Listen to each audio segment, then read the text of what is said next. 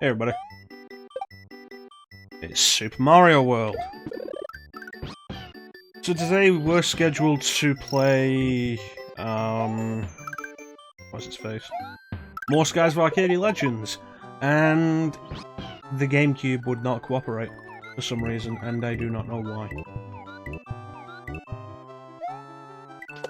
That's a shame, Clem. You're gonna miss the game that I'm good at. Hope you're doing okay though, buddy. Have yourself a good night.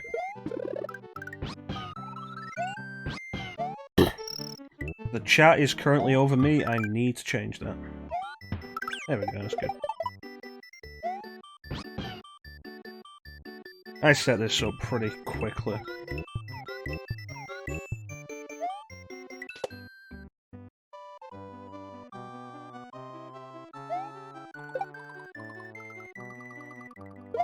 Yeah, the Gamecube would not cooperate. So, no Skies of Arcadia this week, and I'm gonna try and figure out what the problem was. Which is why we're late, and why we're doing this, and why the chat wasn't in the right place. and why the Mario picture doesn't look as good as it could. This was a very slapdash thing put together pretty quickly. I'm gonna have a drink.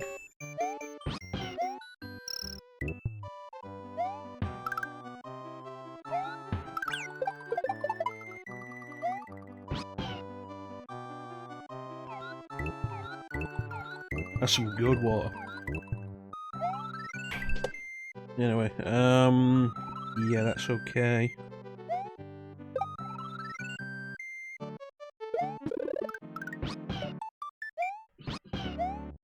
Alright, so let's play it. I'm playing this on the Super Nintendo Mini. Which if I do this. Super Nintendo Mini.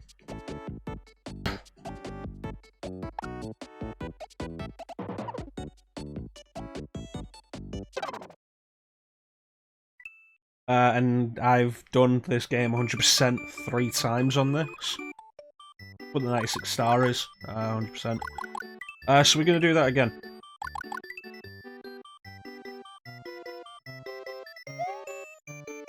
So let's go.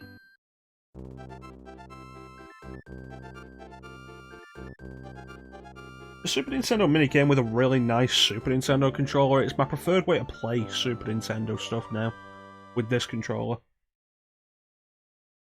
It's unfortunate it doesn't have a USB connector. It's one of those connectors that hooks up into the Wiimotes, if you remember those. The specific connectors that were required for those.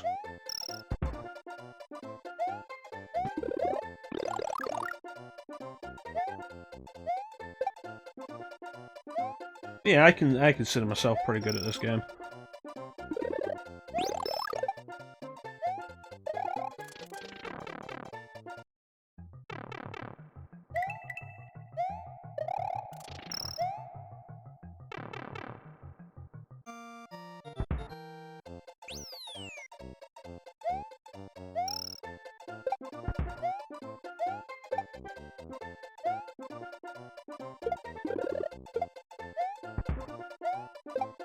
Thank you.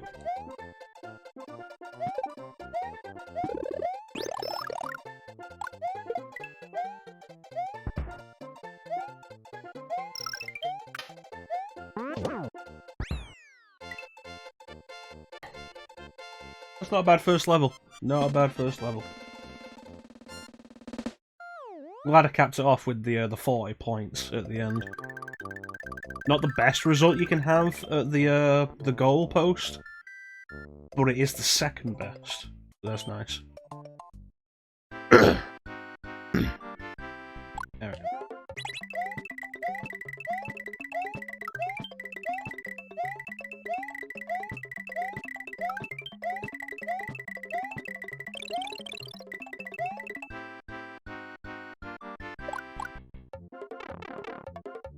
So the goal is to just do this in one session. I do want to go back to Skies of Arcadia next week, try and figure out what was wrong with it. So, like, pull up something that I can do in a single session.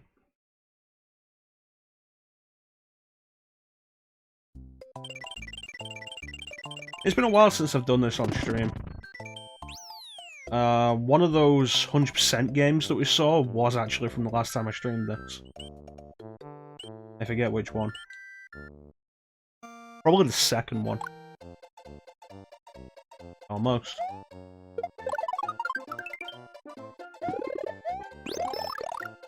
And the introduction of our good friend Yoshi. Thank you. Fun fact, Super Mario World does actually have what is referred to as a variable mix. The music track for any level gains drum beats to it whenever you ride a Yoshi. Which I think is pretty cool.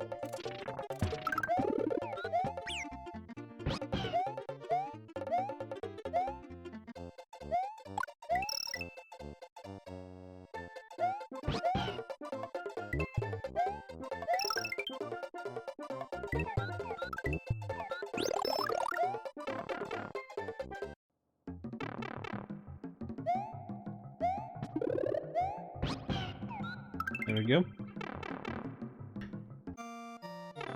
Not even 2 levels in and 14 lives. It's pretty good. Nice. 2 40s. Good stuff. Pretty happy with it.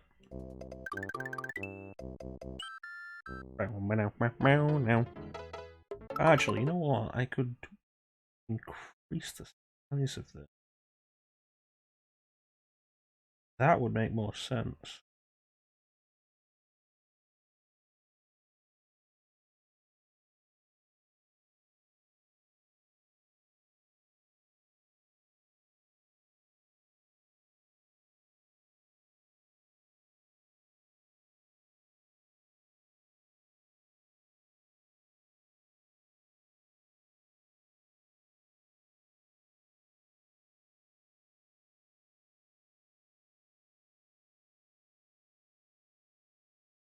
There we go. That looks nicer, I think. Alright. People who speedrun this, who have the confidence to make every single jump precisely, are really impressive. Like, specifically knowing exactly how long to hold the jump button for to land on stuff that's not currently on screen yet. It's really cool.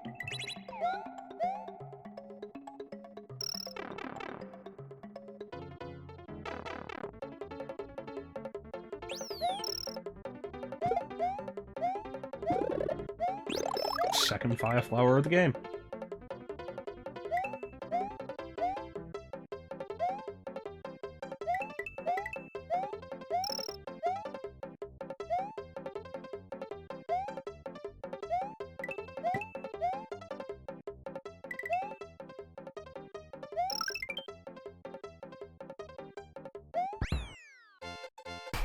Exactly 100.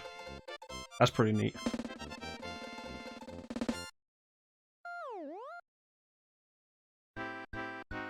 Alright, bonus game.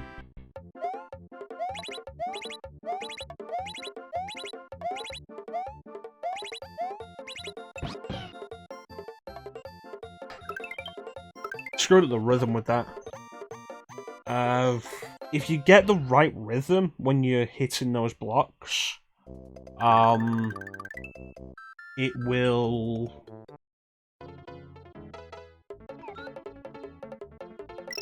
it'll make every block after that the same as the first one you've done. Like, the right rhythm just keeps it going, it's really reliable. But it has to be exact.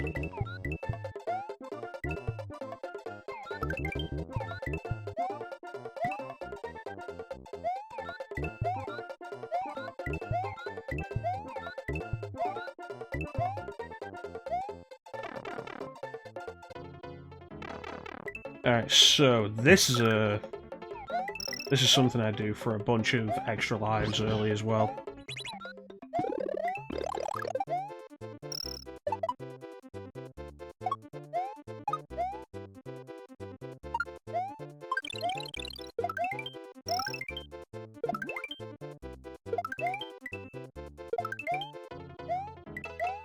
There you go.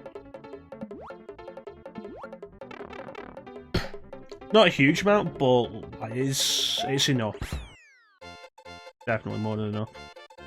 There's a level later on we'll get to that I will show off the best way of grinding for lives in this game, if you need them.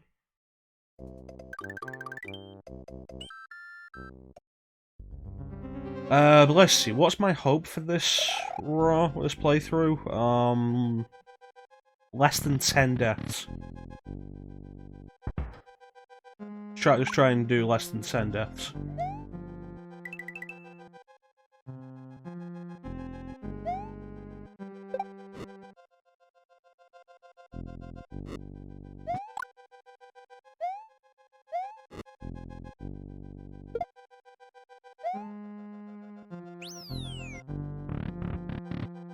And the first auto-scroller of the game.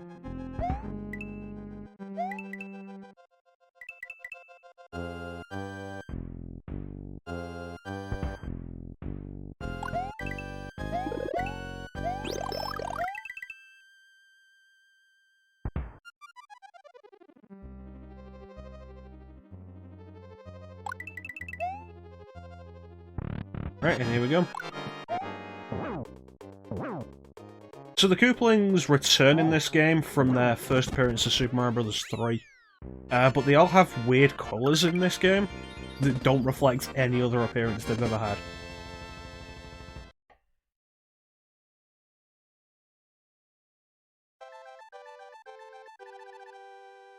Not sure why.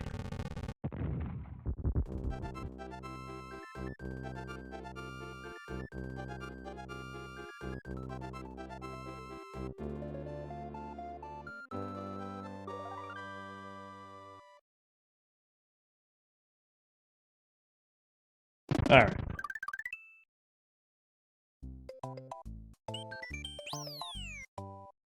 And what we do now is jump off here.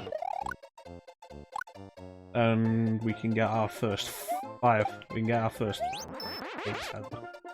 If you jump on that Koopa with Yoshi, it will destroy it immediately and you won't get the cape feather. And the cape feather is probably the most broken power-up Mario has ever had.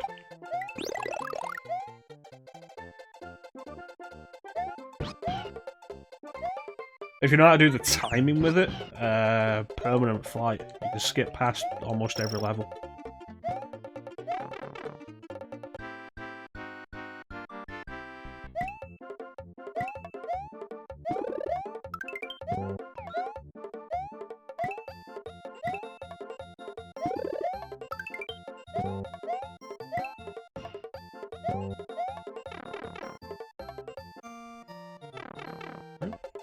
If you go down that pipe, you can get a bunch of extra lives, but it is a time sink. We don't need them, and we can get a bunch of extra lives on the way anyway, if we play well enough. It's just going down that pipe takes you to an area with no enemies where you can... Mostly it's for learning how to fly. Yeah.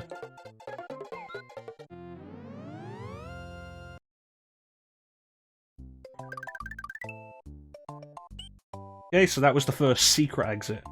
Every level with a red dot on the map has more than one exit.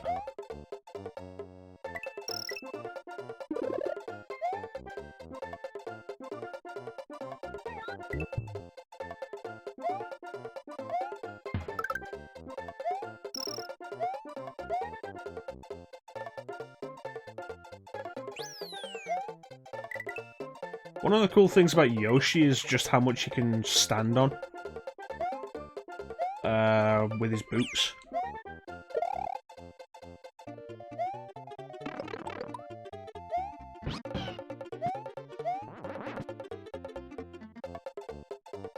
Like this enemy. Mario can't stand on this enemy, it'll hurt him. Yoshi can.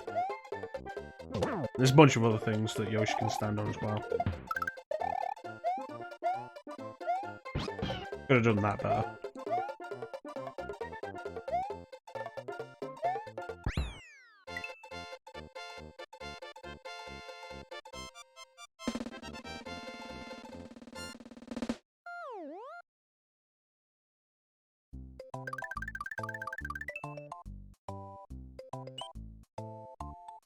Alright. So the 96 star, what that requires is you do every level and hit every exit.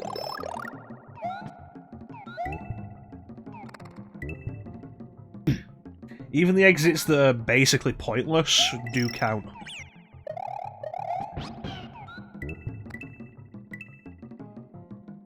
Like when we get to Star World, every level in Star World has two exits. One of them takes you forward, one of them just takes you backwards to stuff you've already done.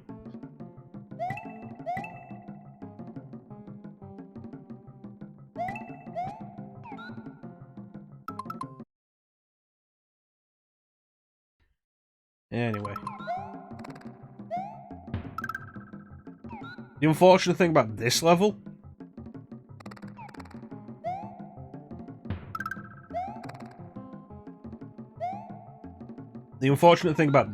is that it is an auto-scroller with two exits. So we have to do it twice.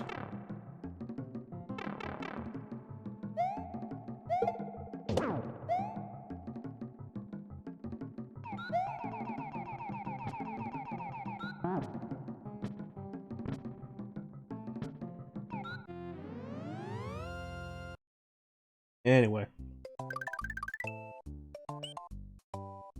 That leads us to the Green Switch Palace.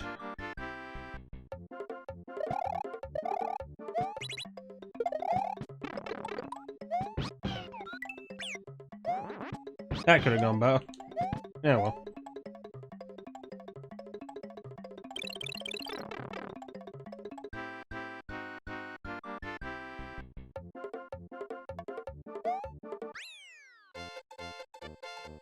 If you do that right, you get 1 life. Not a big deal.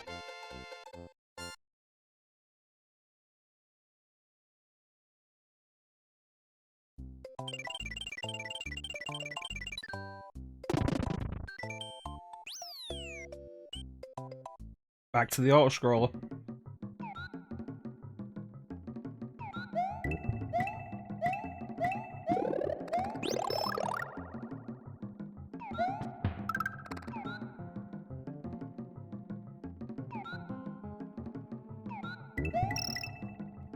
I just keep sneezing, and it's not helpful.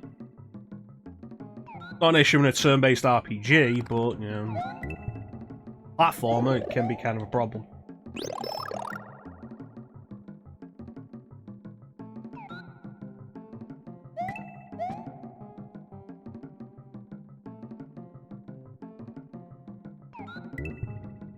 Okay.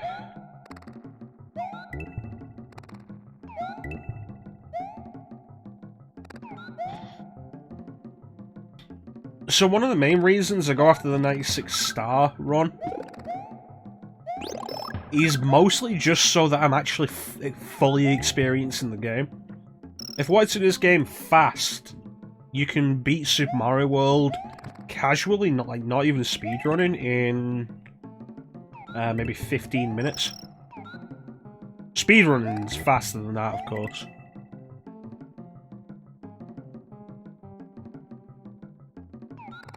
Because what you do is you don't go to this level.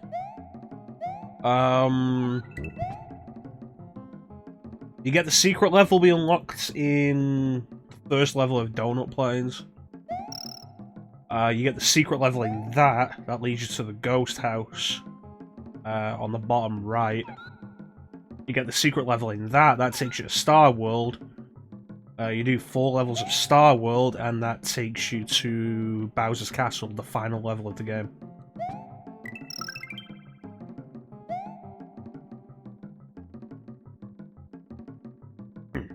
Like I say, doable casually in like maybe 15-20 minutes.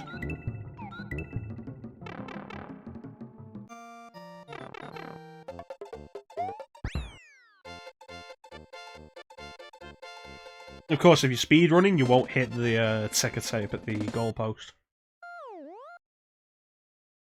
Ticker tape? Just tape? Okay, so what we'll do is we'll go back down here.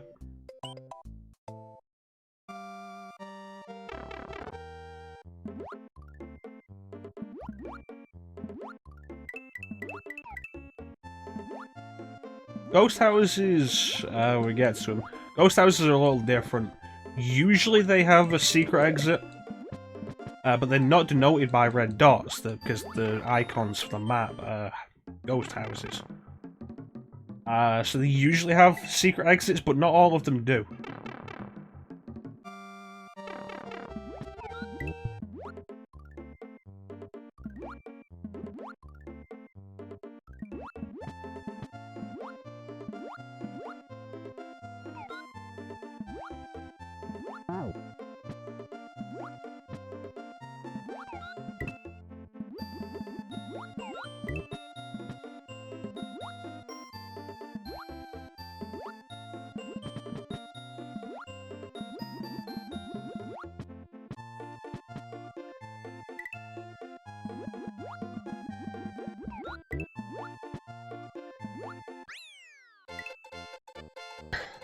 I think from now on, for the sake of keeping things rolling, I will be avoiding the tape at the end of levels.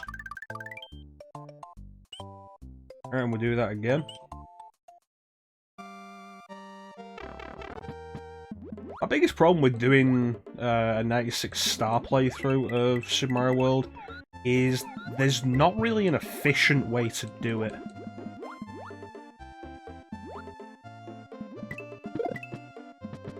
It involves just a lot of back and forth. And there's no optimal route that doesn't lead to you backtracking a lot.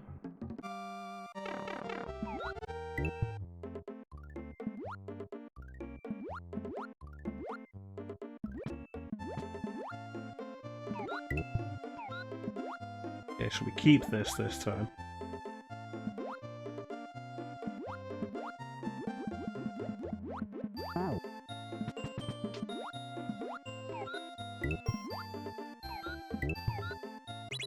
You can make it from where you find that switch to here, before the switch runs out.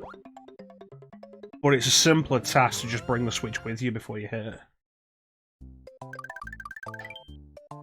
Alright, in Ghost House. Yoshi doesn't come with us into ghost houses.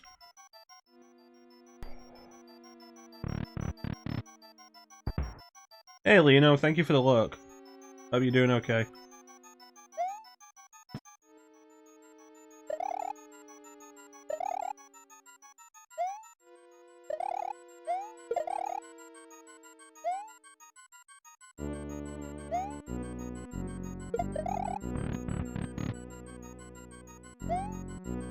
Okay. So ghost houses are designed to be basically puzzle stages. So what I'm going to do is I will go through the standard exit and then I will go through the secret exit.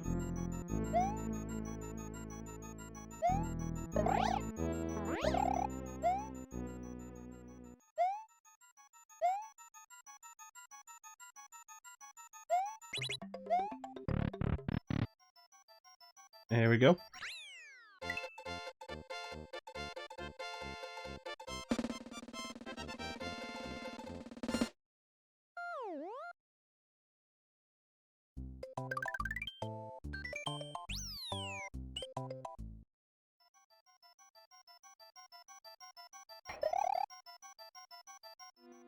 Alright.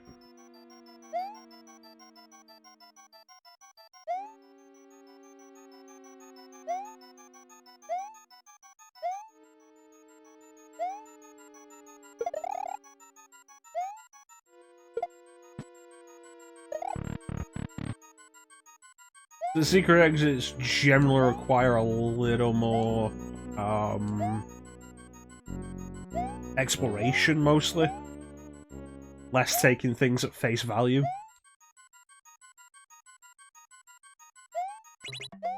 In the ghost houses, at least. We get over here and go through this door. And we have a boss fight with a big boo.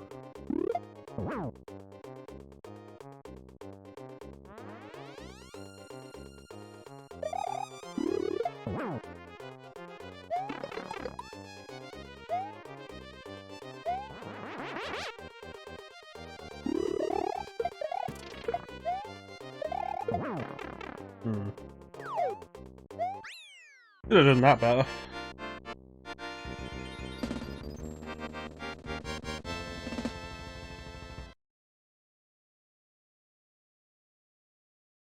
And that unlocks the first entrance to Star World.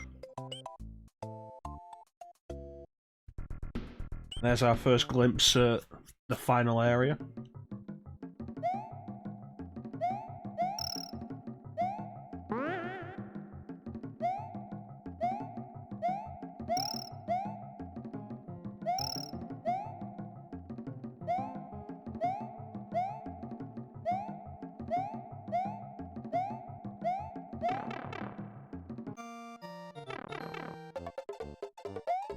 That box has the balloon in it, and I do not like the balloon.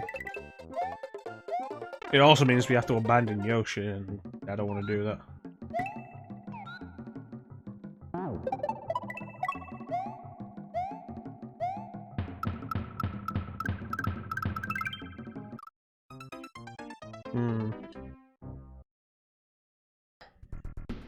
was holding right, but I didn't make the move into it properly. 2 deaths. Alright, get game face on.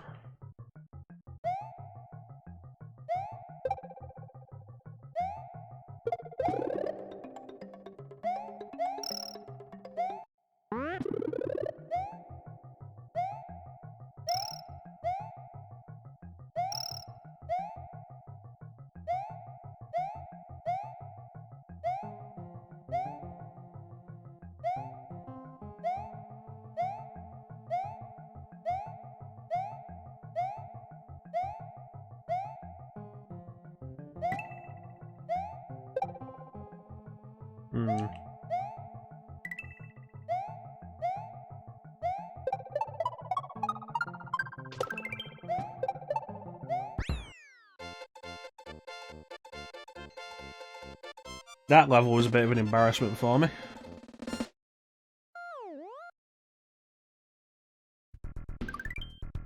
Alright, now we go back. And do the ghost house. Except I need a feather to get the secret exit.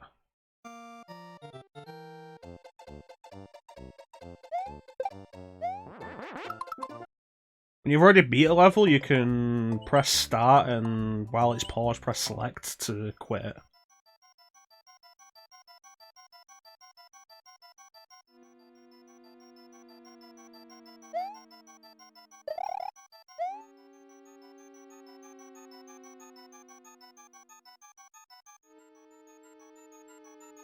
The cape can actually be something of a liability, since once you hit full speed, when you jump, you fly.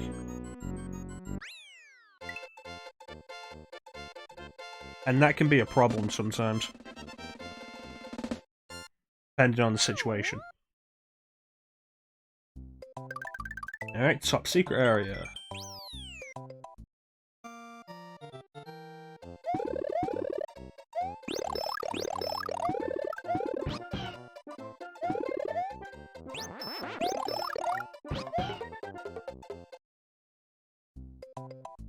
Okay.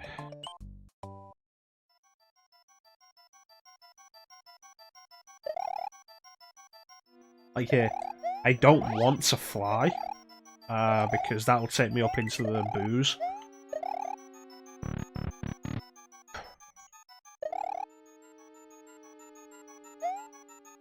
And now I'm just going to skip the whole level because I know where the exit is.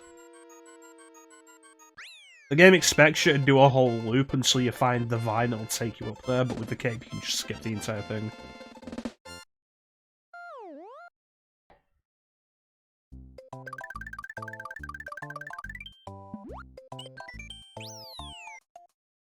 Alright.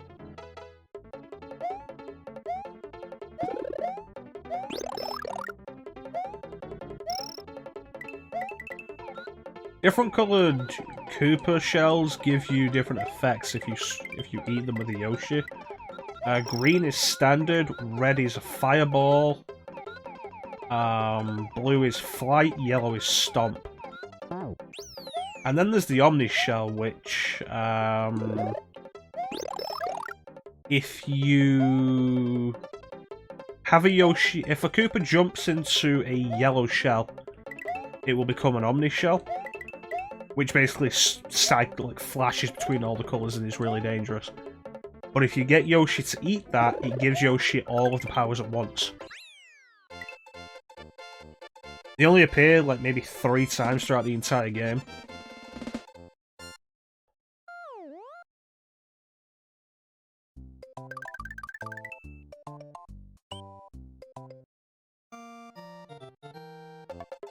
Like right now.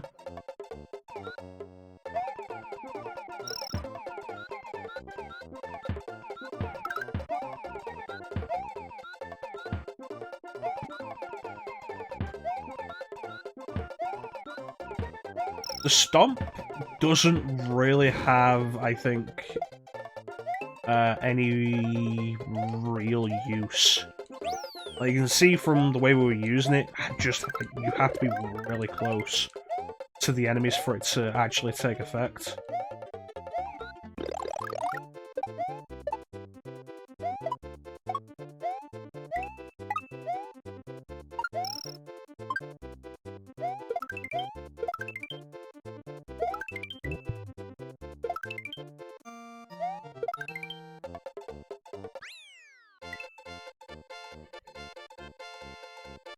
So yeah.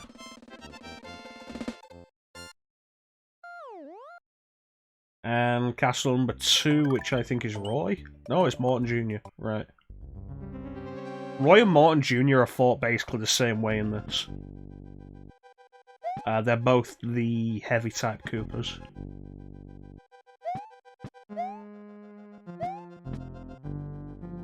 If you can get the distance here...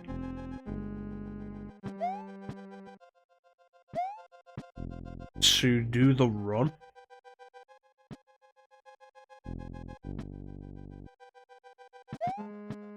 Damn it. Jumped too soon.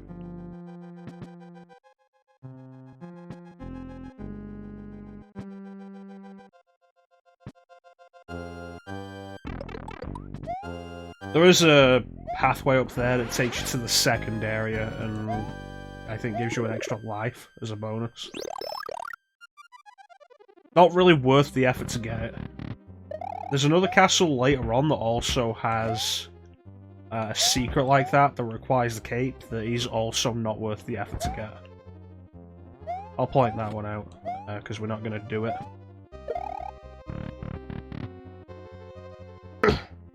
Yeah, that little shortcut takes you here.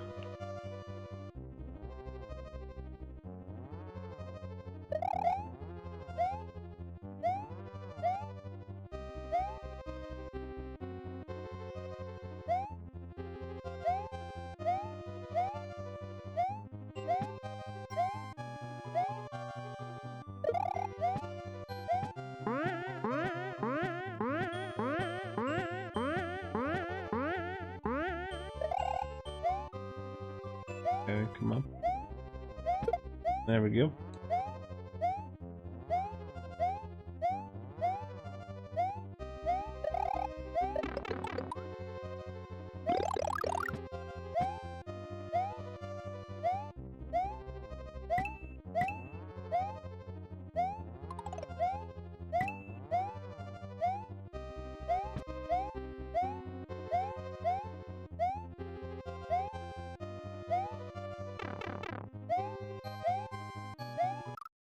Oh, come on.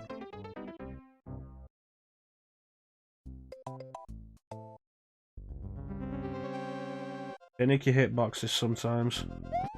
Oh yeah, I forgot up in that shortcut is also the checkpoint.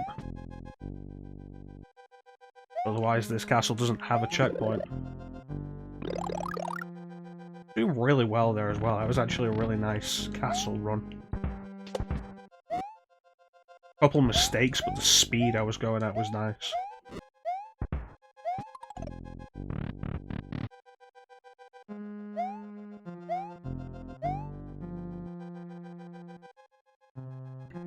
I mostly mean with this part.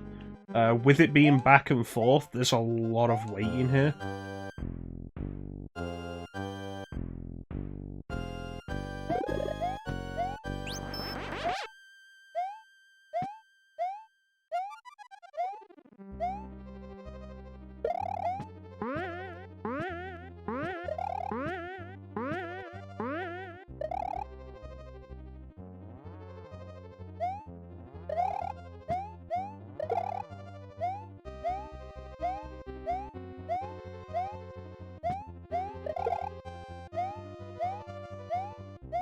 Damn it.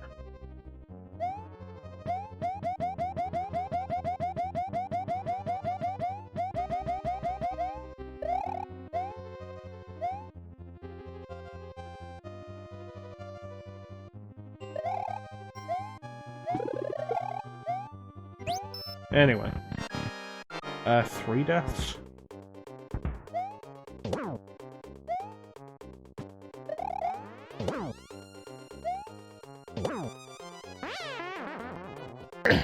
Thought I wasn't going to get that then. Thought I'd screwed it up. Once Morton gets onto the wall and starts climbing the wall, he's invincible. That was like frame perfect, that was really nice.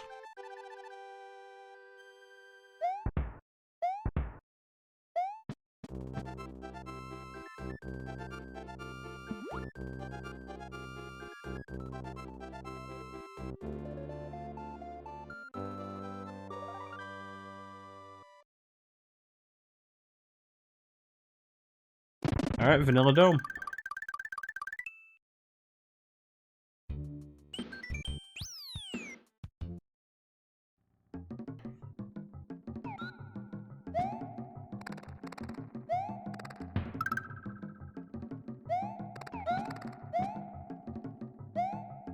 Okay. And the trick to getting Yoshi in the secret exit.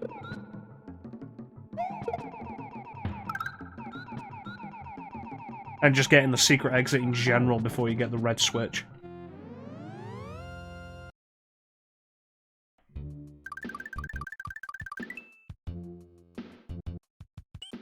The really awkward thing is the way that this splits off means that once we do one of the paths, we have to come all the way back to do the other. And work out which one's faster to go back through. We should do the top path first.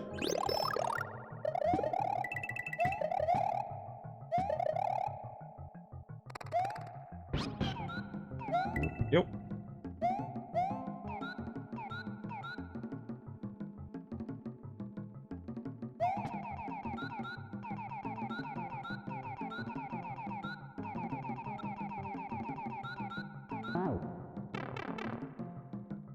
The top path is less stages, I believe.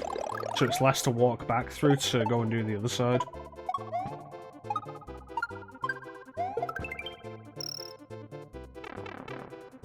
Yeah. Alright.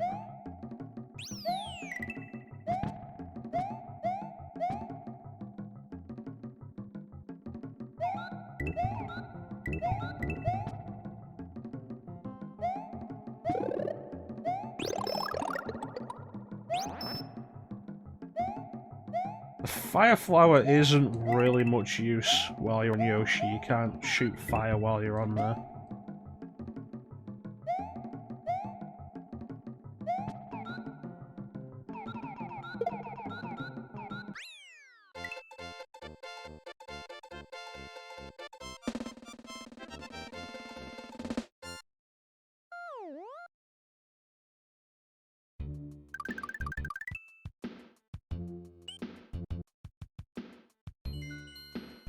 Let's go and do the other side. The secret path. The tricky part about this one is taking Yoshi with you into the secret area. And it requires very precise timing of jumps to build up momentum.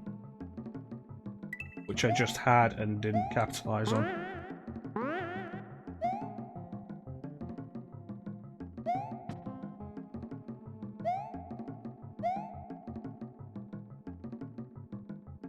Hey, Chanson. How you doing, buddy?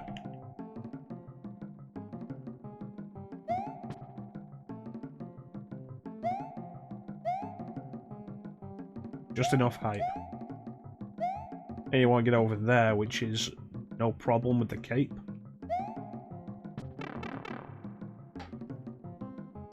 And that's how you get Yoshi to the secret area for the secret levels.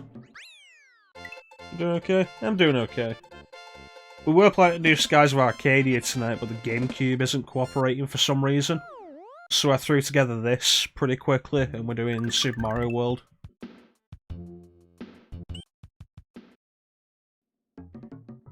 The 100% run, the 96 star run. Every level, every exit.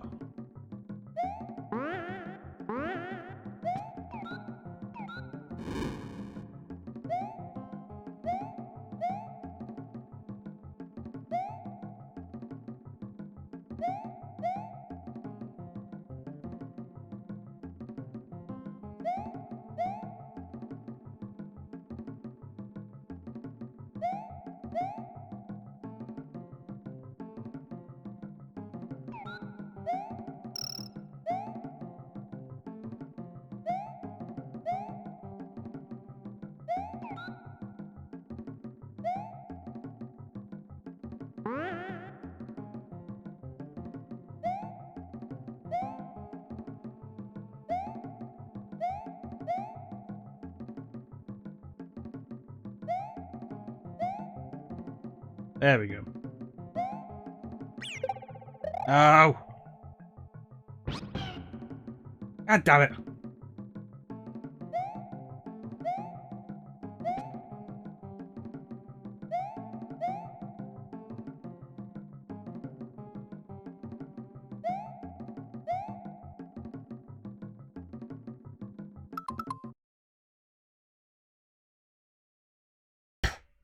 Yeah, I figured I wouldn't cancel the stream because somebody's probably wanting to watch the stream tonight.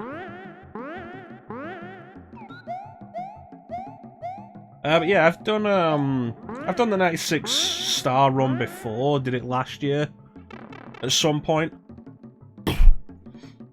The start of the stream I actually showed off because I'm playing this on Super Nintendo Mini right now. Super Nintendo Mini. And I just fucking ruined it.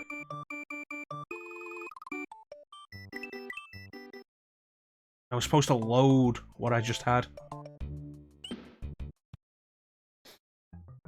Well, you know, I'm a fucking genius.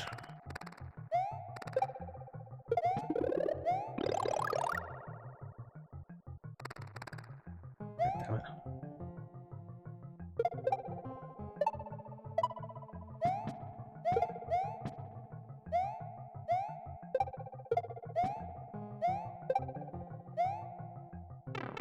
No, that's not your fault, Chance, it was me.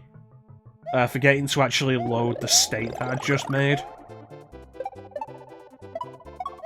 Yeah, what I was saying was, when we started, it brought up the file select screen, showing that all 3 of the files I have, Super Mario World on the Super Nintendo Mini, have the, how'd you go that way, Mario? Have the 96 star on them. I think the second file is the one that I did last time I streamed this, and I've done it again since then. But I haven't played Super Mario World in a while.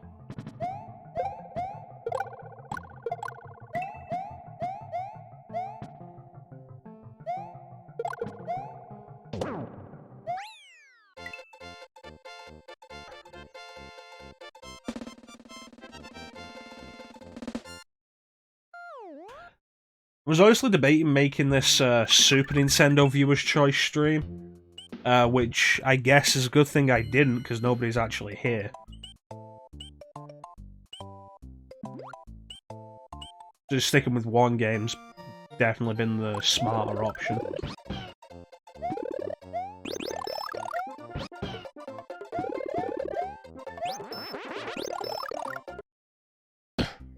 Jansen, did you see the announcement that Nocturne is going to be out in English in May?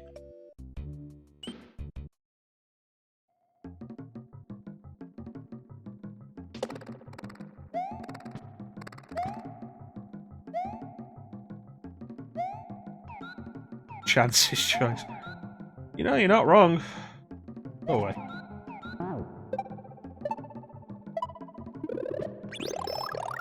Damn it, not again. That's me waiting too long to avoid the mushroom, and then being pushed into the mushroom anyway.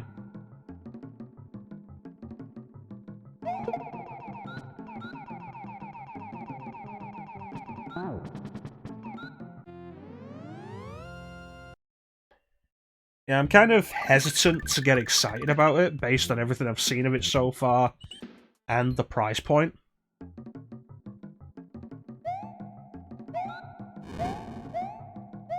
I mean, I assume you've seen the price for the US version.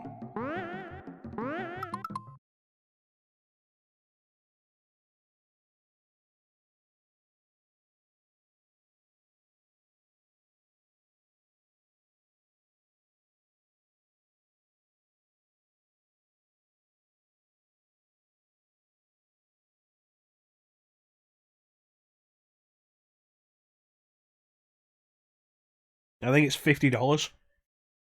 $50 just for the standard version. The digital deluxe version is $70. It gets you, amongst other things, 4 days early access to the game, which I think is bullshit. Pay an extra $20, get the game 4 days early. I don't like that. I don't like that as an idea.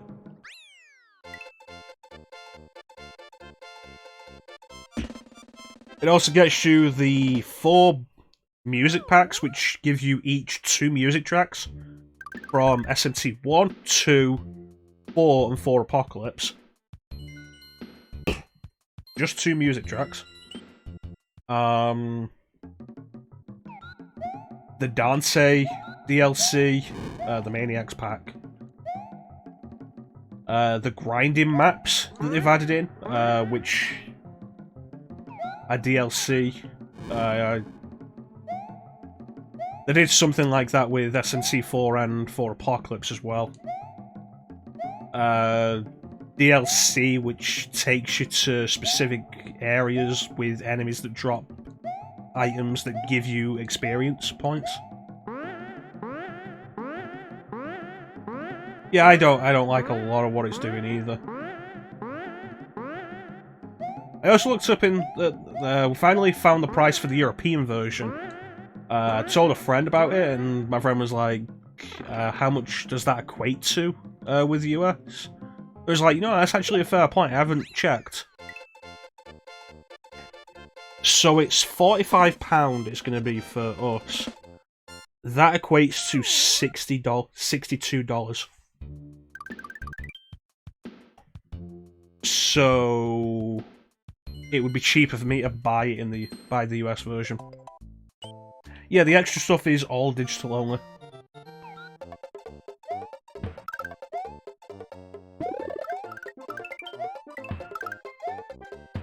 What am I doing? I want to kill these guys. Oh, that's bullshit.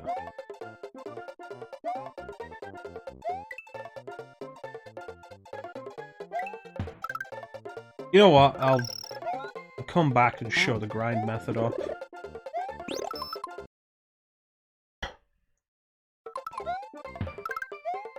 Yeah, basically, like, if you think the US is paying a bit too much for it, with it being $45, not 45, $50, it seems like the US is actually getting the best price. Everywhere else is getting shafted. We're paying the equivalent to $62, and Europe is paying €50, which isn't how the exchange rate works. So Europe is also paying more than the US is. And then I've been checking the stuff, like, since it came out in the US.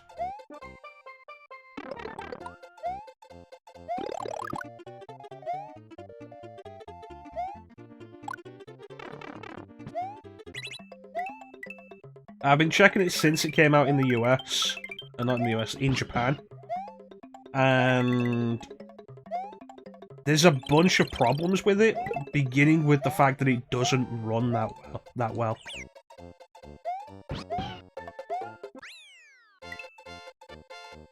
It's got performance issues that were never properly fixed. It's bad on PS4, it's worse on Switch.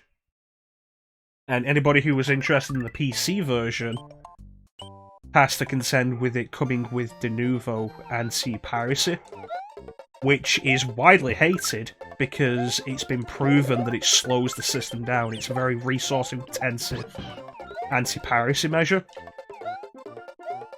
One of those anti-piracy measures that does more damage to the people who have actually bought the game than the people who cracked it.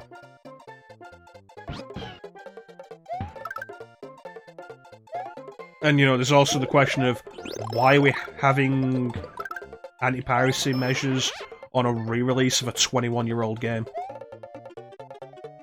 Like, presumably the only people who are interested in it are going to be willing to buy it.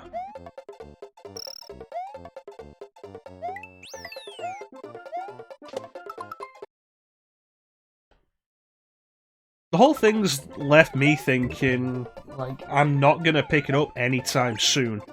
I'm going to wait for it to come out, I'm going to see how it looks, how it performs, see if there's any major improvements over the Japanese version.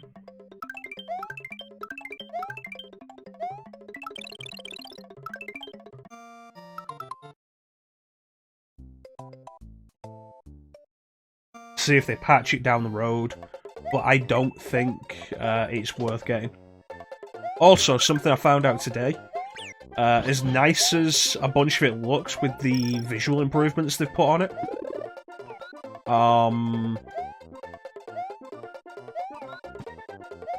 the cutscenes, the FMVs, are still the PS2 FMVs. And when I say that, I don't just mean that they're in 4x3 or anything.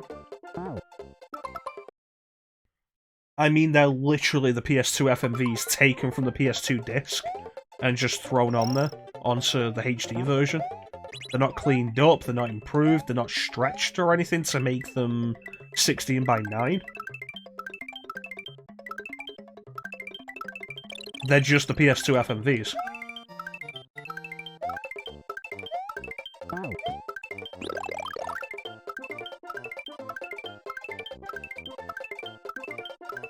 And I'm not sure why I should be paying that much for a lazy remaster like that. That doesn't work properly. Visual quality? Yeah, sure. That's really nice, but I'd rather have the game that performs better. As you probably know, Chansum, since I've said when I do Symphonia, I'm probably going to do the Gamecube version because it plays better.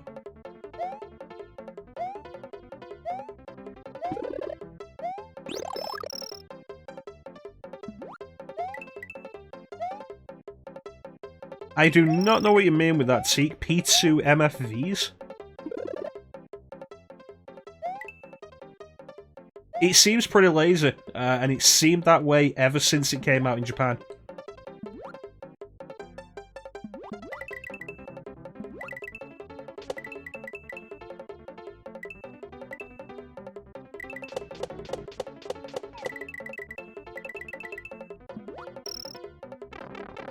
Oh, PS2 FMVs of Shin Megami Tensei Nocturne. The remaster, whenever FMVs pop up, they're literally just the PS2 FMVs taken from the discs, from the PS2 disc. They're not cleaned up, they're not touched up, they're not stretched, they're not re-rendered. They're the PS2 FMVs, artifacts and all, compression and all. On top of the music still being the PS2 versions that were compressed. Hey, Lena. Most of these levels are quick. Not Mario World levels aren't as quick as Super Mario Bros. 3 levels tend to be, but very few levels go on for longer than 2 minutes.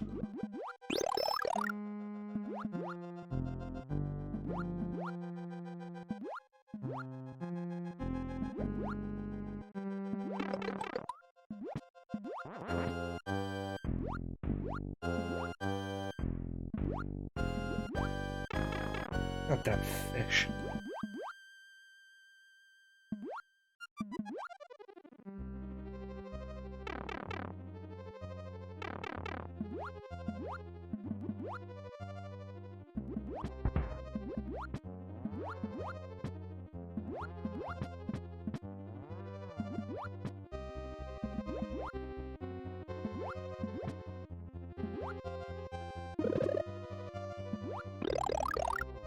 Yeah, I think the entire issue of the remaster, in air quotes, is exacerbated by the price. If it was less, if it was substantially less than that, like if it was $20, you know, like Persona 4 Golden was when it launched on PC, in a far better state. If it was $20, yeah, no, I'd take it with all these problems, and it'd be fine, because it was $20. I'd be disappointed, but it would also be $20. I'm not paying $50 for a lazy remaster. Same way Nintendo can fuck off, because I'm not paying $60 for Skyward Sword HD. Oh, you finally gave us the option of proper controls? Nice. Why is this a full-priced port? You've upped the resolution, that's it. It's one of the really sad bits where you can hold Activision up as the better example.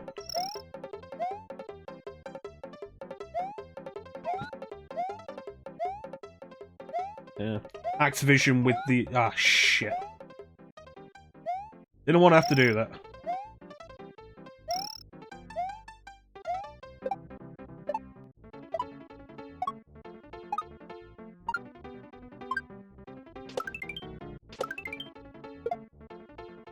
Activision with the Crash Insane trilogy, with the Spyro Reignited trilogy.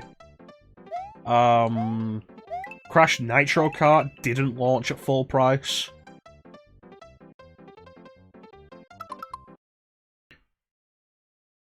I think it depends on how much it does, Chanson. How much they're really doing with it.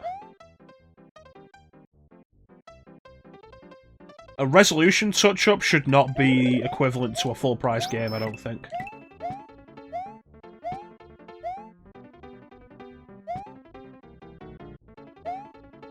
And I think, generally, price is determined by the market and the competition.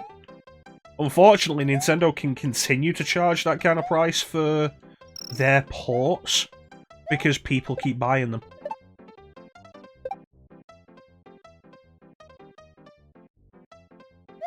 The age of the product is also true. It's one of the things that really surprised me when Nintendo released Fire Emblem. They localized the original Fire Emblem and put it out on the Switch, and the really surprising thing was it was $7. And it was like, wow, Nintendo with reasonable pricing? What's that about?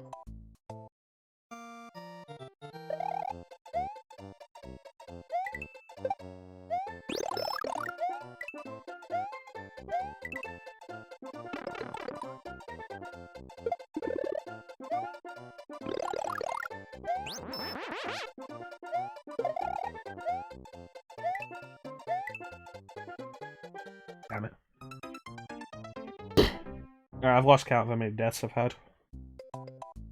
That might have been 4, but I wasn't keeping count.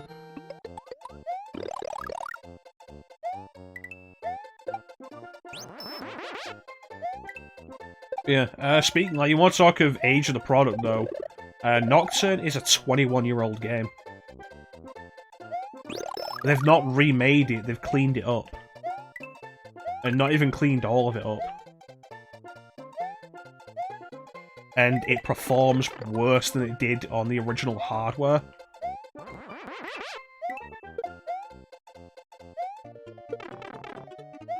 It's like, let's go back to Symphonia Chronicles for a minute, which also performed worse than it did on the original hardware, but that was largely because of the because it was a HD version of the PS2 release, which performed worse than the Gamecube release anyway.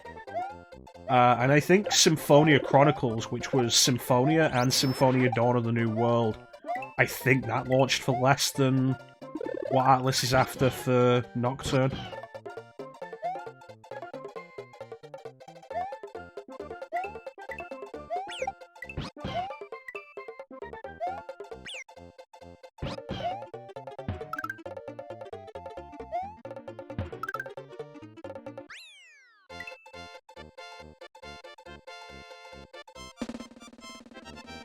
Pretty much. Nintendo's sales are unbelievable with that. It was one of my biggest problems. I mentioned this a while ago when it first happened. $50 for standard. That's 2 games. More justifiable than Nocturne for $50.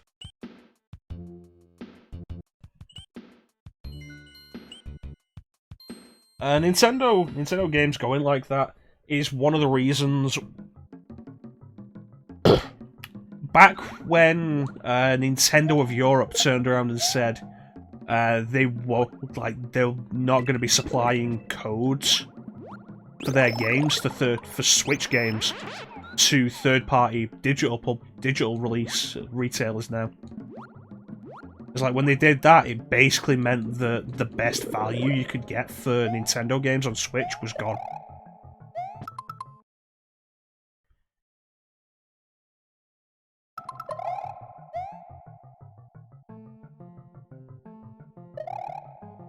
Four-disc Symphonia soundtrack. Novel on 5 figures. God, compare that to the Take Your Heart Premium Edition of Persona 5.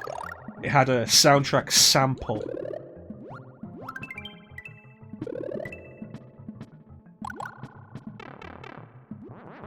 a really small plush of Morgana, a bag that's supposed to be a replica of the school bag that is in the game.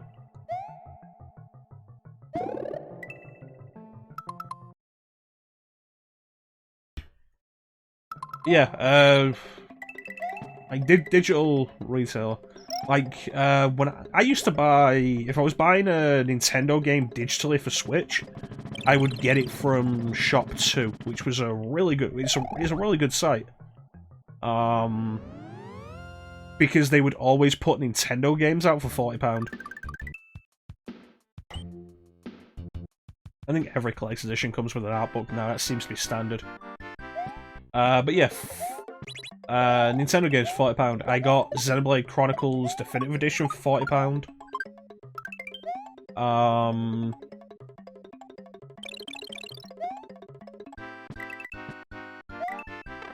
Fire Emblem Three Houses for £40 like that, Tokyo Mirage Sessions FE for £40 like that, as opposed to the Nintendo's price, which is $50.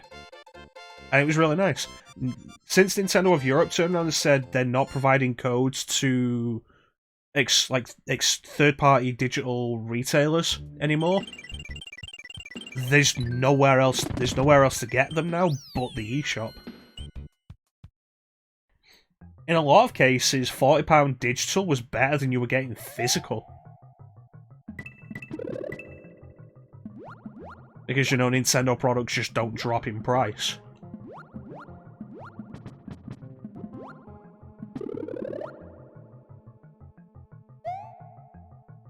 It really does, and I haven't bought a lot of actual Nintendo games since then. Even when they go on sale on Switch, they rarely put them out low enough to compete. Like, some of the third-party sales on Switch can be really good. Nintendo sales are almost universally garbage. Oh, it's 33% off, which means you can buy this Wii U port for, I think, £33, £40?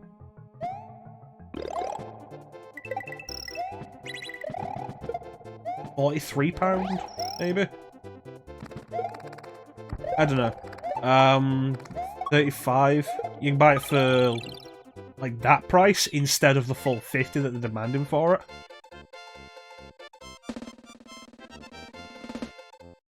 Yeah, buying used is how I buy a lot of stuff. The only reason that really stopped is because I started mostly buying digital just for the sake of saving space. And digital sales will put stuff out ridiculously cheap a lot of the time. Unless it's Nintendo.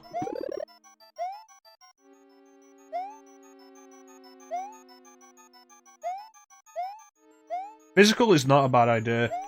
Despite the fact that I prefer digital for the sake of saving space and convenience, there's always the concern of digital, of... is the publisher going to turn around at some point and say, I don't own this game anymore? Despite the fact that I've paid for it. Which you might say sounds paranoid, but... honestly, it wouldn't surprise me from some people.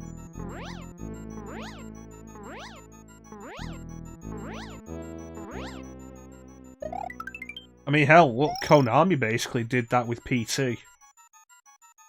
And what's to stop other publishers from doing it with actual games? Yeah.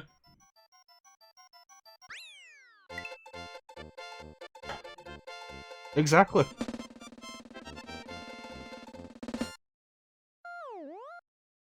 Well, Alan Wake and DuckTales Remastered, the issue with those was you couldn't buy them. They didn't take away the copies you owned. Same with Deadpool. I still have my Deadpool copy on PS4. You can't buy it, but if you bought it, you can re-download it, as far as I'm aware. They haven't gone into my console and said I can't have it anymore. Yet.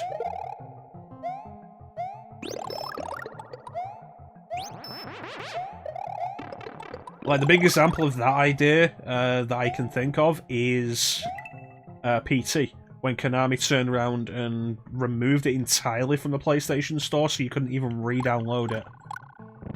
And then, from what I've heard, they later put out an update that basically makes the game so it won't run. And it's like, yeah, that's PC, you didn't pay anything for that, it's playable teaser, blah blah blah, it's a demo.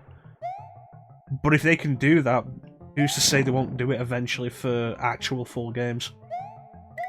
Who's to say that you're playing Skyward Sword on your Wii U with the digital copy that you bought, and Nintendo doesn't turn around at some point and remove it from both the eShop and then also remove it from any console that's currently connected to the internet? And say, hey, you want this? Well, it's on Switch now. $60, please.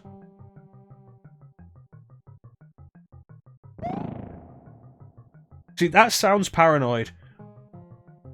But in the ever-present world of capitalism that we live in, it wouldn't surprise me if companies will eventually do that.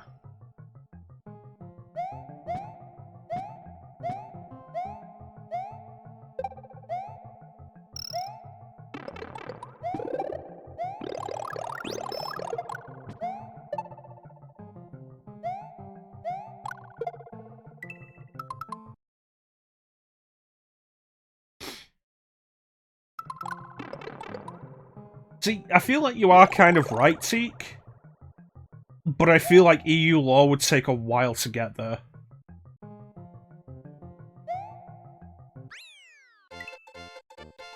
And also, we're not part of the EU anymore. You know, so that's fantastic.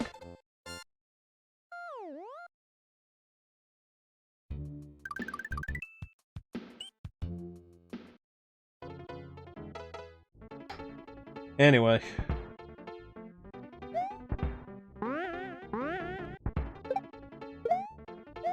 How are things going for you at your new place, Chanson?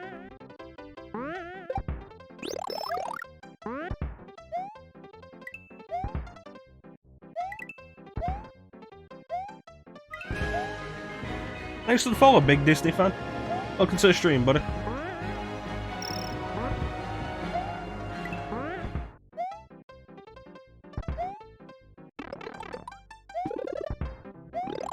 That's not good. Thank you. Happy first day of spring to you as well, friend. How are you doing?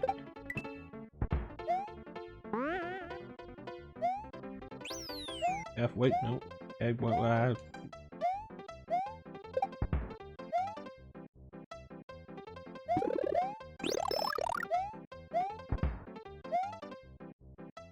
Correct.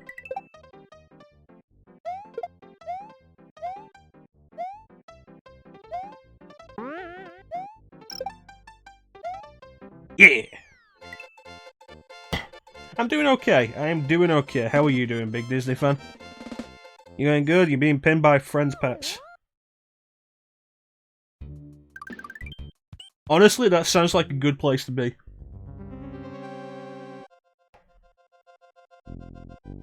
Okay, there we go.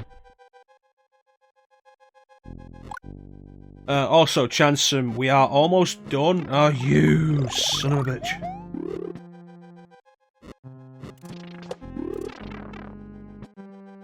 We're almost done with FF7. If you are in any position anytime soon to start the Nocturne playthrough.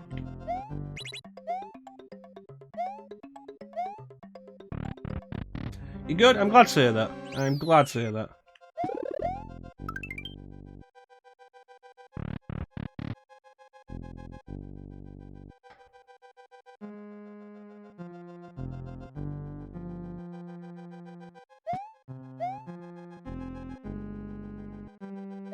There we go. We got at least 2 more weeks of FF7.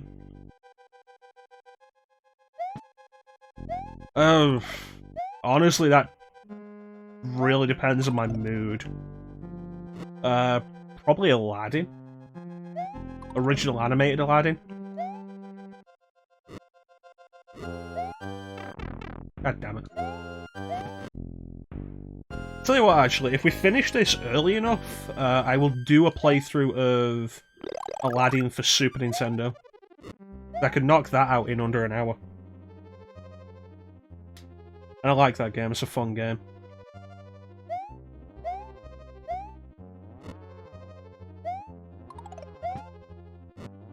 Super Nintendo. The one by Capcom. Capcom.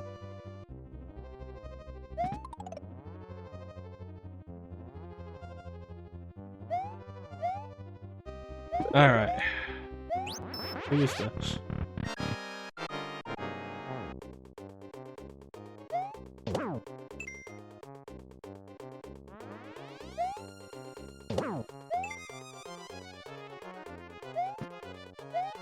Nice. Yeah, like I say, Chanson, we have, I think, 2 more weeks of FF7, and if you're in a good position after that, we can start working out when you'll be free to join me for the Nocturne playthrough. That's fair enough. That is fair enough. Treasure Planet is really good. It's my second favourite adaptation of Treasure Island. Baby's frozen? Fair enough.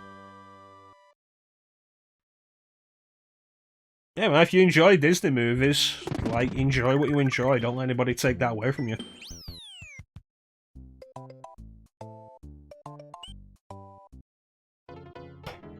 Of course, after the Muppets. Oh god, I wanted Yoshi for this. There's actually a really good trick you can do with this level if you have Yoshi. And now I can't do it. Yeah, Muppets Treasure Island has Tim Curry, you know I like Tim Curry.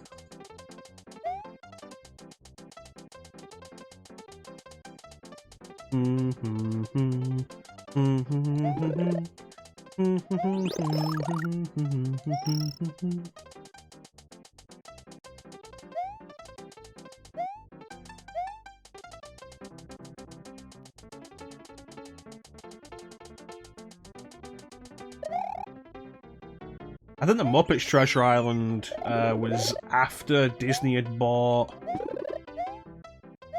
I'll have to come back to this level with Yoshi anyway. After Disney was producing the Muppets movies themselves, anyway.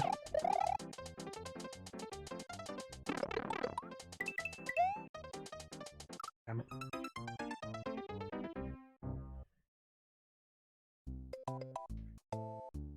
Tim Curry's in more than one Professor Layton game?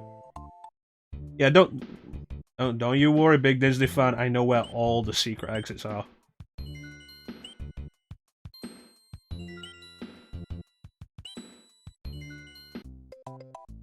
I've not seen the live-action Aladdin movie. I've not seen any of the live-action movies, and I don't really want to. I don't really care.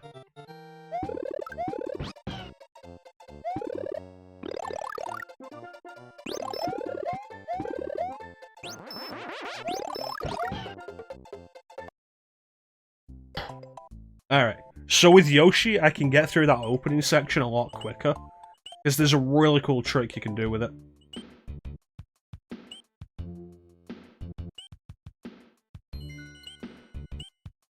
Which I hope I can pull off right. I did it right last time I streamed this. Oh, I already hit the checkpoint, that's fine.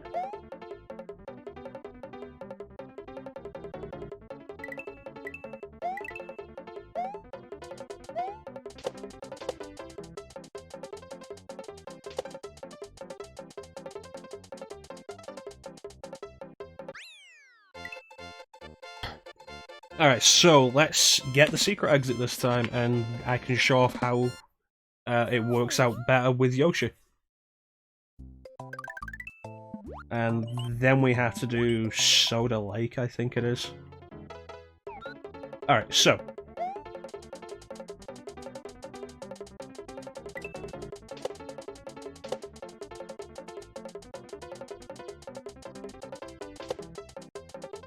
Bada bing.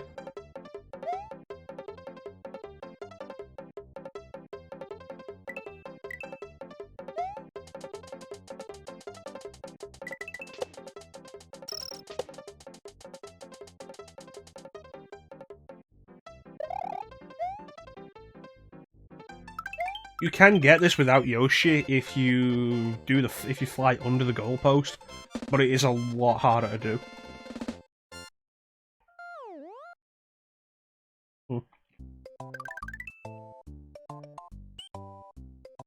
Yeah, I think it's disappointing that Kingdom Hearts missed out on a lot of the later Disney movies. No Treasure Planet, no Atlantis the Lost Empire, no Princess and the Frog. They were good movies.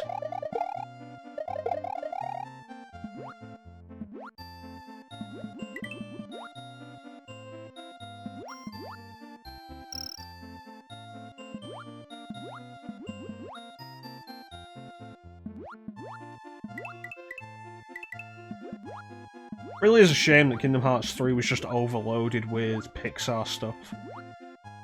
I'm not saying the Pixar stuff is bad, but like almost all of the new stuff was Pixar.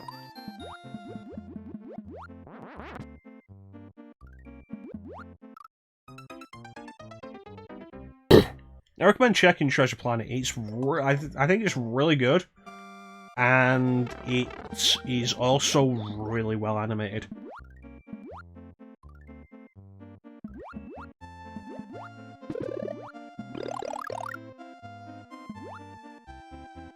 There's also the thing of like, okay, so you've got a bunch of Pixar stuff.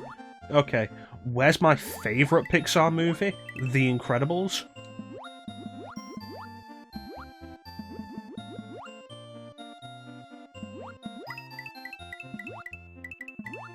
Yeah, the torpedo heads, which only appear in this level, are a pain.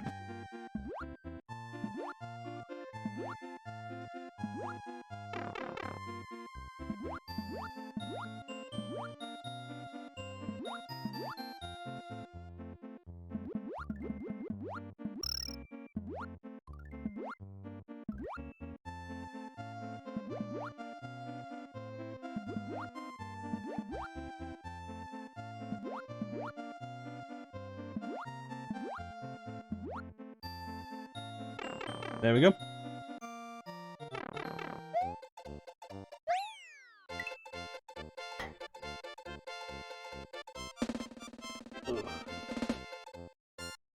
It's a shame Disney stopped doing the 2D animated movies.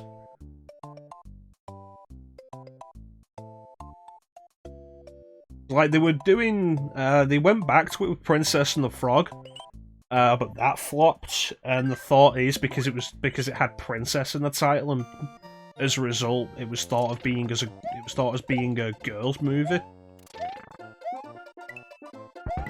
Which, you know, people need to stop assuming that, because Princess Bride is fantastic. Every time I try to tell my friends that Princess Bride is really good, they're always like, oh, that sounds like a girly movie, I don't want to watch it. Like, no, it's really fucking good. Swashbuckling adventure.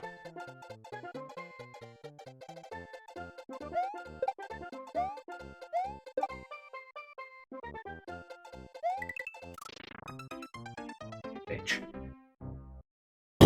Princess and the Frog was great.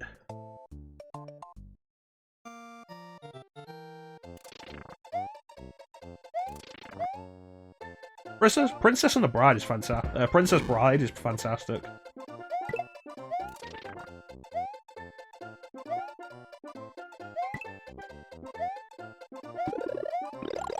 There we go.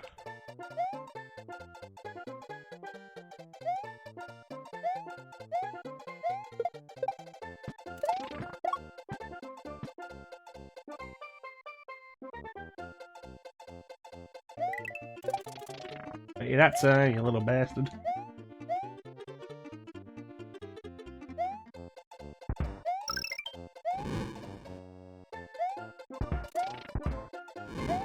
Yeah, Princess Bride is such a fun movie.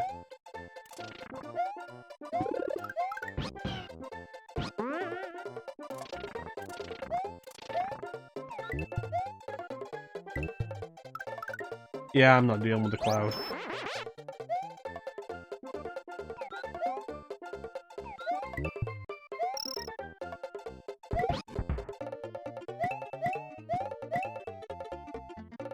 Okay, and...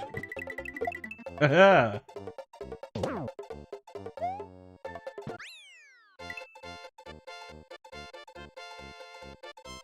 Okay.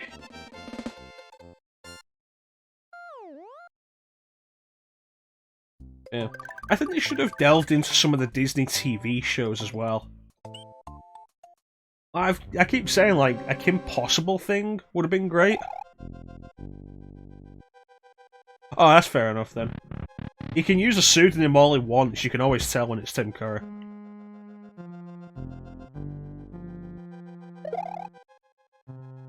He's one of those voice actors that doesn't really have so much vocal range. I say that, and what I really mean is he doesn't do like various. He doesn't have a lot of variety in the way he can do his voice. He's just a fantastic voice actor, like Jennifer Hale. You can always tell when it's Jennifer Hale because she has a very distinctive voice, and she doesn't really have much vocal range like that. But she's actually a fantastic actress.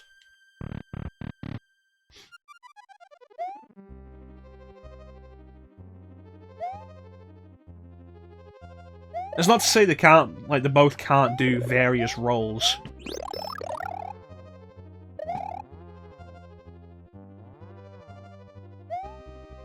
DuckTales was kind of represented with Kingdom Hearts. You had Scrooge and Huey, Dewey and Louie ran the shop. Scrooge was in Kingdom Hearts 2 in Hollow Bastion. Darkwing Duck would have been nice if that got a shout-out of any kind.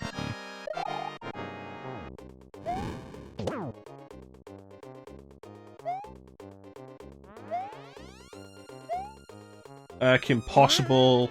I keep saying, like, I would have liked Recess to replace 100 Acre Wood as the minigame world. I feel like it makes sense, and I really just didn't want to deal with more Winnie the Pooh. Absolutely hate that world.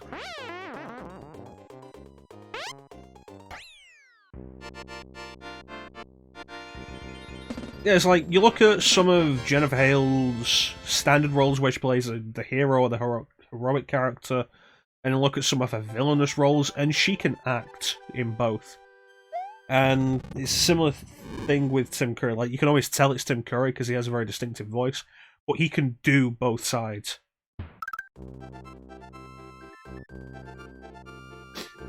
Like, compare any of his villainous voice roles, like Scooby-Doo and the Witch's Ghost, or Dragon Age Origins, and then take a look at the Wild Thornberrys where he played Nigel Thornberry, and he's delightfully ridiculous. Impossible was pretty good. It was a really fun spy action thing. Recess, I don't know how well Recess will work for somebody if they are not a kid. Because it is fairly childish in a lot of the stuff it does, but it's like it's elementary school students doing stuff on, like, during recess. Reasonable.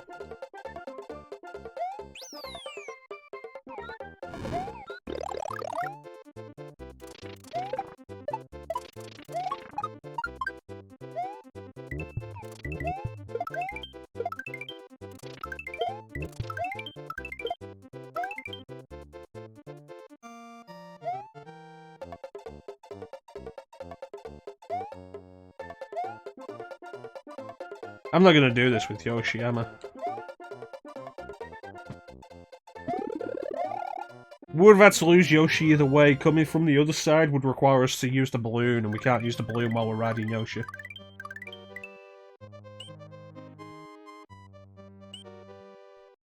But yeah, I think Kim Possible is a lot of fun.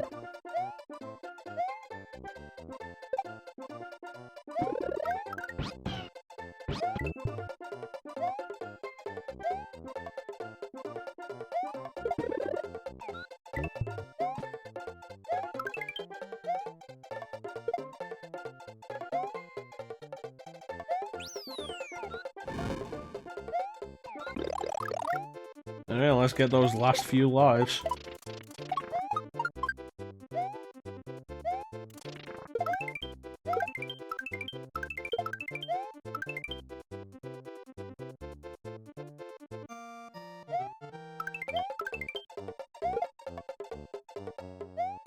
Yes. Every level that has a red dot on the overworld has more than one exit. Most of the levels in Forest of Illusion have 2 exits. Hey, Grim Destroyer.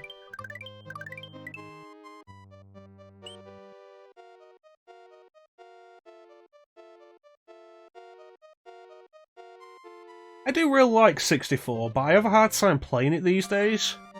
I've never really been overly into the original Super Mario Brothers, honestly.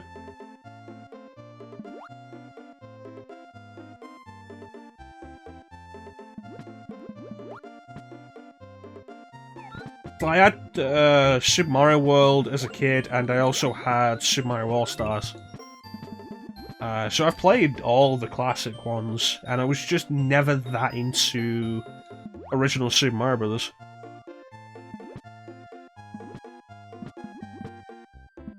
Blue's Clues? I haven't seen it in years. When Blue's Clues came out, I think I was a bit old for it. So I've never really watched it properly. God damn it. So I don't really have an opinion, I guess, on Blue's Clues.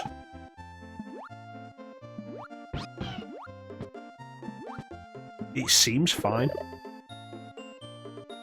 Well, we're not getting that now.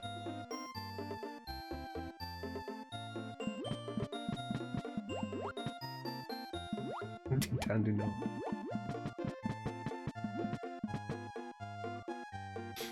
So how you doing, Grim?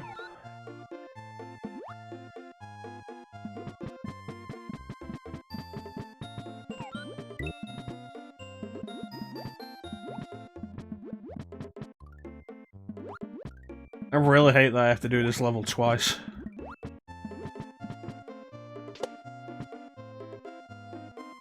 And the secret exit is so close to the end as well. You basically have to go through almost the entire level twice.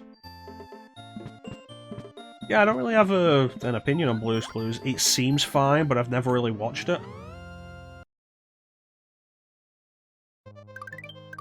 I don't know, when I was a kid, I was always more into watching cartoons anyway. I always hated when live-action stuff came on TV. Even if it was,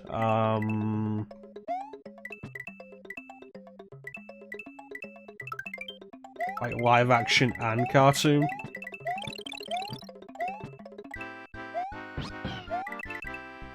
I haven't seen anything of Pokemon Legend. I'm not really into Pokemon anymore. I kind of fell out of that.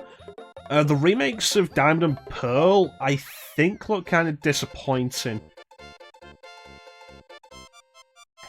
Generally, every remake so far from Pokemon has basically been whatever generation we're on at the minute, adapted into that. So when Fire Red Leaf Green came out, it was Gen 3 as Gen 1. It's like it was the Gen 3 graphics, the Gen 3 design, it was all really nice. Heart Gold and Soul Silver came out, it was the Gen 4 graphics and design, it looked really nice. Alpha Sapphire, Omega Ruby, it was the Gen 6 designs and everything. Oh, is that it? That's what that one is? I've not really looked into it, I thought it was Pokemon Arceus or something. Pokemon Legend of Arceus? I don't know. Alpha Sapphire, Omega Ruby came out and they were basically Gen 6 in design. And now that they've finally got around to Gen 4, they're doing their own thing that...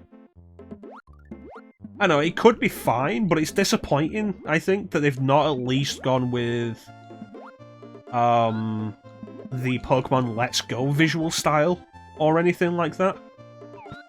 Pokemon Legends Arceus, alright. I don't know, I mean... I'm not really into Pokemon anymore.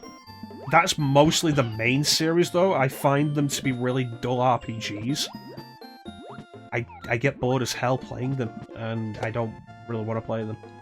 I think Pokemon has an interesting world, and I'm usually kind of interested in spin-offs. Like Pokemon Ranger, I've always quite enjoyed.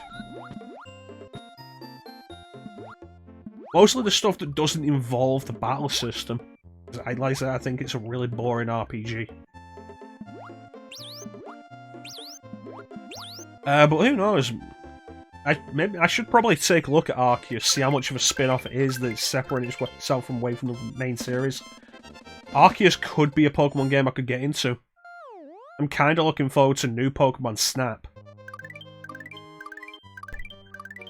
And again, because like that's separate from standard Pokemon, it's not doing the RPG thing again. It's not even that I don't like RPGs, this is primarily an RPG channel. I find Pokemon to be boring. If you like Pokemon, that's cool, and I don't want to take that away from you. I'm not going to try and take that away from you. And I hope you continue to enjoy it. I just don't. Damn it.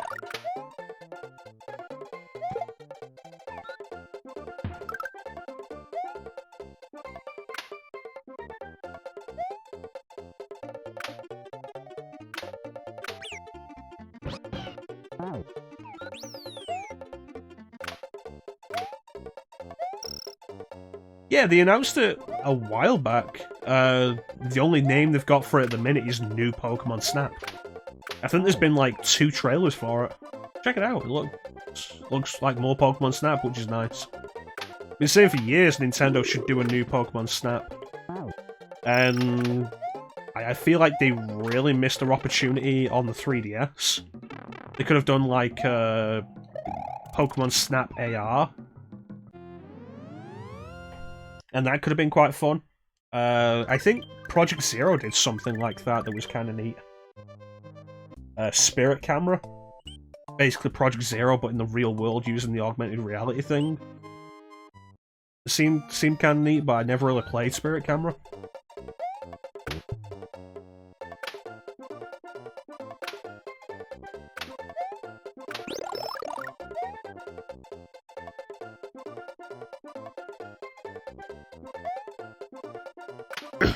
I played 10 hours of Pokemon Moon. I was trying to get back into Pokemon with it, and that just didn't happen. But I don't remember any AR integration.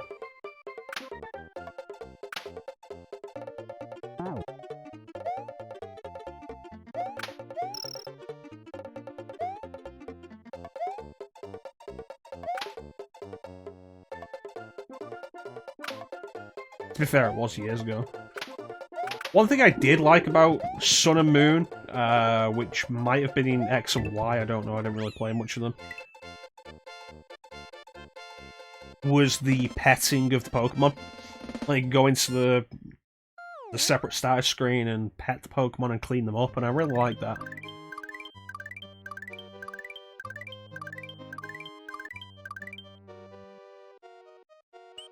You know, I vaguely remember that, Chansum, taking photographs in specific areas. I vaguely remember that.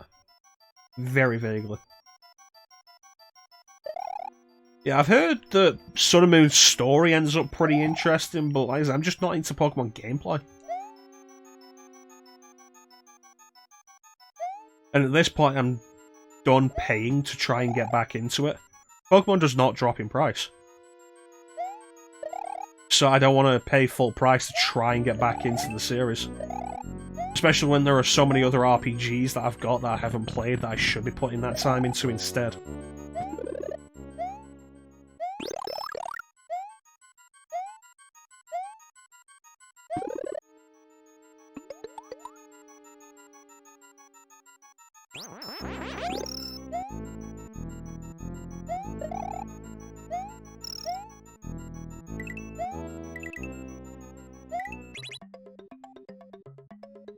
Yeah, Pokemon, trying to buy Pokemon at any point is irritating. You're either buying it full price, slightly less than full price, or more than full price. You just don't get cheap Pokemon.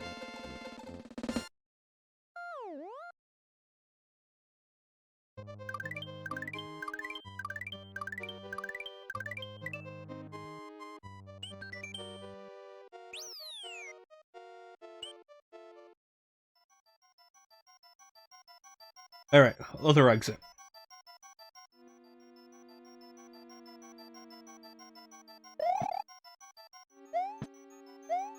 That reminds me, I was setting up thumbnails for all the upcoming games we've got. Yesterday it was, I think. And I've set up the Nocturne thumbnails that I'm going to use for the videos when I put them on YouTube. And I want to get your opinion on that one, Chanson. I'll send you the first one after we're done here, see what you think.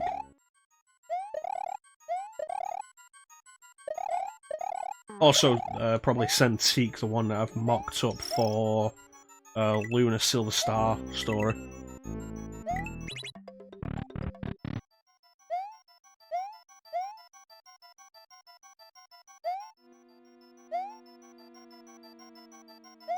I might rework the one I've set up for Legend of Dragoon though. Not overly happy with it.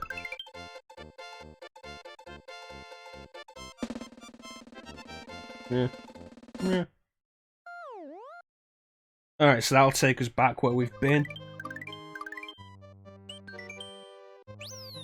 That exit does count though, and you have to get both of those for 100% completion. Alright. There you go.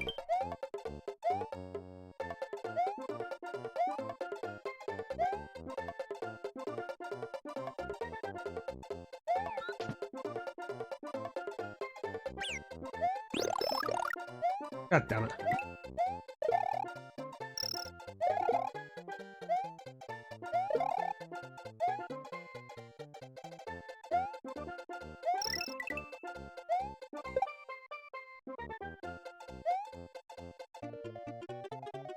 Thank you.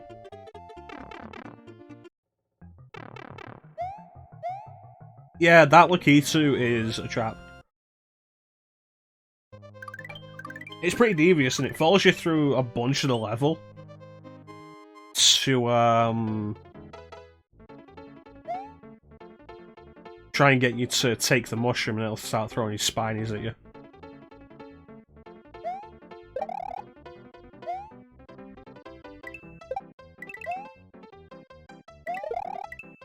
Damn it.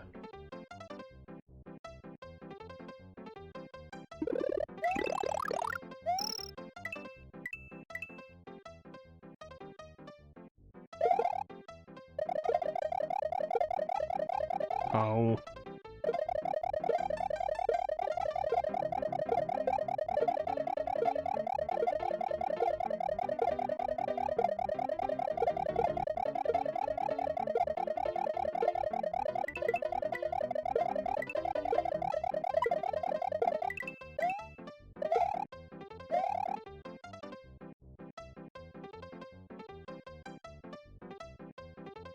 It's looking like Code Vein is going to be what we'll be doing on Tuesday. Although the vote is still open, if anybody wants to vote who hasn't.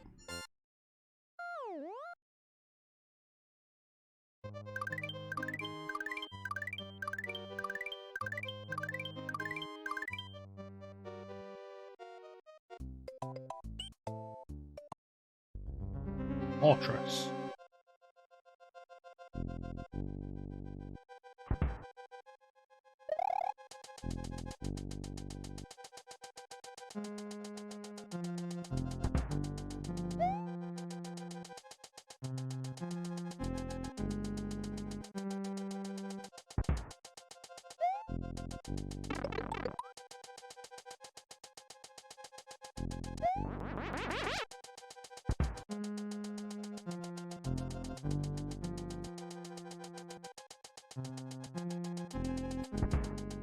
Yeah.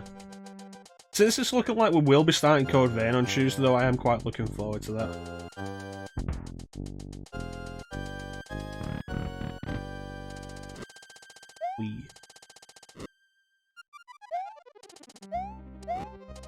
Don't be scared of the buzzsaws. You can spin jump onto them.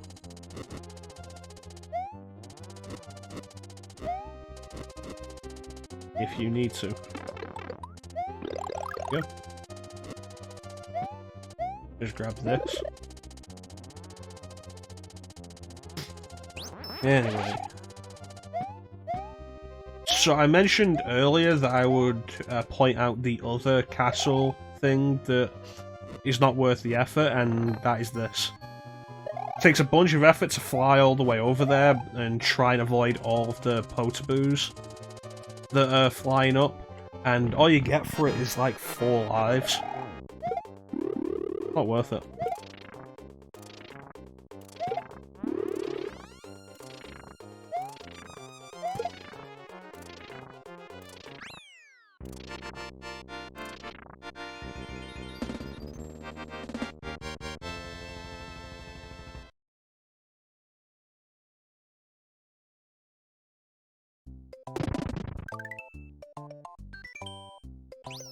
That is the 4th star road that we've found. Just one more now. And from here on, the layout starts getting a lot simpler, so we don't have to do as much back and forth.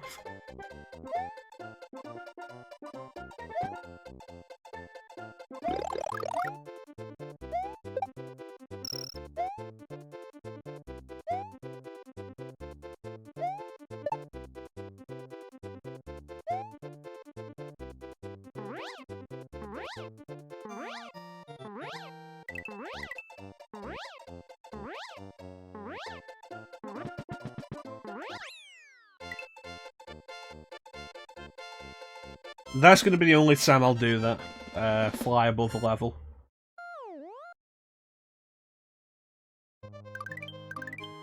Mostly because it takes the fun out of everything.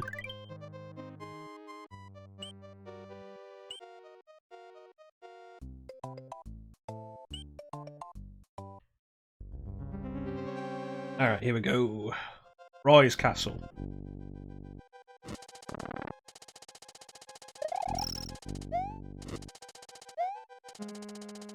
By shifting the camera to the right, it makes the potaboos turn up sooner. Which makes them easier to avoid, I think. It means by the time the moving platform gets them, they'll be in a different position.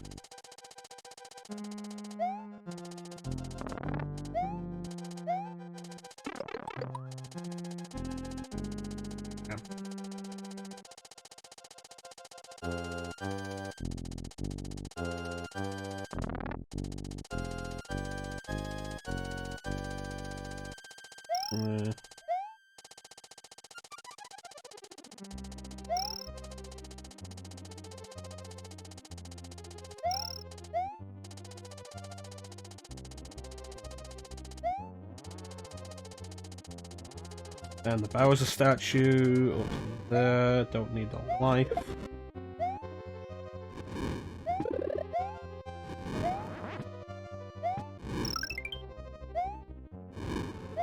And there we go. Roy.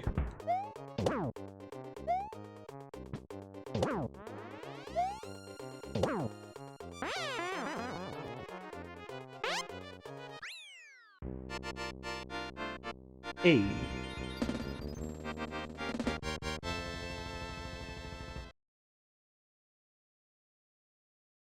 It's 5 castles.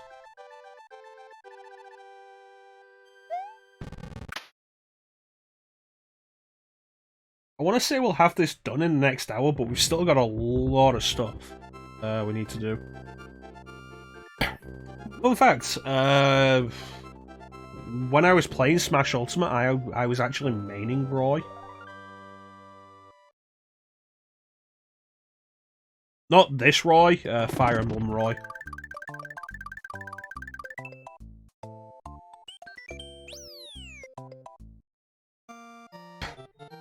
I started out maining Richter from Castlevania, because I just like Castlevania. And I feel like that's the main thing you should be doing in a crossover game like that anyway. Play the characters that you actually know and like. You know, first and foremost, play the characters you know and like.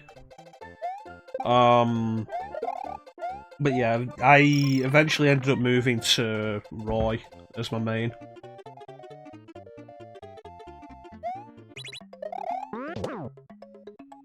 Though I can still play a pretty decent Richter.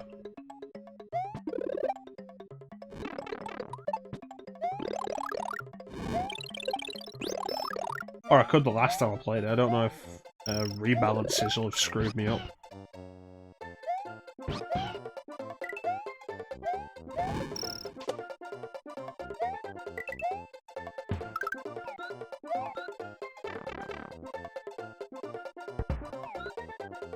Shit. I was not holding the button for that.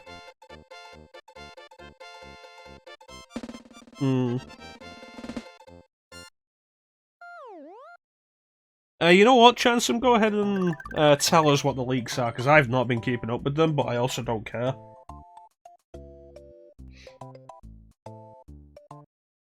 I don't play Smash that much anymore. My friends don't really play it, and I lost interest in playing it with randoms. It generally wasn't a fun time to play with randoms. At times it wasn't a fun time to play with friends, because the online is shit.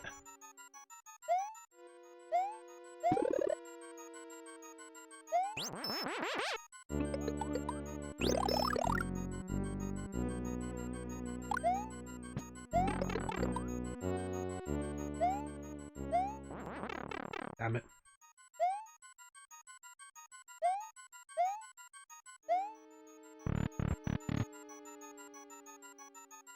Okay. And I don't have the feather, which means I need these guys.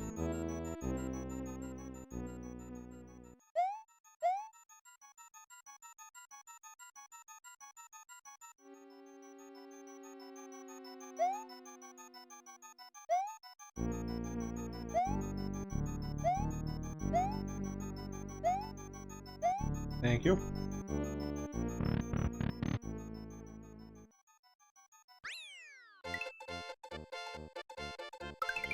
See, Dante sounds reasonable, and I'd be pretty interested in Dante. I would hope it's not DMC3 Dante, because DMC3 Dante has had way too much exposure.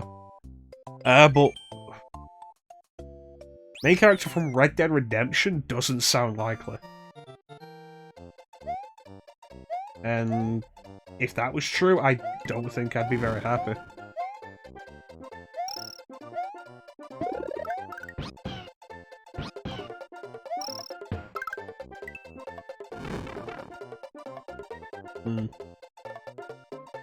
Yeah. I'd be very surprised if they reached out for that.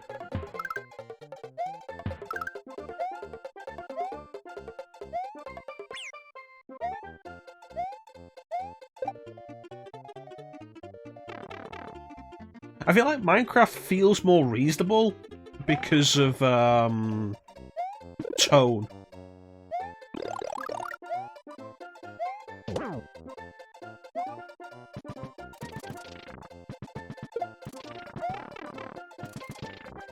Damn it. Yeah, I feel like Minecraft feels more reasonable because it has a more friendly tone to it.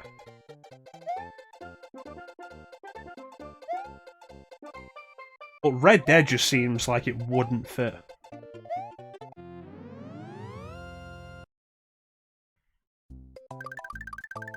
Wild West cowboy with a gun.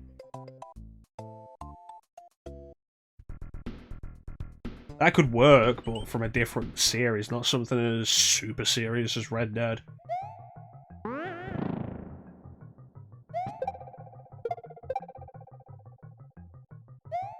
Like Sunset Riders.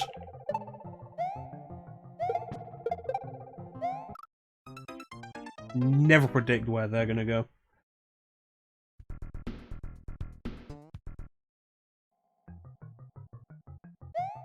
Sunset Riders is fun. It's a shame that it's a Konami game from the early 90s. And as a result, has limited continues.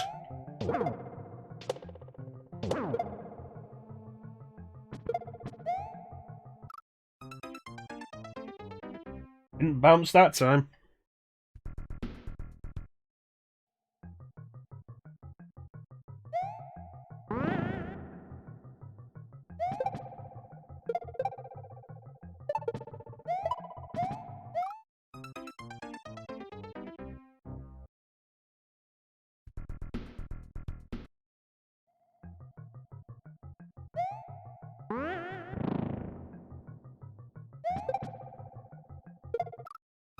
the hell happened there?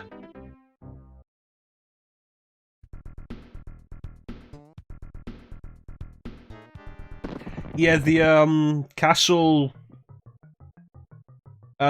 shenanigans are pretty funny. If you've never seen it, I recommend looking up a Flash animation called Mario's Castle Calamity. It's pretty fun. It's basically just a whole load of those ideas, and it's really fun.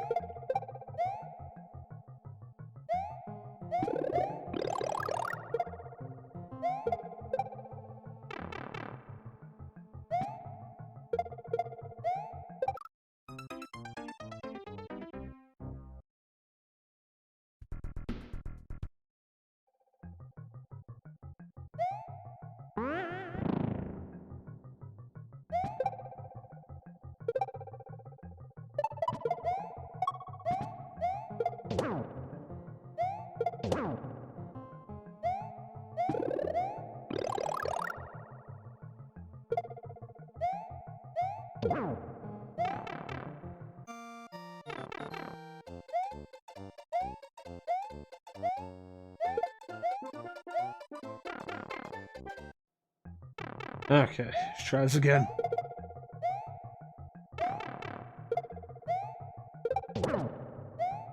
Damn it!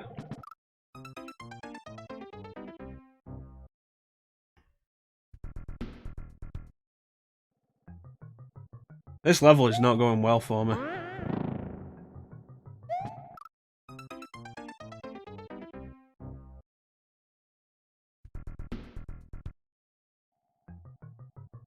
Yeah, Mario's Castle Calamity is really fun. It's an old Flash animation now. I saw it when I was in college. But it's really fun. God damn it. It's basically Mario trying to blow up castles and just having it go wrong repeatedly, and it's a lot of fun.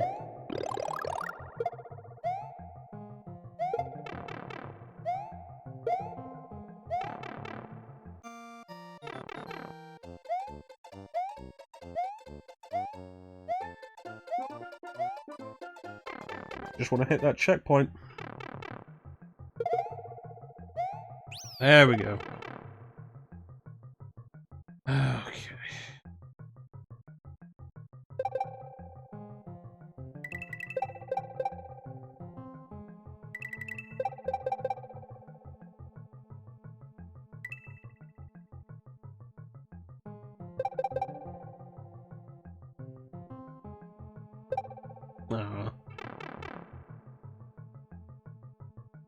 Okay, let's finish this off.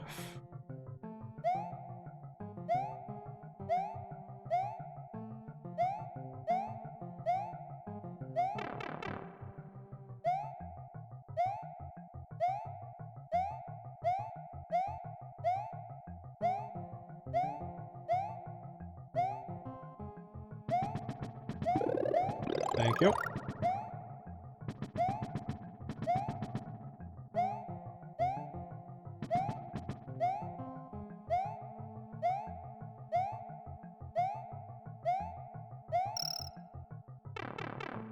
Hey, Star, how you doing, buddy?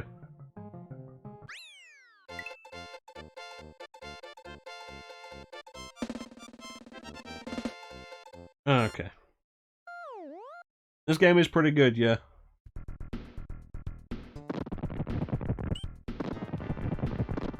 Yes.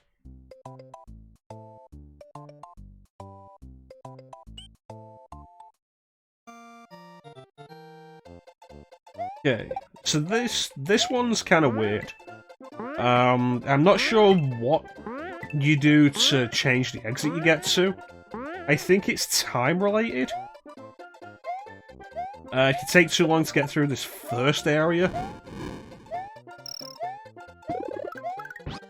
then the pipe leads you to a different area than the one we already saw. But it might be coin related. Here we go. We didn't get this one last time.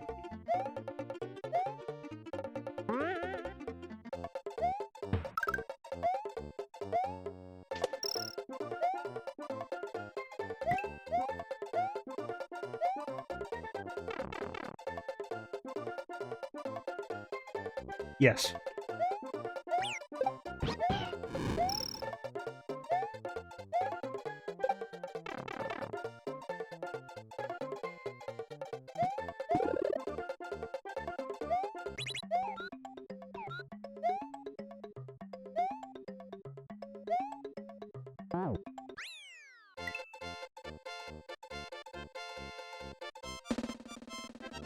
Yes. Alright, so... now for one of the most pointless exits in the game.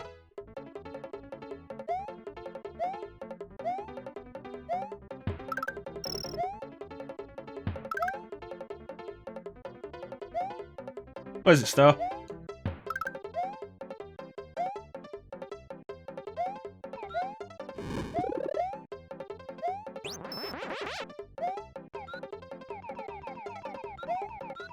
Yes. Yeah, we were in Chocolate Secret, which is overlooking the Valley of Bowser. Uh-oh.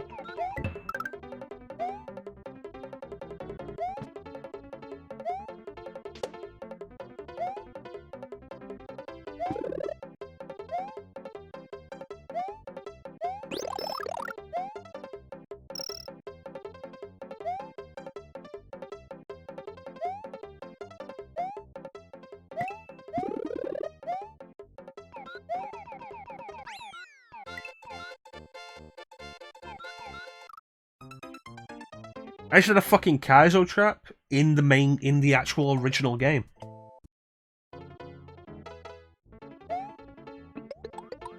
I've actually never had that happen.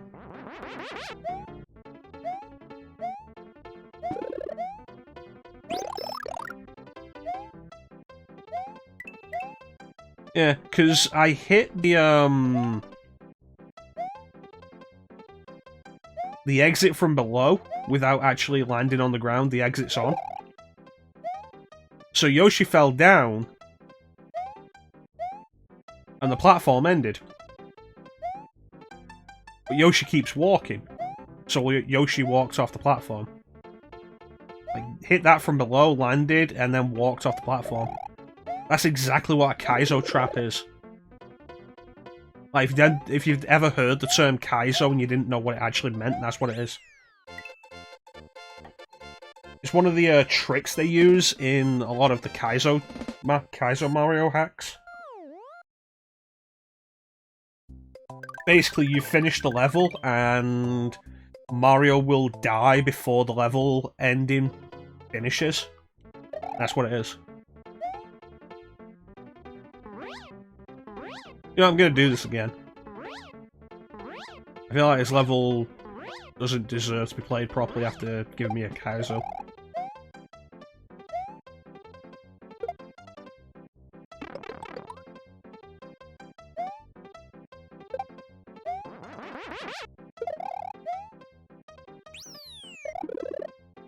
Yeah, I've never had that happen in the main game.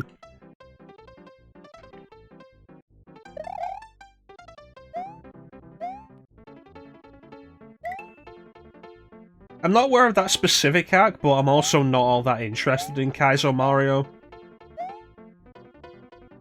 I think I've had a couple of the regulars suggest for me to do Kaizo Mario occasionally. Every now and then they'll suggest it, it's like, I don't want to do it. It just isn't fun.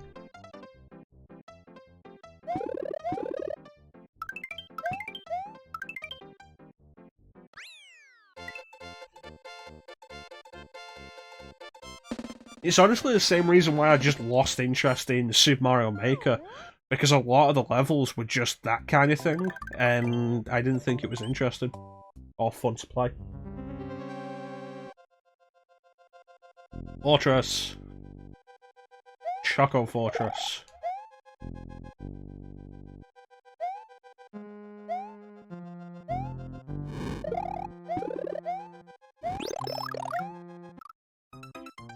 Goddamn wood hole. Came out at the exact wrong time for me.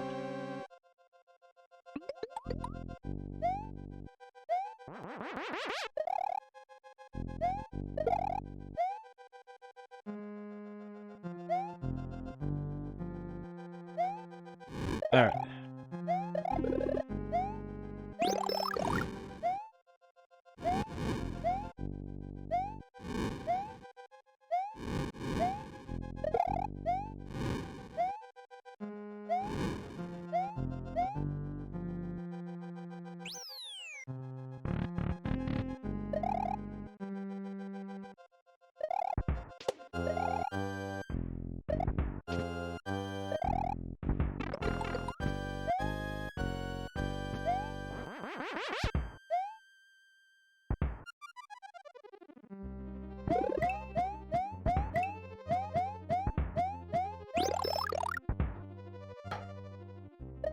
Yeah. I don't even know why I bought Super Mario Maker 2, because I saw that kind of thing so much in Super Mario Maker 1. And I didn't really have any faith that Mario Maker 2 would be any different.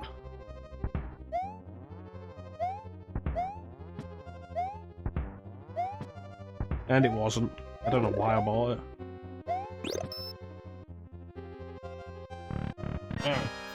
An Ultimate Reznor.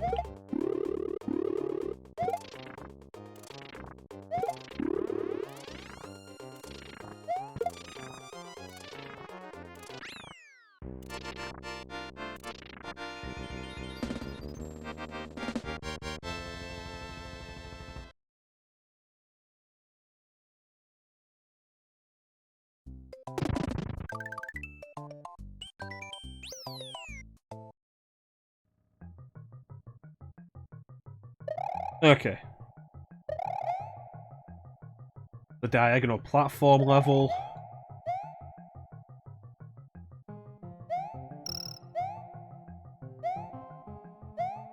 It's quite nice, actually, that we have a bunch of levels now that only have one exit. So we can just blast through them and not have to worry about missing anything.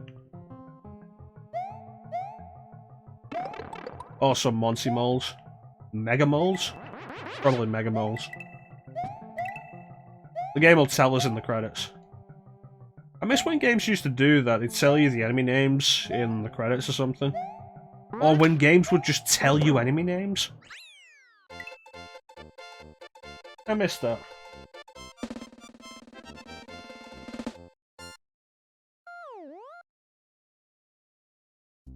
It's the reason I can name every enemy in Ocarina of Time. Because the game would tell you the enemy names if you did the Z-targeting and talked to Navi.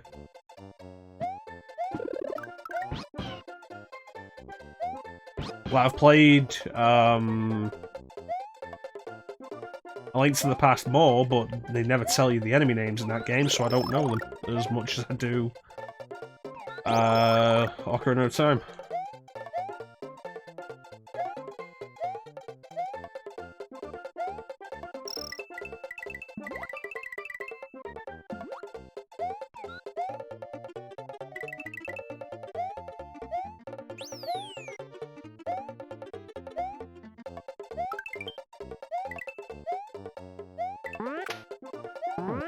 God damn it. That's right, kill yourself. Watching Charging Chucks just dash into pits is awesome. Always great, I love it.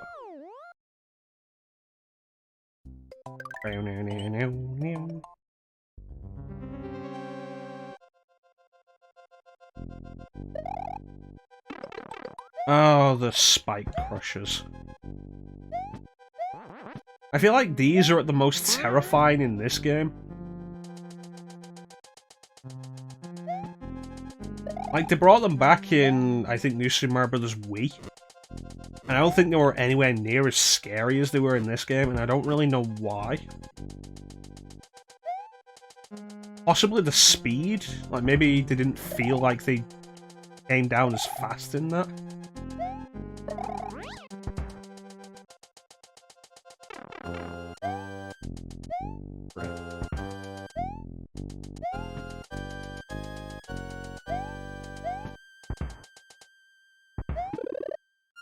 You know, like this.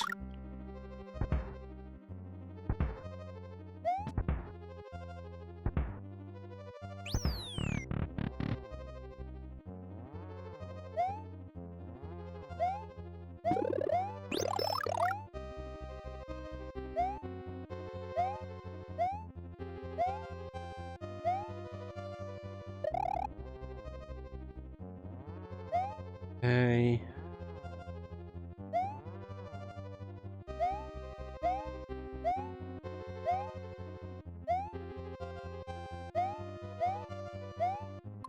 Timing is very much key there.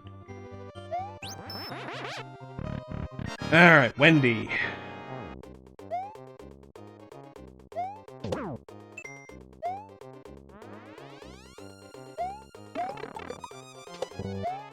Damn it.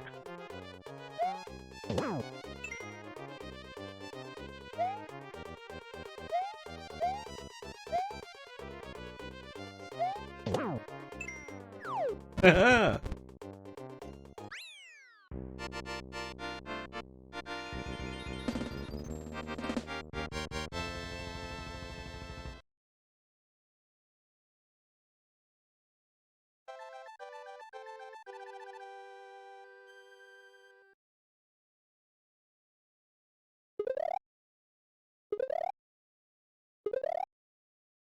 One more castle left to go.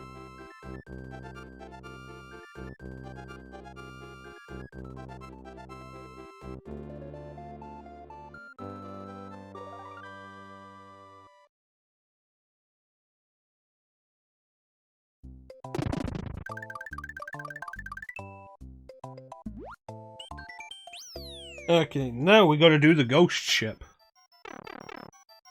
And the biggest concern with this is the second area.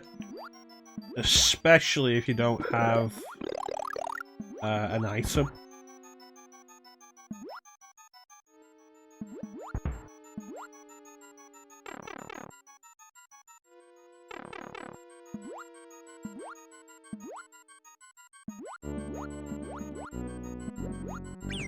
Because of that.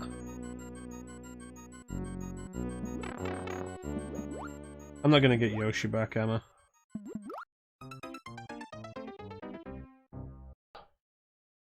It's doable, it can be kind of tricky and you really need to be patient.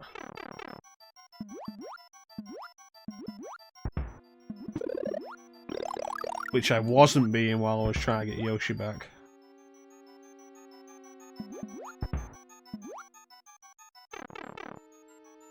Even though I knew I wasn't going to get him back.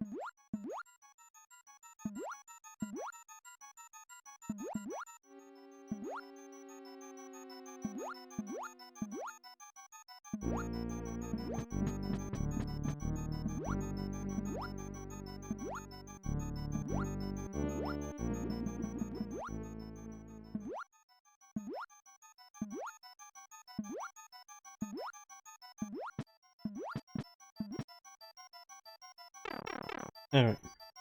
Now whatever you do, do not die in this section.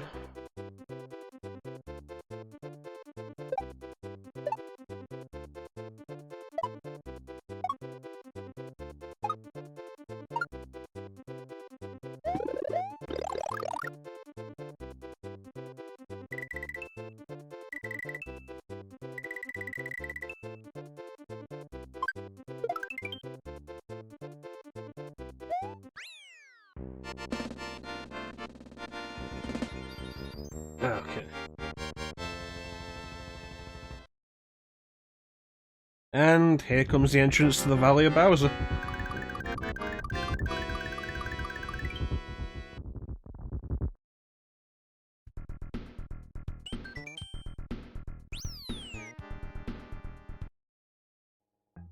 Let's go. Not quite on the home stretch yet.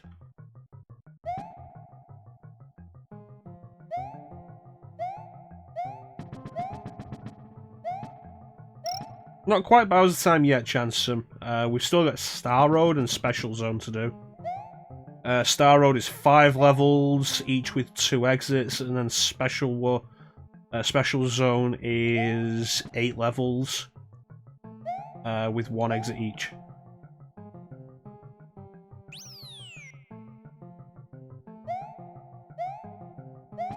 Moles with sunglasses on is actually a very common thing in cartoon media.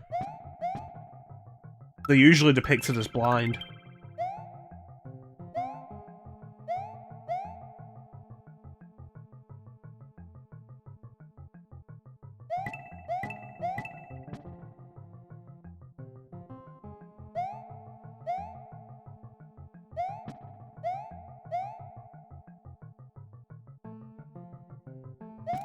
If not blind, then short-sighted. Bottles in Banjo-Kazooie is a good example.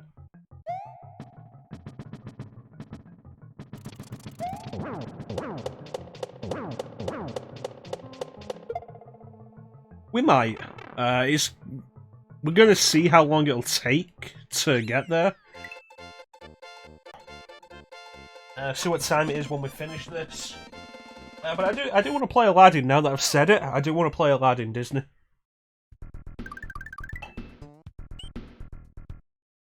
So we blast through this as quickly as possible.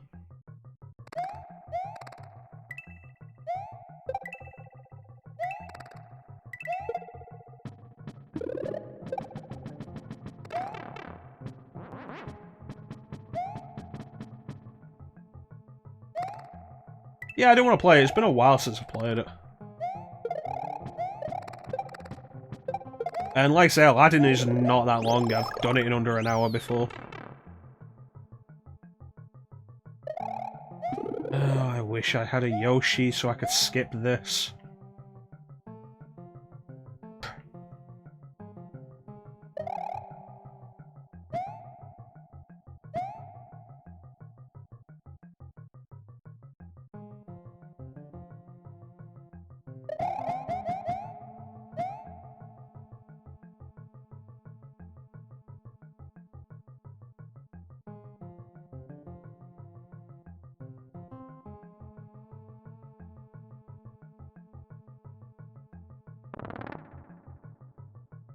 Okay.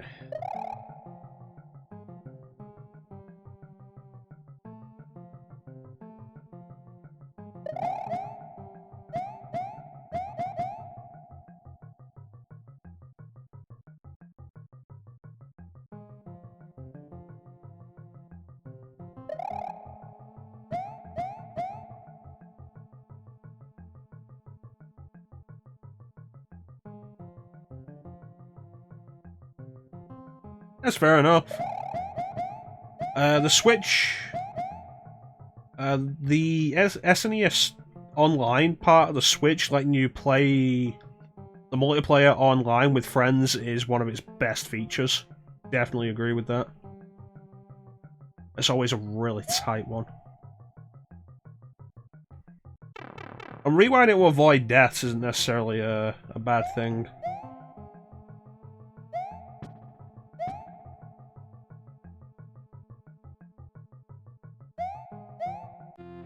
Because some deaths can be really discouraging. I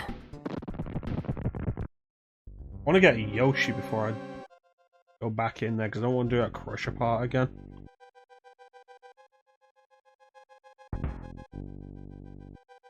The nearest level that will give me a Yoshi.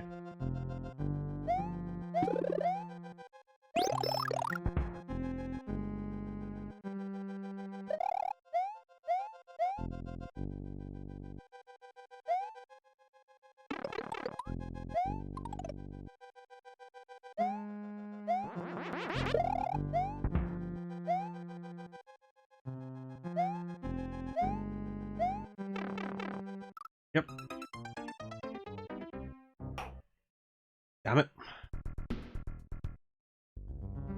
Alright. Alright.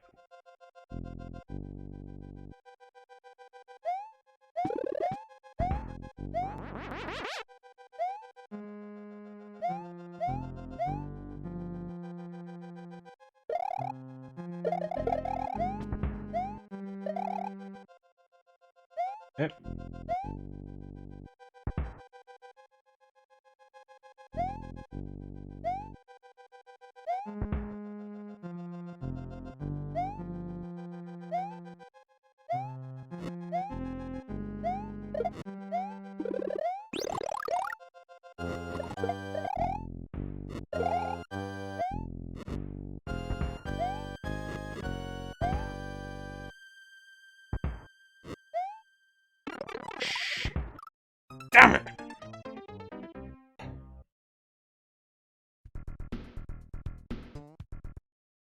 Wasn't a checkpoint there. Okay, round 3.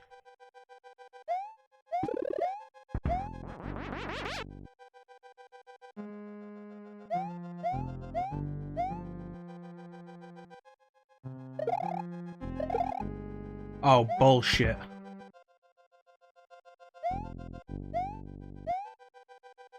Can I do this without a feather? This one's 3.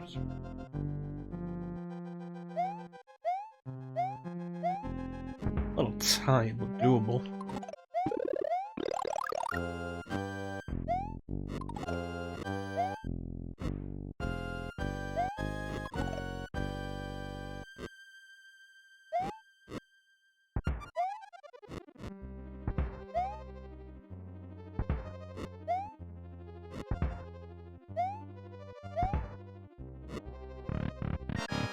Okay.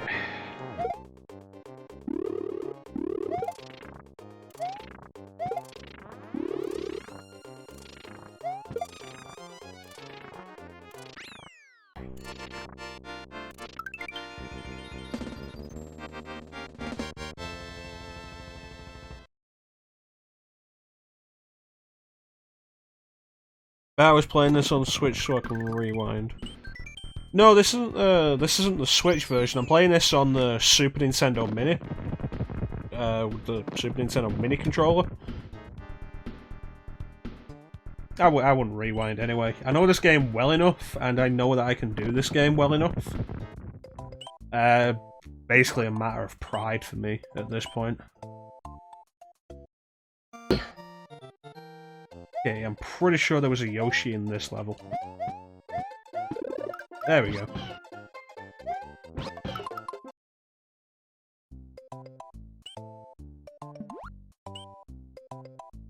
There are times when I wish the Castlevania collection had a rewind. That'd be nice. Castlevania can get bullshit. Get bullshit at times.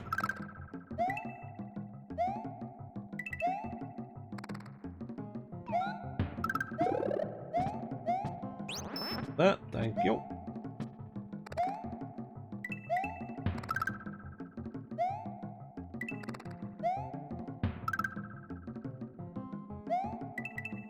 Okay, and boom.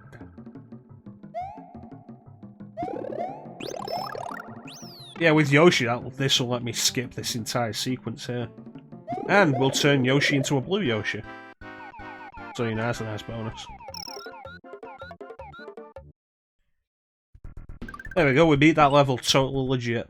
It's fine. Doesn't matter. Okay, do I remember where the second exit is for this level? I feel like I always forget. No, I know where it is.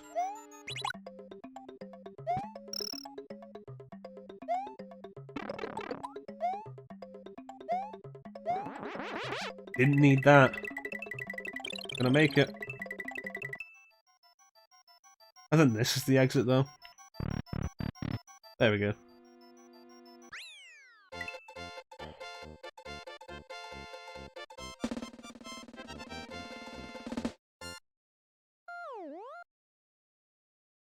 Alright, that was standard. Secret exit is... Oh god, I remember what the secret exit for this level is. Ugh. Oh, it's not fun. It's not a fun exit. Most finicky exit in the game, actually.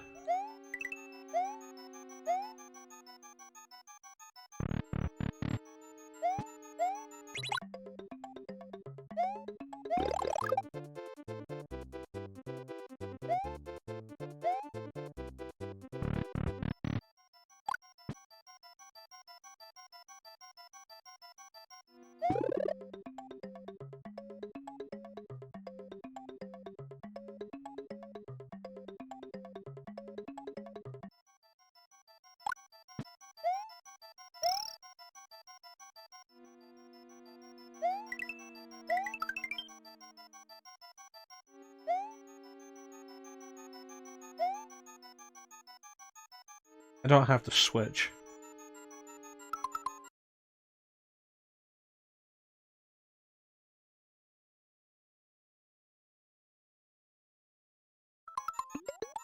There is another way to do this. A little tricky, but if we can pull it off.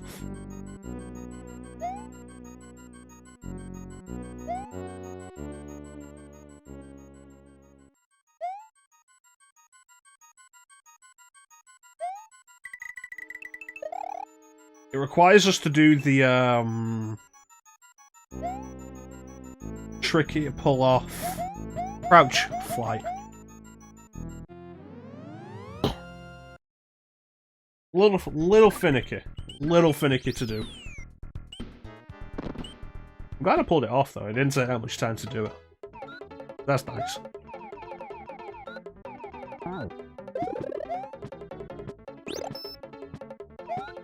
There, I like this level.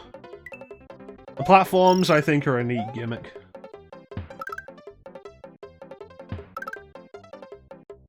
And it's just pure platform goodness. Platforming goodness.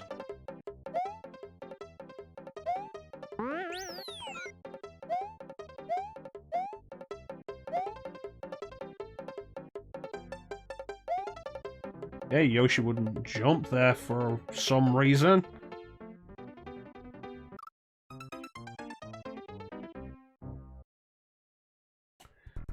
Well, there goes my blue Yoshi.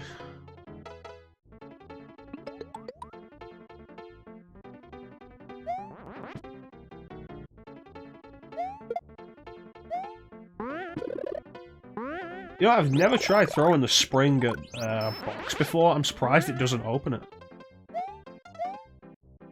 Alright.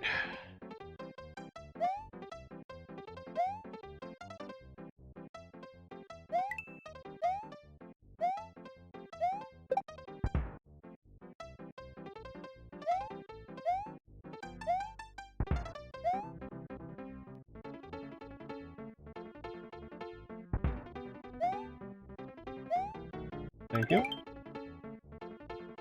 Bada bing.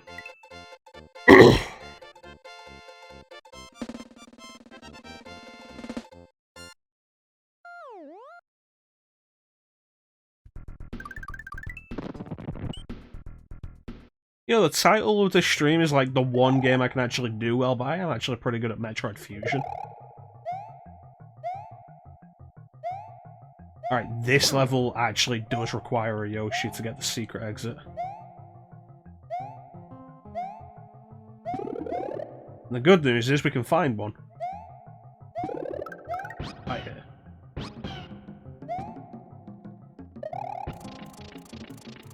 Now we just need to keep this Yoshi.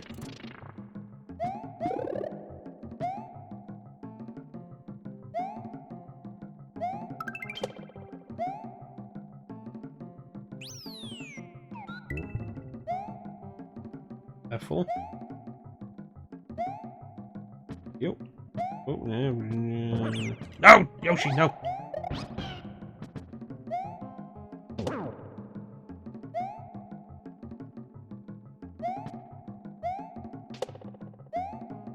There we go. Yeah, that is the hardest part of that entire level. But there's the last Star Road entrance. We do this level again, then we do the castle, and then it's Star Road. Probably like another half hour after that, before we finish the game. Hopefully.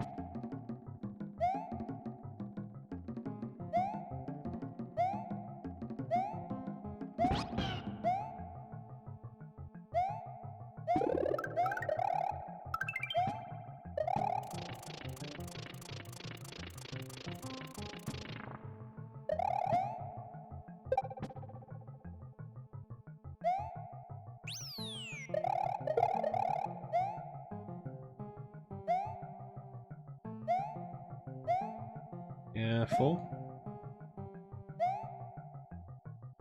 Careful.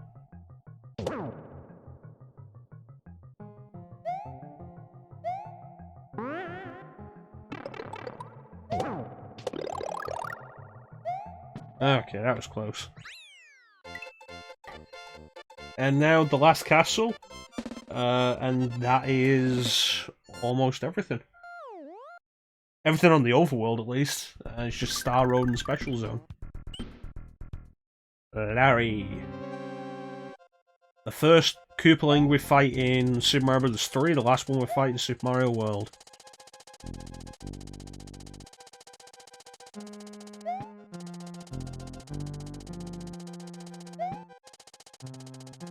Oh. Oh.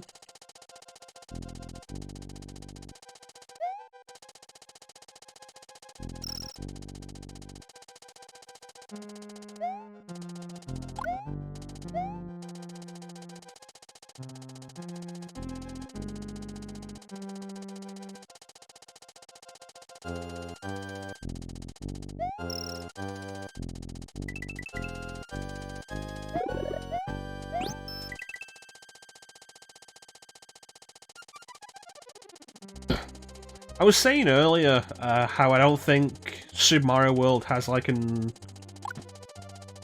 really good optimized route to do it with, to run through it with, if you're getting 100%.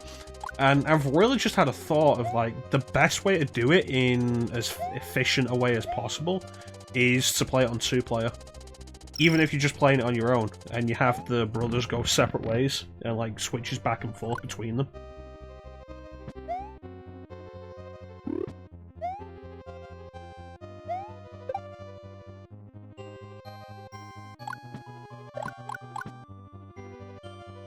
Okay, would one of them like to appear over there? Thank you, I would appreciate it. I'll do.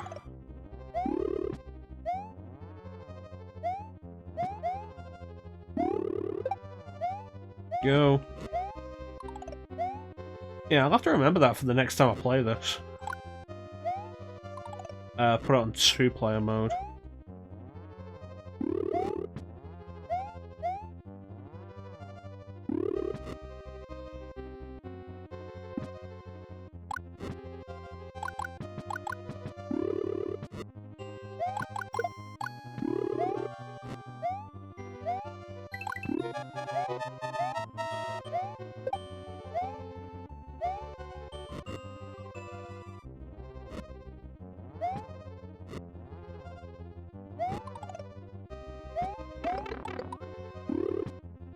Thank you. Take that, thank you.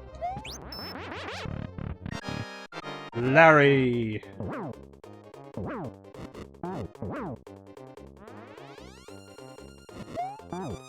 Bye, Larry!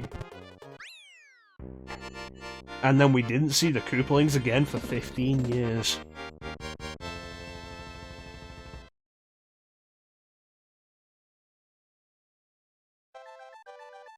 Alright, last castle animation. Get out of here.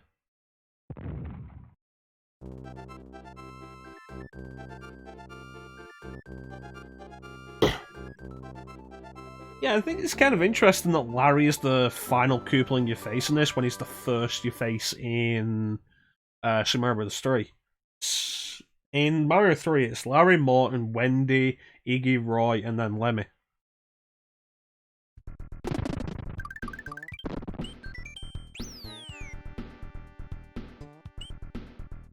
Yeah, I'm not allowed to...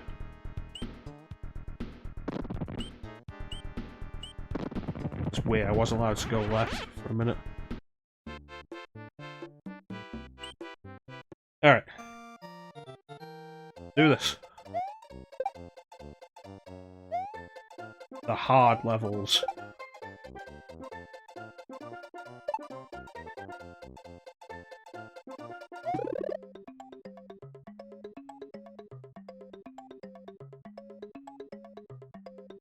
How are you guys doing? You enjoying your Saturday? You enjoying the stream? Did you eat your vegetables? It was good. Alright, that's probably enough time. Alright. Run!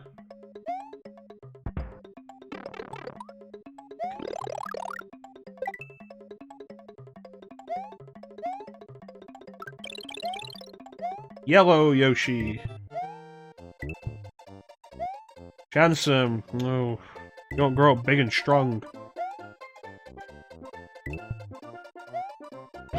Is cinnamon a vegetable?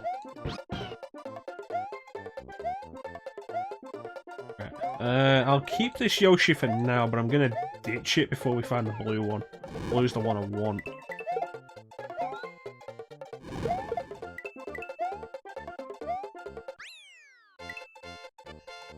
How you doing, Teak? You've been kind of quiet today. How you doing? How did Castlevania go? I was not able to join the stream yesterday, but I saw you were playing Curse of Darkness now. I wouldn't have joined that stream anyway, I've not played that yet. It's sat there on my shelf, still fully sealed.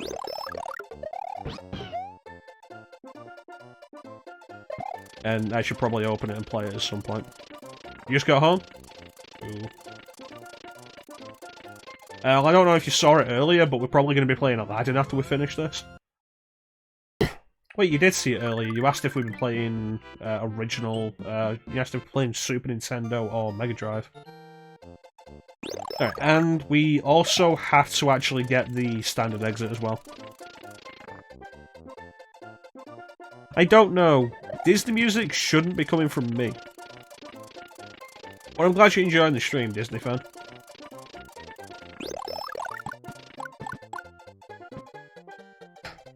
That's fair enough.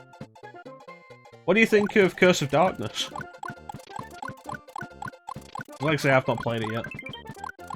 I borrowed it off a friend once and played about an hour of it.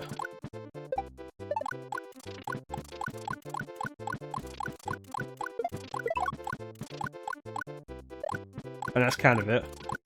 I haven't played it since I actually bought it for myself, that's why it's still sealed.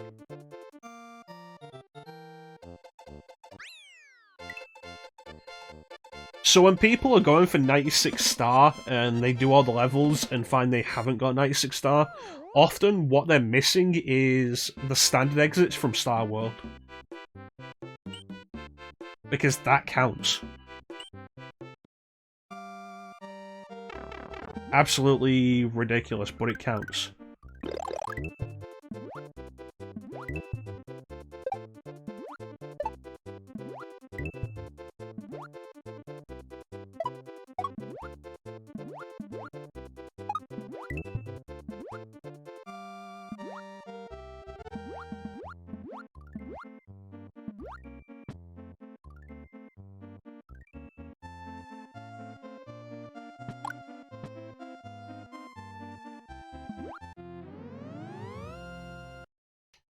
Yeah, I've heard that.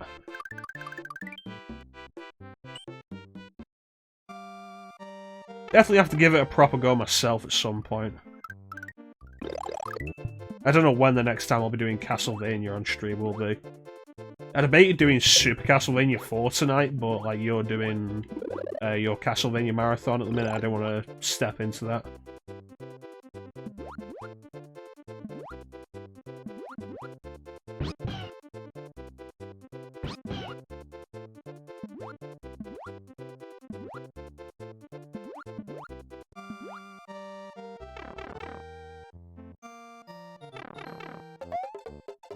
Alright, there we go.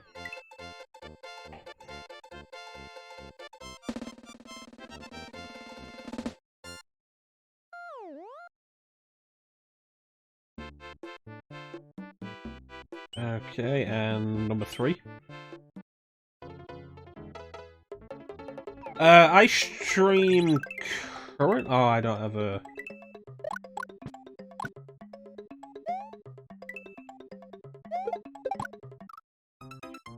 Fuck. Currently I stream Saturday, Sunday, Tuesday, and Thursday. 8 PM Greenwich Mean Time GMT. And primarily play RPGs. I'll be back tomorrow and I'll be streaming Final Fantasy VII with a friend joining me on the mic. And then on Tuesday we'll be starting Code Vein. Because we finished Final Fantasy XIII recently. And Saturdays are supposed to be Skies of Arcadia, but my Gamecube wasn't playing nice today, so I threw this together pretty quick.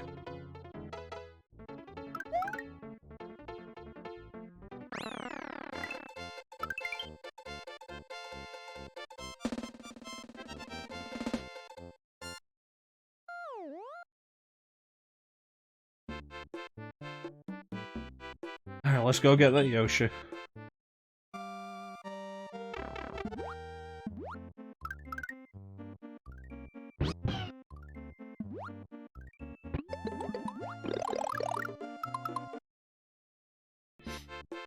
Yeah, we're probably primarily doing RPGs at the minute. 9, 10, 10, 2. We're almost done with 7. So if you come in tomorrow, you'll be seeing, like, right near the end of it. Final Fantasy 13... Chances are you've heard some stuff about it. I would suggest playing it yourself, make your own opinion on it, see what you think. Emily!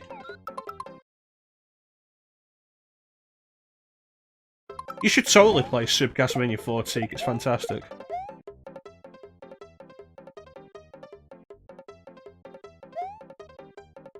I mean, I guess if you're not going to do it, I'll do it again. Love Super Castlevania 4. That's my first Castlevania game, and it's so good.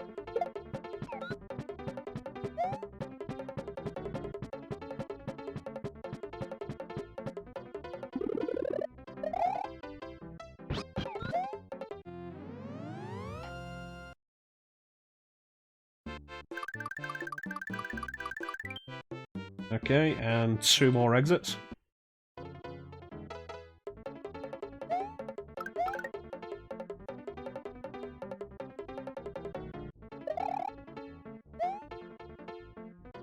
It is, yeah, it's basically a remake of the first game. Like I said, I think you should play the various versions of Castlevania games that have more than one iteration. Like, it's worth playing Rondo of Blood and playing Dracula X Chronicles, the remake of Rondo of Blood. Super Castlevania 4, I think, is different enough in so many ways to the original Castlevania to be worth playing alongside the original. Arguably, the same is true of Castlevania Chronicles, which is more of a straightforward remake of Castlevania 1, but still has a lot of its own original ideas. After the first stage, it goes in its own direction entirely, which is kind of crazy.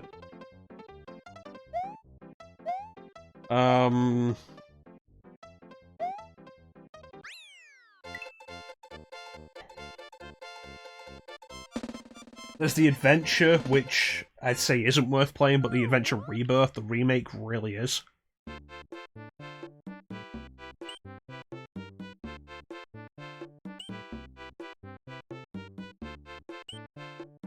Need that blue Yoshi. Need it to skip the worst level.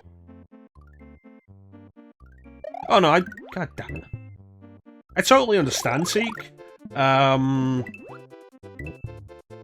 gonna say I'm not necessarily giving you recommendations for your streams. More recommendations just for your own personal enjoyment.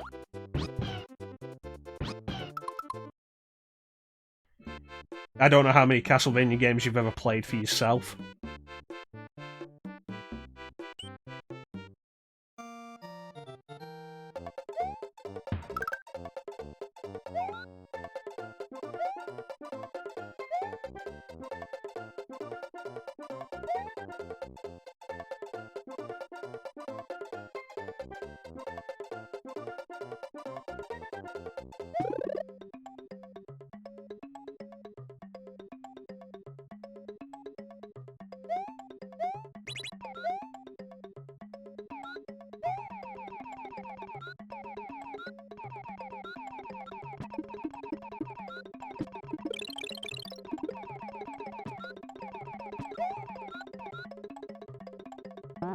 Yeah, there's a bunch of fun to be had with them.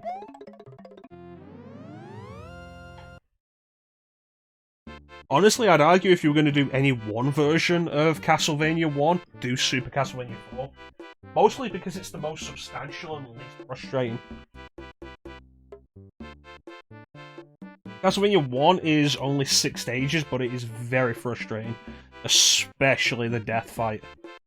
The death corridor and the death... The death corridor and the death fight.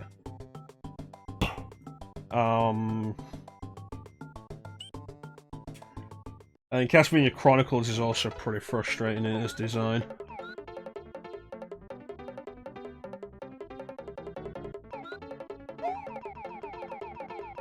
Super Castlevania 4 is a lot more enjoyable, less bullshit, though it does still have Castlevania bullshit, and more substantial. I forget how many stages it has.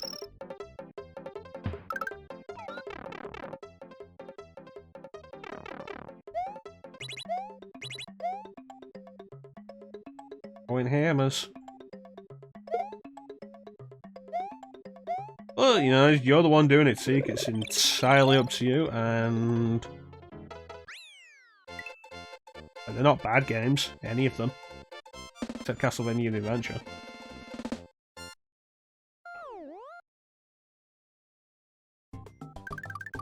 Alright, now for the worst level in the game, Tubular. The level that I specifically get a Blue Yoshi for. Because otherwise it's dealing with the Balloon Mario power-up, and I absolutely hate that. It's an awful power-up.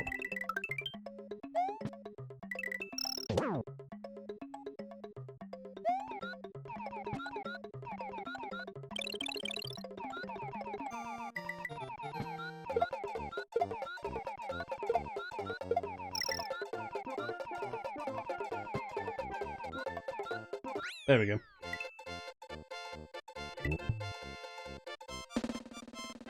Super Castlevania 4 is prettier. Whether it sounds better or not is down to, I think, personal preference. I hate it. I absolutely hate Tubular. I think it's the worst level of the game.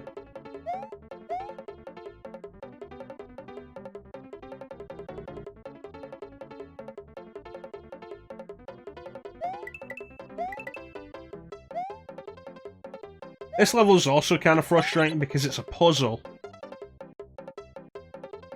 where any of these could lead to a dead end, and you will not have enough warning to really know.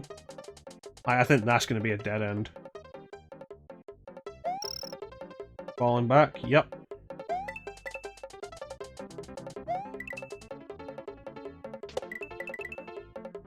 There we go.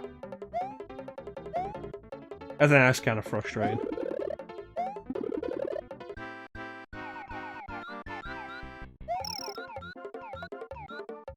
But yeah, whether or not Super Castlevania 4's music is as good as original is down to personal interpretation.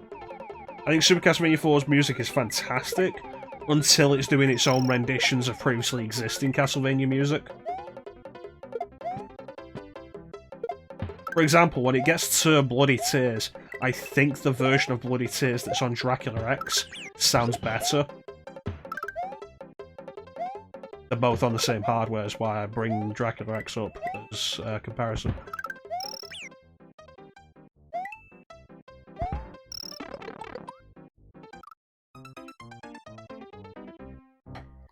Castlevania Chronicles will probably make you rage, however. But if you decide to do Castlevania Chronicles, do it in a range mode. It's easy enough to play because it's a PS1 game. PS1 version of a Sharp X86000 game. Original mode is what was originally on the Sharp blah blah blah version. Would you fuck off? There we go. Hey Magic, how you doing, buddy? How's Crash 4 going? How's Crash 4? I want to pick that up at some point. Damn it.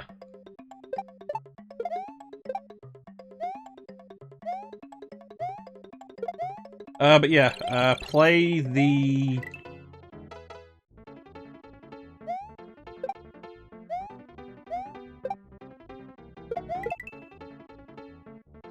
Thank you.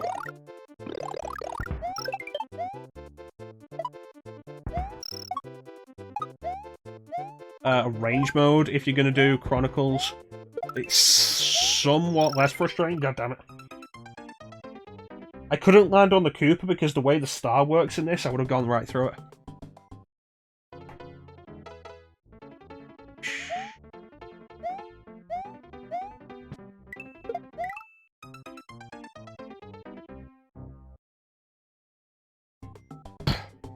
Yeah, Castlevania Chronicles. Pretty frustrating. Like I say, enough of its own thing that definitely worth playing alongside the original, if you ever do decide to do all of them for yourself.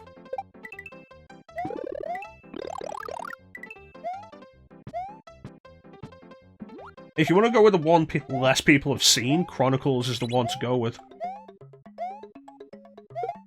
Castlevania Chronicles has a lot of the traditional Castlevania bullshit. Oh, god. That's actually a very fair point.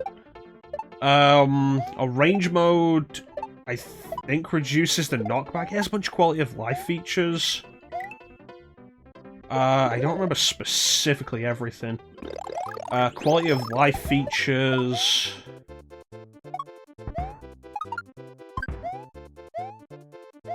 I think they rearranged the music for it, which is quite nice.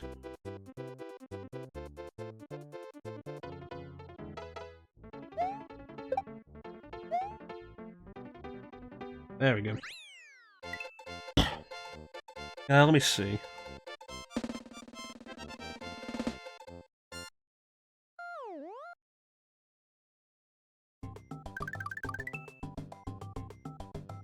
Arrange mode allows you to play a slightly enhanced version of the game, slight graphical overhaul, most notably new graphics for Simon, new sound effects, new selectable difficulty levels. The original was pretty brutal. An arranged soundtrack. You don't get flung backwards when taking damage in arrange mode.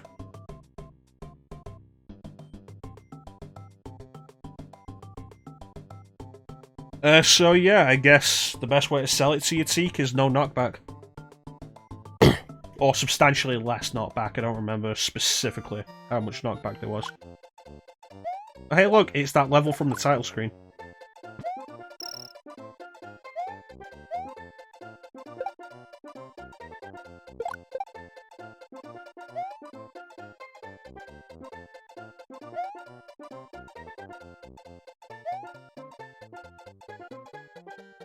Really? The difficulty is high enough that you're not sure if you'll 100% it?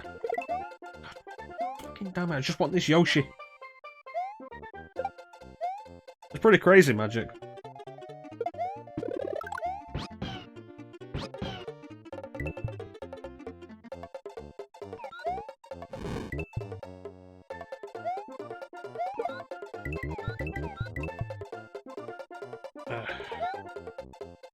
I'm glad to hear that you like it, though.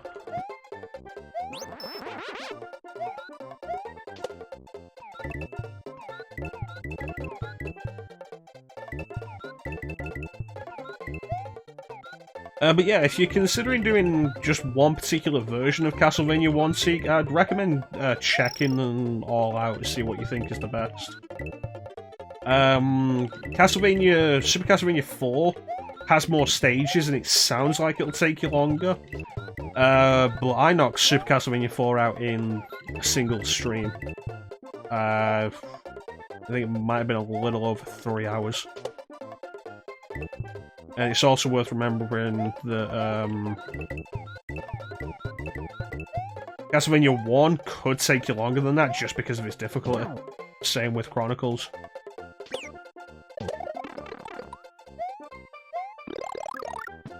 I absolutely hate you.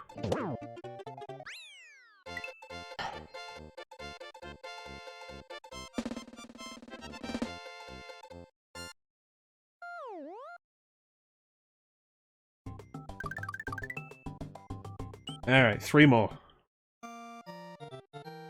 Oh god.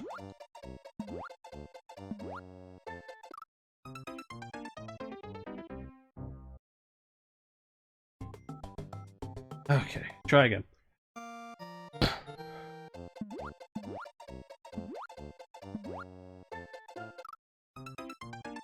Okay, try again, but don't do the exact same thing this time.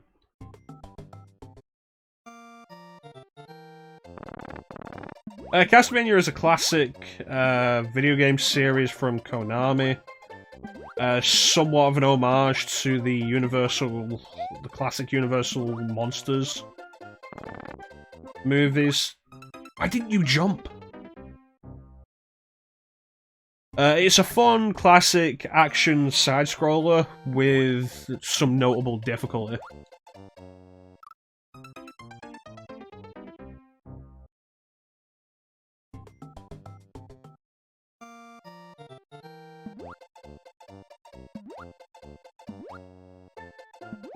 If you are particularly interested in Castlevania, the Castlevania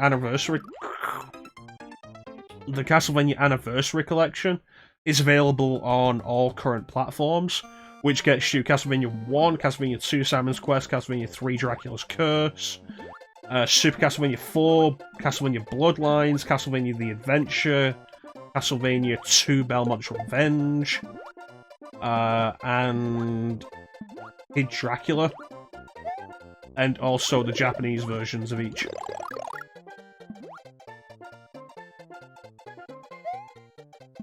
I am quite a big Castlevania fan.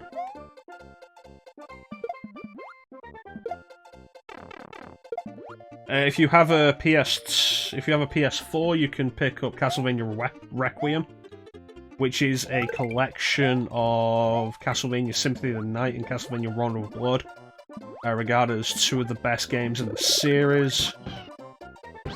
That's on PS4. If you have an Xbox One, the Xbox 360 release of Symphony of the Night is backwards compatible.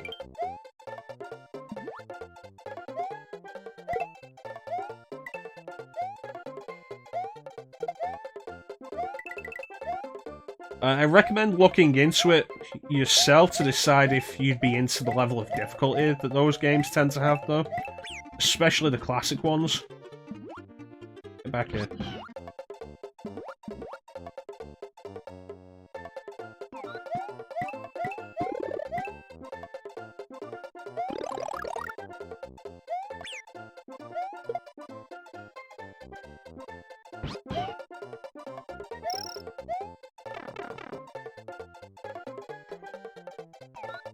They can be very demanding games, in a similar way to how classic Mega Man is. It was a very long-running franchise. I think the first one was 87, 86 maybe. Unfortunately, like basically every franchise Konami owns, they just stopped making them. The last Castlevania Konami put out was Lords of Shadow 2 in... You son of a bitch.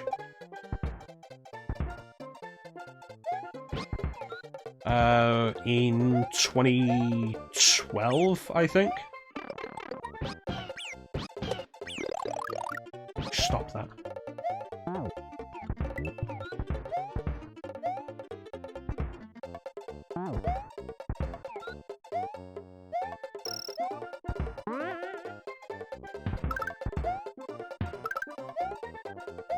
If you want a good idea of what it is, without having to buy it or look into it, no, it is not. It's nothing like Final Fantasy. If you want a good idea of what Castlevania is without having to buy it or look into it, our buddy Teak the Gamer is currently playing through the Castlevania series on Fridays. I recommend checking him out. He's a cool dude, and like I say, he's playing Castlevania games on Fridays, and he's also doing RPGs on Tuesdays. He just recently, this week, finished Final Fantasy IV The After Years, and is going to be starting Dragon Quest V this Tuesday. I'm getting really sick of that.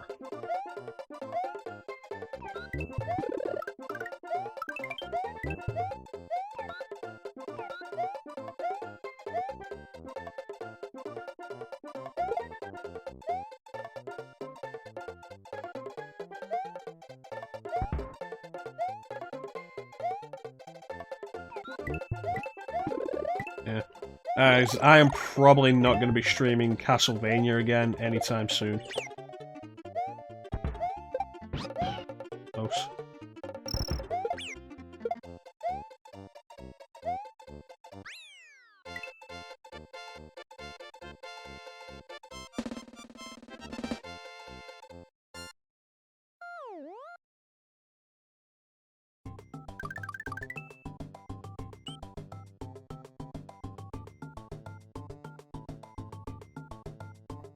Alright, the last one, Funky. I do actually quite like this level. The difficulty of this level is entirely in that you have less time than usual, motherfucker. I can't get that, Yoshi.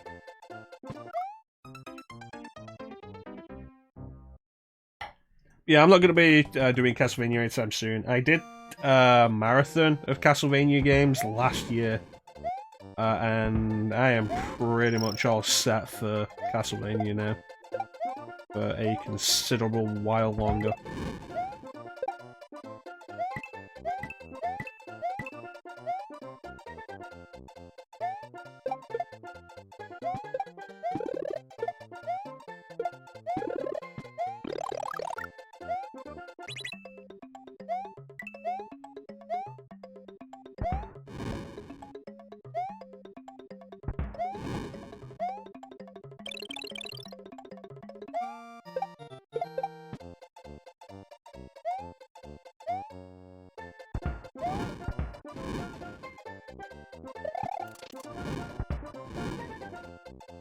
Yep, last one then, Bowser. We'll go in Bowser's front door, so we can show off more of Bowser's castle.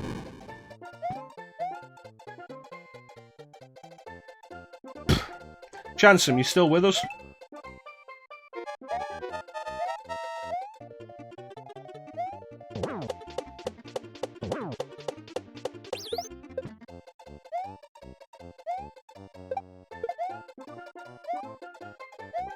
Okay, oh, careful.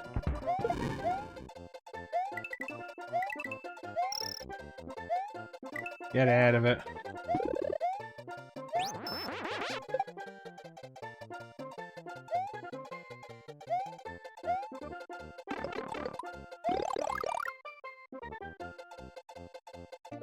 Yes.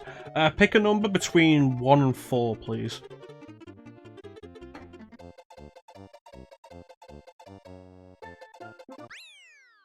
There it is. Special world.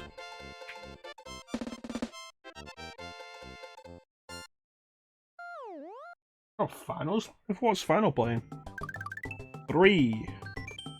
Oh, he's playing RE3, cool.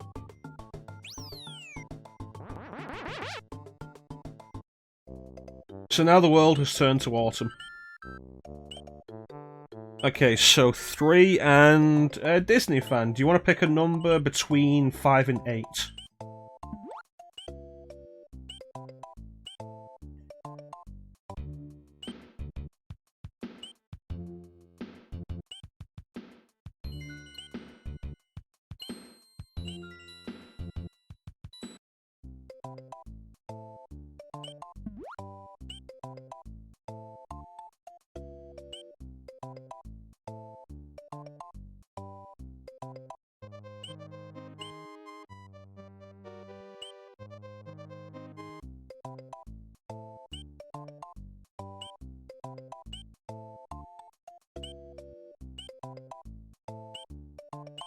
Mint Chocolate Island.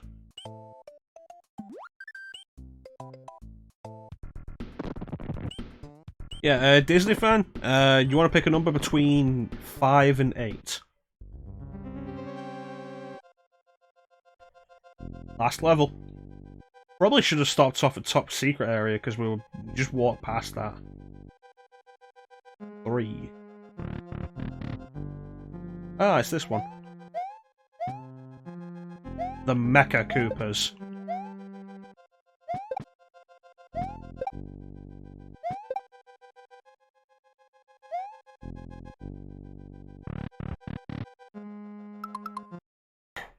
Go through that faster than expected.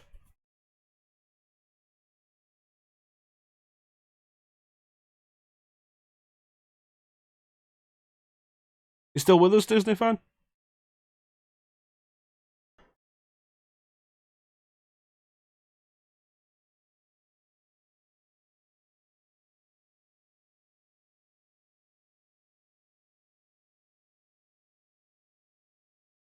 Oh yeah, I made Chance mod. I forgot about that.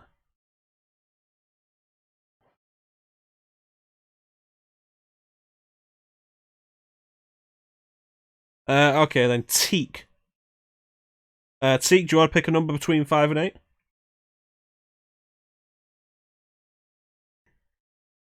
I'd like to wait for Disney fan, but if I'm going to do Aladdin after this, we need to get moving.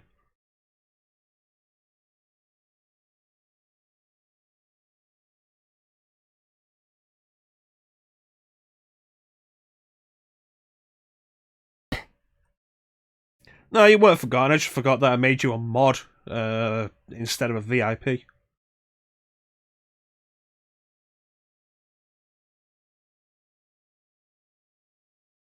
I don't have many VIPs left anymore. I made most of them into mods.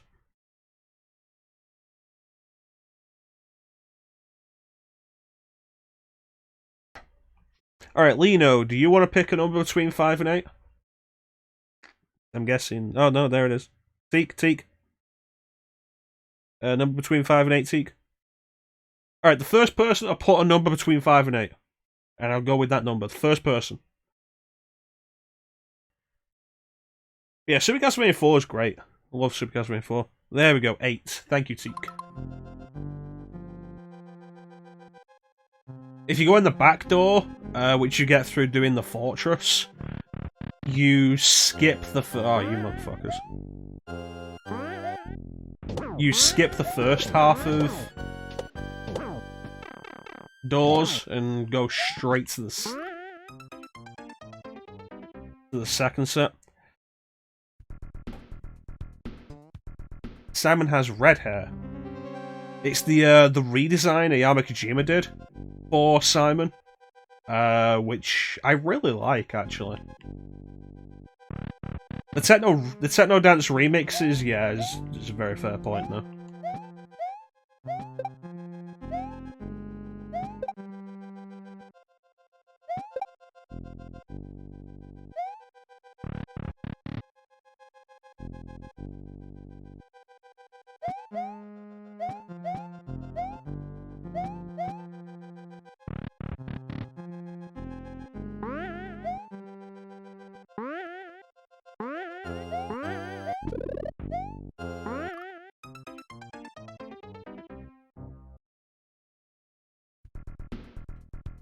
This door you've picked is a bastard.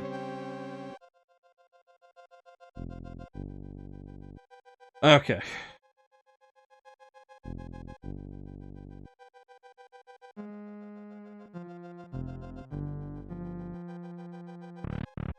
I think I've seen the HD mod for Castlevania on NES and I wasn't really into it.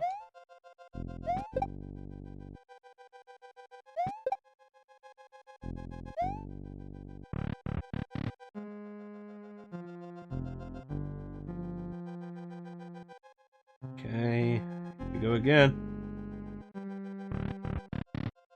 If we can get past this room, then we'll get to the checkpoint. I absolutely fucking hate the charging chucks.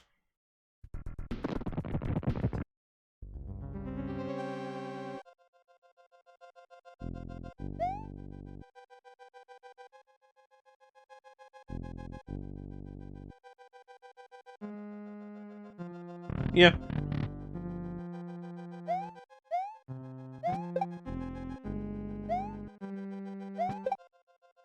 Super Castlevania 4 is also like the only Castlevania game that has that.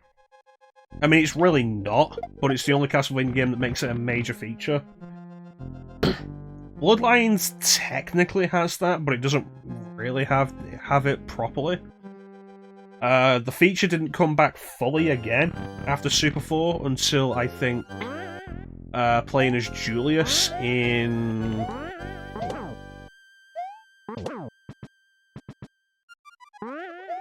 Harmony of Despair. Oh, fuck all you, there's a checkpoint here.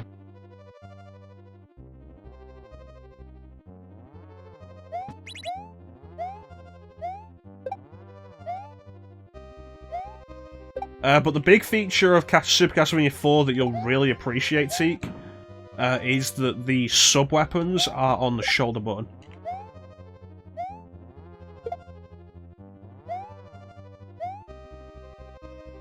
I thought there was a checkpoint here.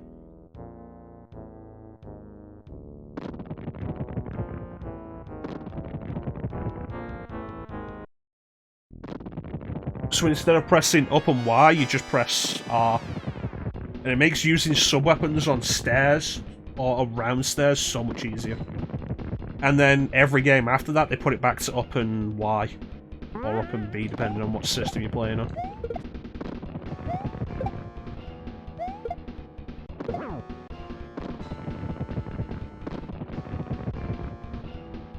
Alright, come on, you son of a bitch.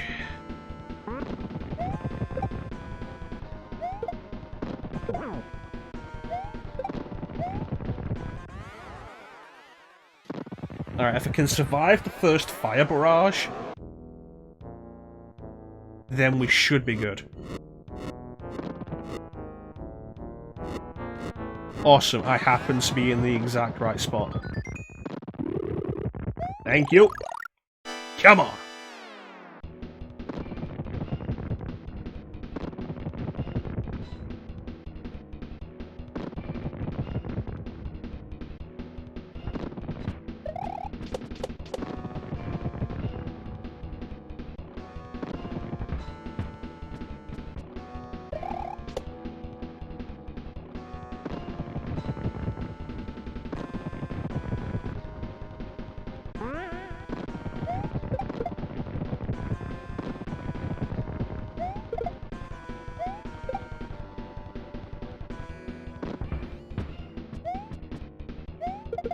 Damn it.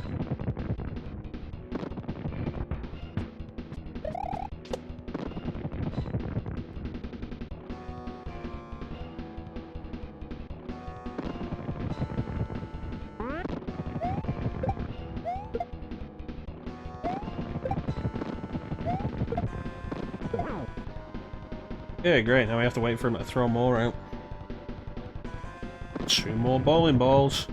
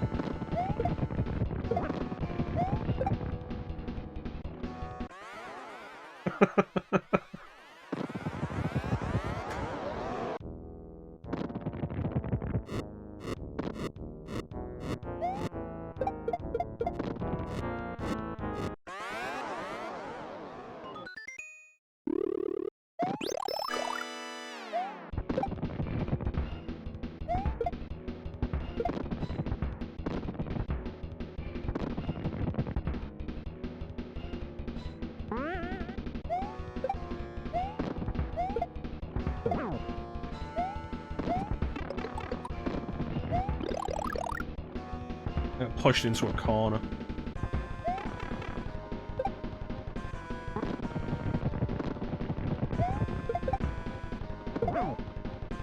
And that is Super Mario World.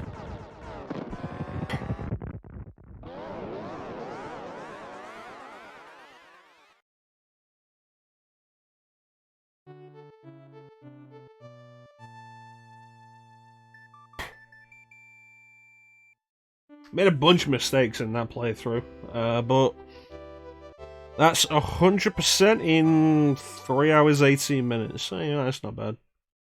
Thanks to the GGs, guys.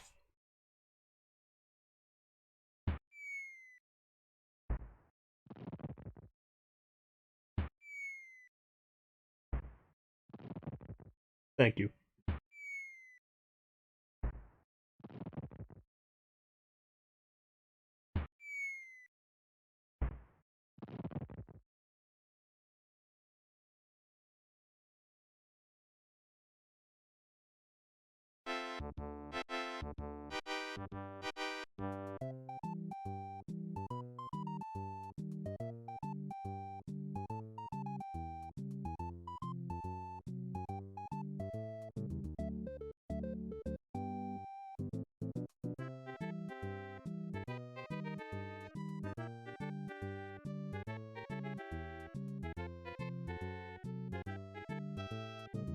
Higher World's a really good game.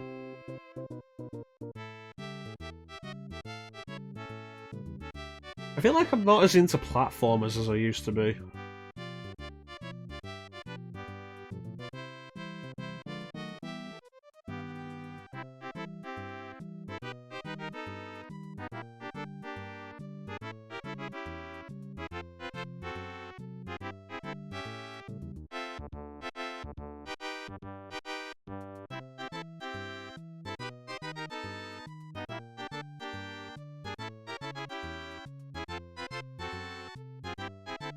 Yeah, Super Castlevania 4 is awesome. I like Super Castlevania 4.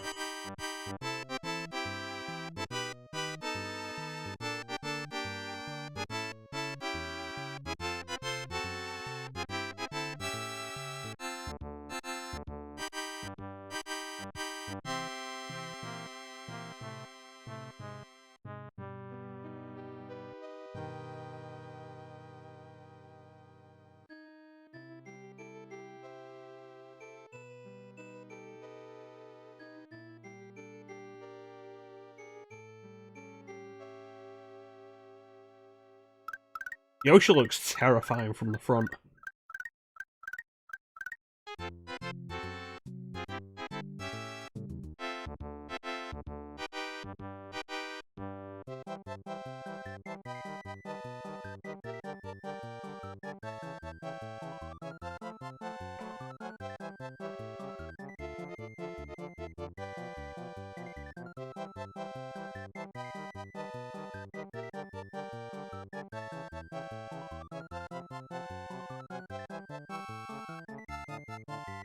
And you also get to see what a bunch of the enemies have been replaced with since we finished Special World.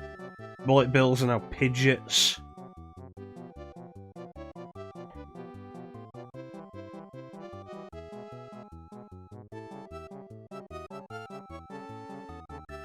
Koopa Troopers are now wearing Mario masks.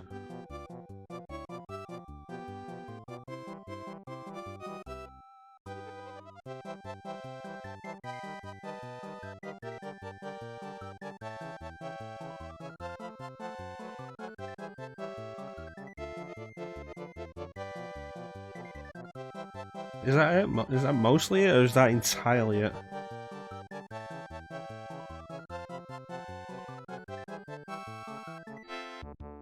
The Big Boo.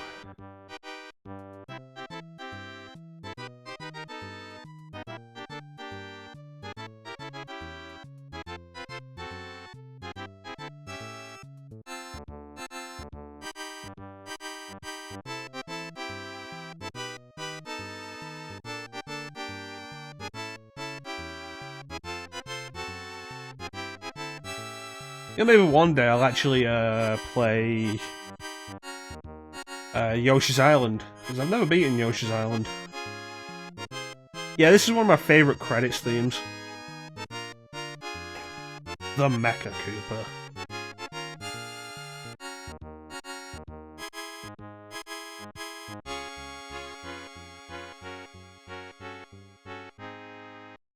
And that's that.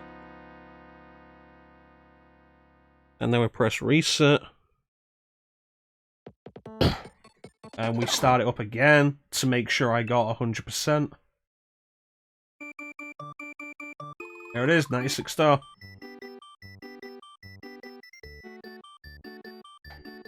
Alright. So I said we'd do Aladdin.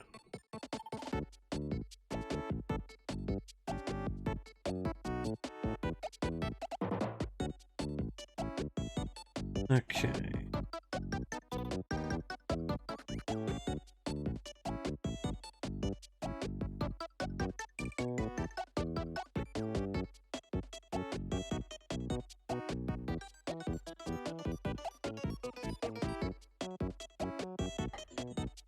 Alright.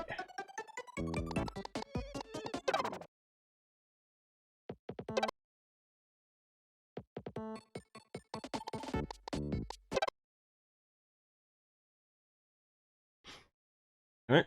One of Capcom's finest.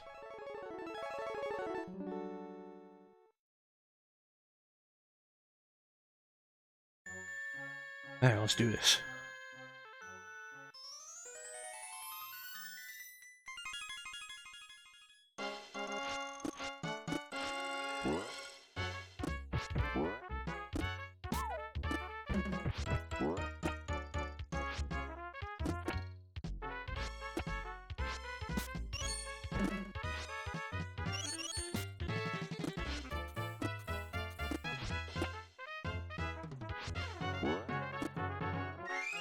Yeah, I also really enjoyed playing this as a kid. I'm glad they had this version and not the Mega Drive version.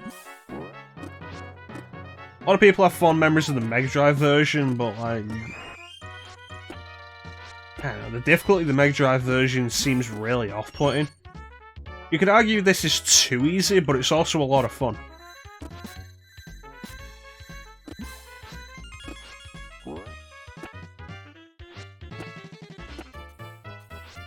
And the focus on platforming rather than combat, I think was a really good idea.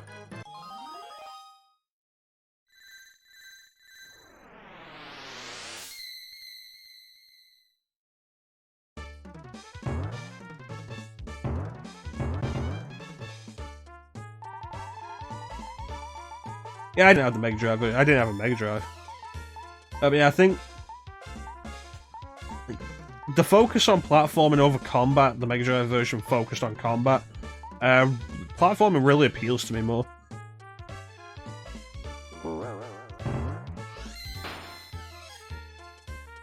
Was the Capcom version on the PS4 collection?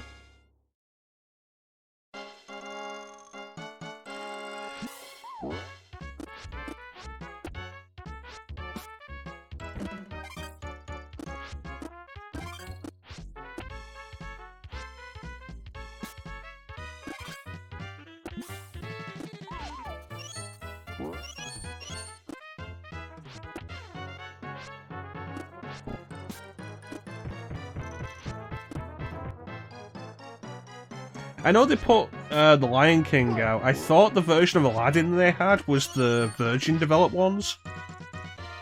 So like the Mega Drive 1 and, like, I guess, Game Gear maybe, I don't know. I didn't realise they had this on it.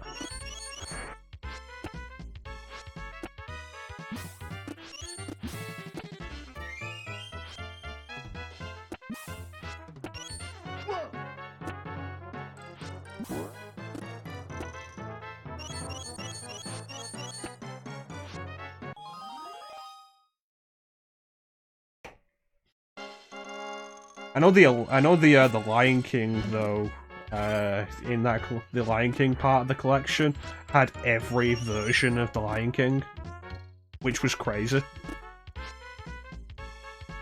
Like, even though most of them were the same game, they just had every version.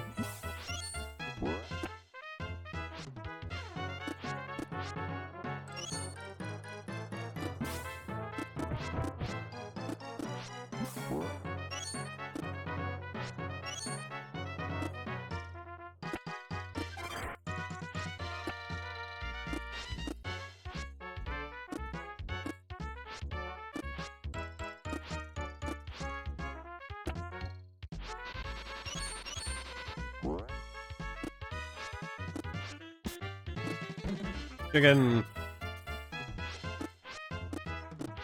look at all that parallax scrolling in the background.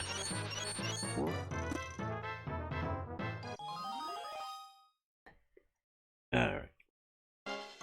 Final part of stage 1.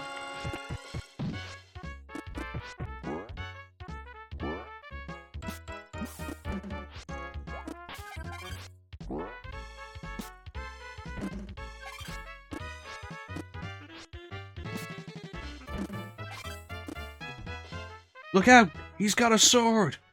You idiot! We've all got swords!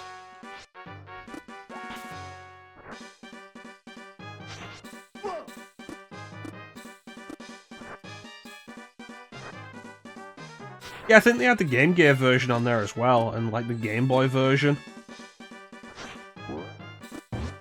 Like, it's crazy, like how they decide to push that.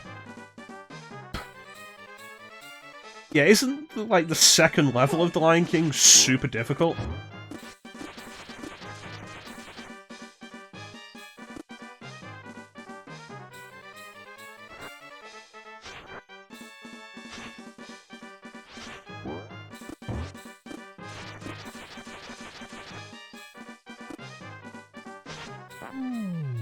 There we go.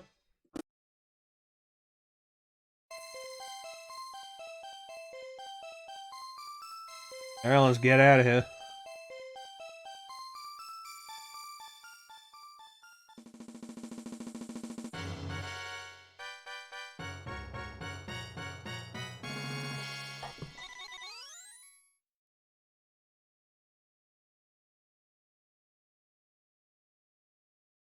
Story content.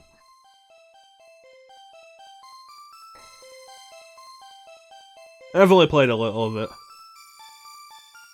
Super tight platformer on the Game Gear.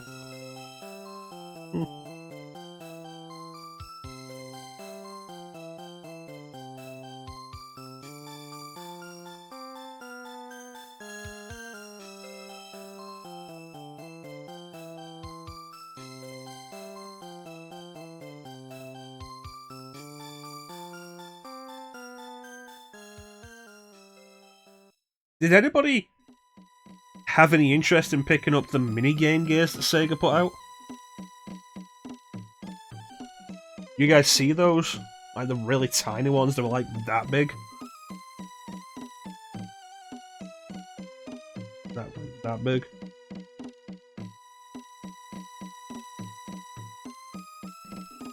You never saw the mini Game Gears? Like, there was a set of 4 that Sega put out. I don't know if they got released outside Japan. But they were like that big. Ridiculously tiny. And they had 4 games on a piece.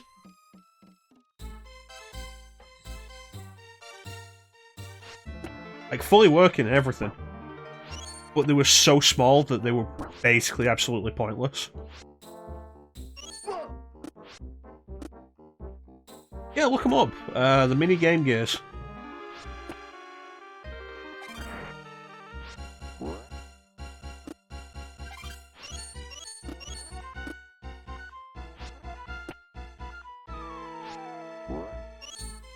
Yeah, the Game Gear Minis, Sega released them, I think, only in Japan. They put 4 versions out. Each version had 4 different games. And they were so small, they were basically unplayable.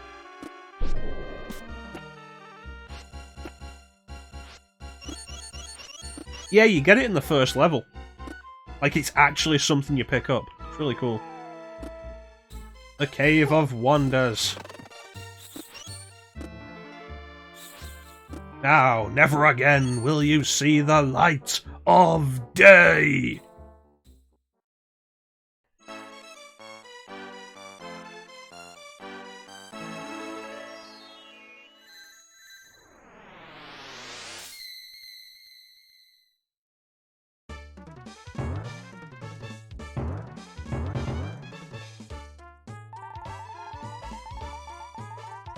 Yeah, like, take a look at them. They seemed kind of neat, but they were basically unusable. Because of the size.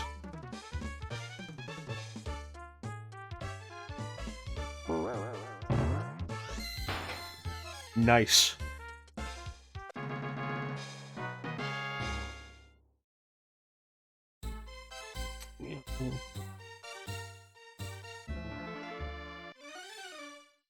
Let me take a look.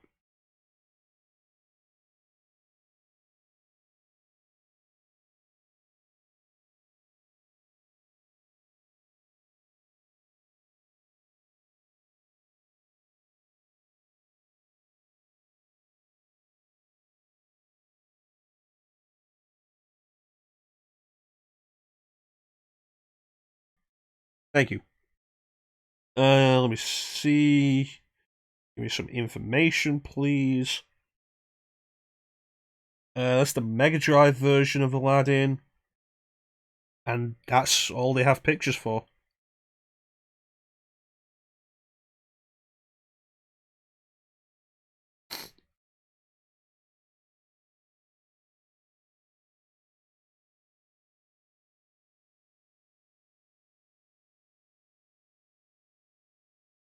Yeah, it doesn't seem like it has the Super Nintendo version.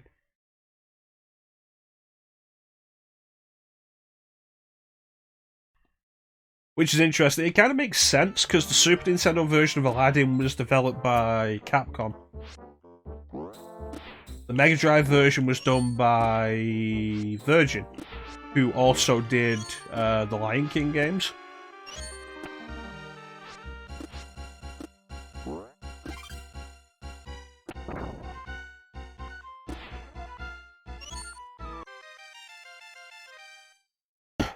I looked away for a second, and then I was falling to my death, and I don't know what happened.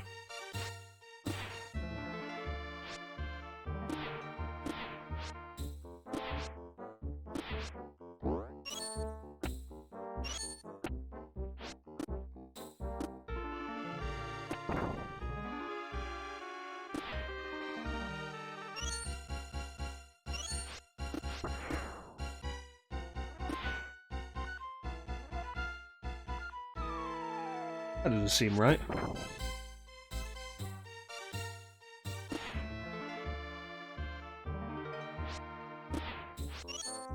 Yeah, with Virgin Interactive basically being gone now, they were bought by EA, and I don't know what happens to them after that. I imagine Disney just owns the rights to those Disney games entirely, and there's no concern about them. With Capcom, it could have been a little more complicated, I guess. Babu, no! Infidels!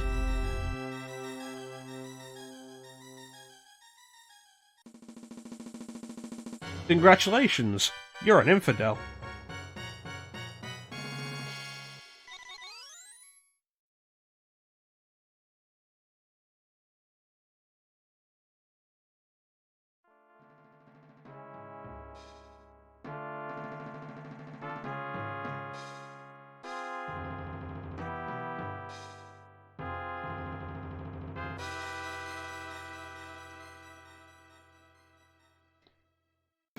Alright, here we go. Oh, I forgot this stage was an auto-scroller.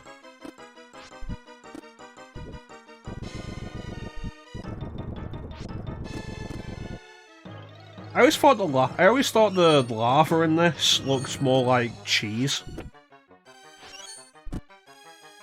Not the fireball, but like the lava.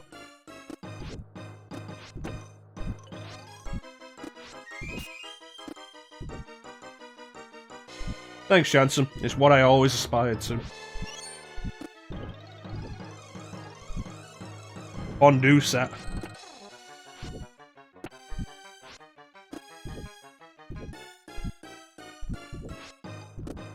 It reminds me of a puzzle in The Curse of Monkey Island where you have to make a volcano erupt to get a pot of melted cheese to make fondue. Admittedly, for an adventure game, it makes a lot more sense in context. Usually the whole thing with that would be that it doesn't make any sense even in context, but that does make sense in context.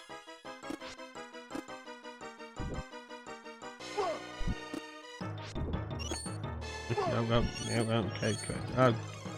Why didn't my cloth activate at the right time? Yeah, riding the carpet out can be pretty tricky. I could do with some extra lives. I don't want to get a game over on this thing.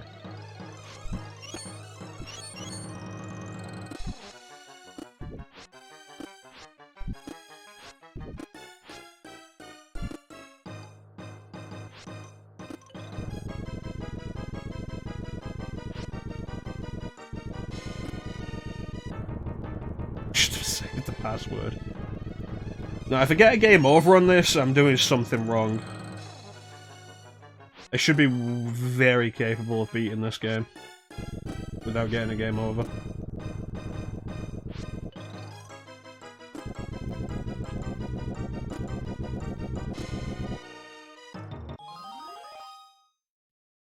Alright. The next level can be pretty tricky, though.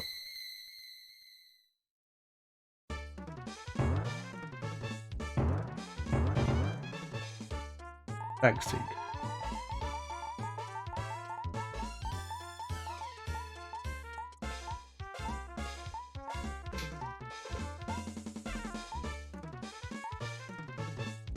Yeah, 2 up.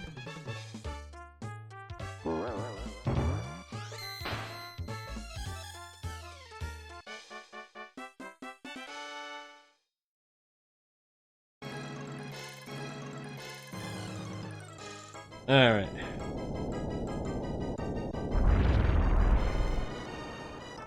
So I'm not going to be looking at chat for this level. I'm sure you can understand why.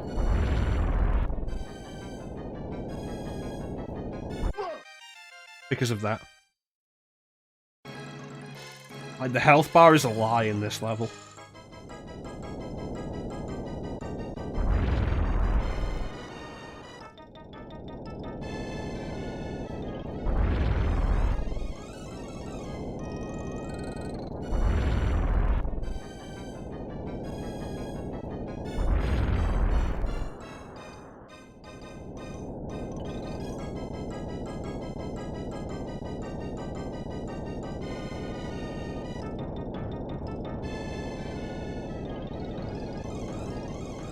Ah, that was tight. There we go. Bit of a rocky start. It's good work, Lena. Because cheese.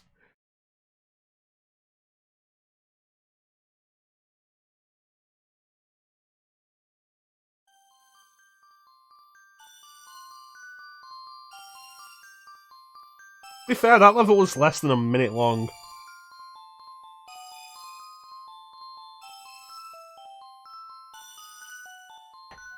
So this game is really short, and it has like 3 sequences of padding. This entire next set of stages is basically just stretching out the Genie's musical number into a level.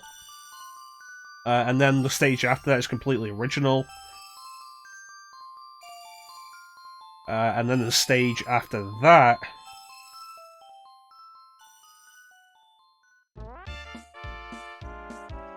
it really helps that I have a lot of practice with shmups. Well, Alibaba had them 40 thieves, sure as he had 1,000 tales.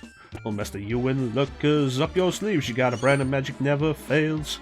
You got the power in your corner, now with some heavy ammunition in your camp. You got the punch, pizzazz, oh who and how, and all you gotta do is rub that lamp, and I'll say, Mr. Aladdin, sir, what will your pleasure be? Let me take your order, jot it down, you ain't never had a friend like me, ho ho ho. Life is your restaurant, and I'm your melody. Come on, whisper what it is you want, you ain't never had a friend like me. Yes sir, we pride ourselves on service. You're the boss, the king, the Shah. Say what you wish, it's your true dish, about a little more bobbly ba. Have some of column H. Okay, it's done now. We're not doing it again.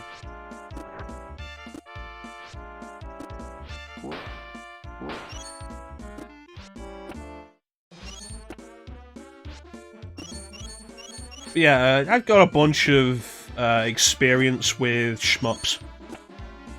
So doing that wasn't a huge deal. It's not all that difficult compared to something like Gradius.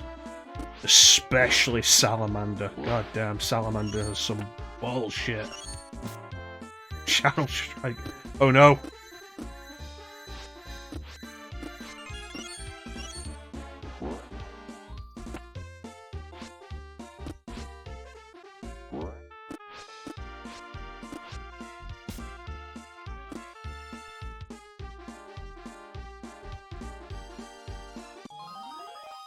Oh god, I hope not. I feel like the Sega version is longer, and I know it's definitely more bullshit though, Teague.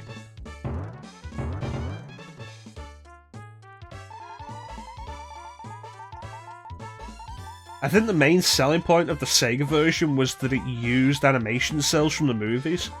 From the movie. So it looked really good. I say that, I never liked the way the Mega Drive version looked. But, like, the animation was a lot smoother.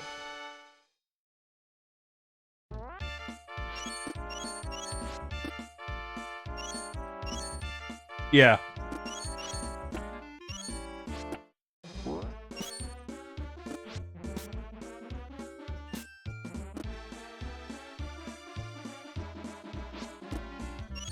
I forget if there's another level to this after this one.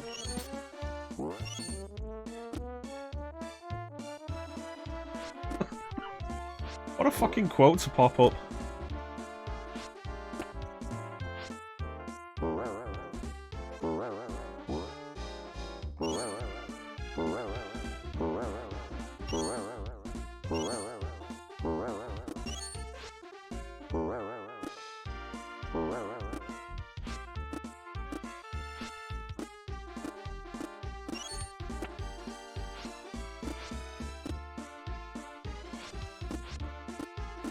Yeah, I remember having a lot of trouble with this level when I was younger. And to be fair, it is like the most intense the platforming ever gets in this game.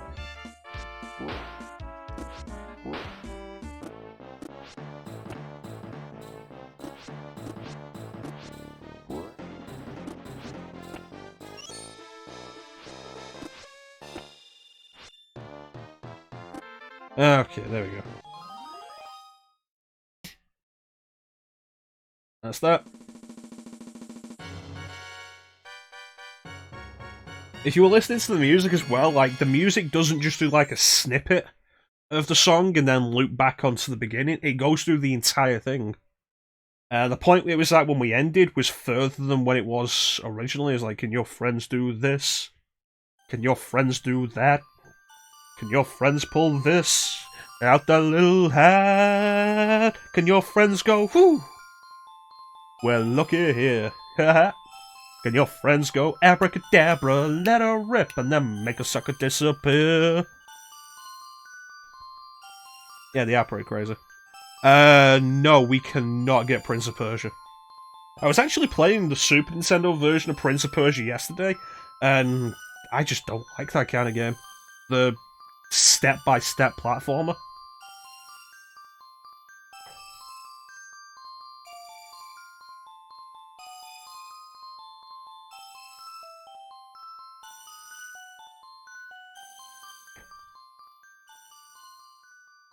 So yeah, this entire sequence here is entirely original. And it exists as padding. There's actually, I think, six stages. Oh no, I know you were doing a meme, Magic. I just happened to be playing Prince of Persia yesterday on Super Nintendo.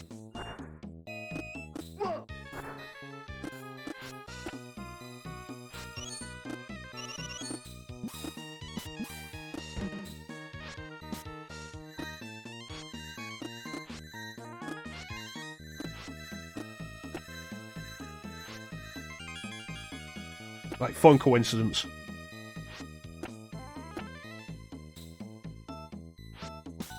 Now, you see, what you want with that is, Mom, can we get Prince of Persia, Sands of Time? No, we have Sands of Time at home. And then Sands of Time at home is like Prince of Persia 2008.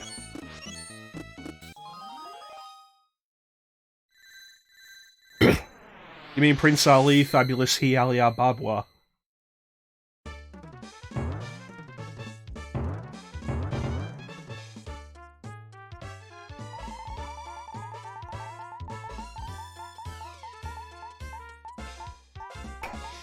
Prince Ali, Fabulous He, Ali Ababwa. Strong as 10 regular men, definitely. He faced the galloping hordes, 100 bad guys with swords, who sent those goods to their lords. Why, Prince Ali?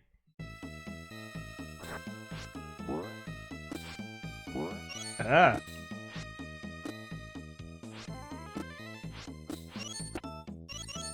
Prince Sabu. Jafar's a great villain. It's crazy to me that the Kingdom Hearts games got Jafar's voice actor back and then completely wasted him. You know what really doesn't help with the 2008 reboot? It's that the story ends on a cliffhanger and you have to buy DLC to get the ending.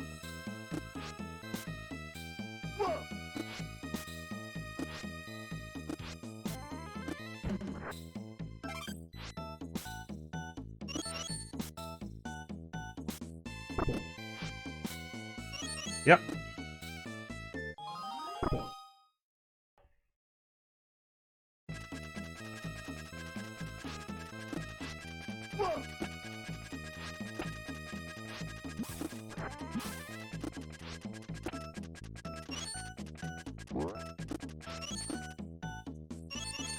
Presumably Chansum. I can't think of any reason why it wouldn't be. It was owned by Ubisoft, and I don't think had any license to worry about. What's your question, Disney fan?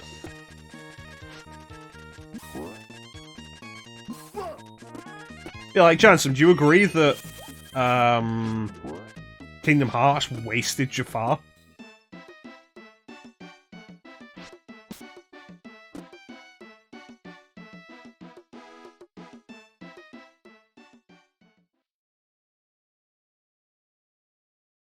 It's backwards compatible on Xbox One.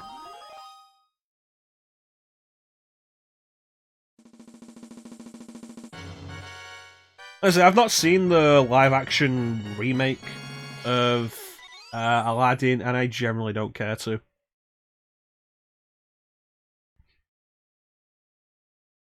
So now we get a bonus level. Chansum, I'm gonna need you to duet with me on this.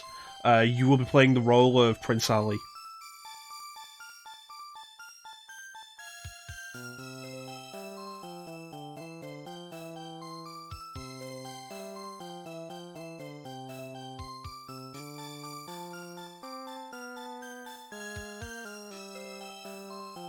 Oh no, this is a bonus level that just shows up. They call it a bonus level and there's no enemies in it, and it just goes through like the whole song. Yeah, it is.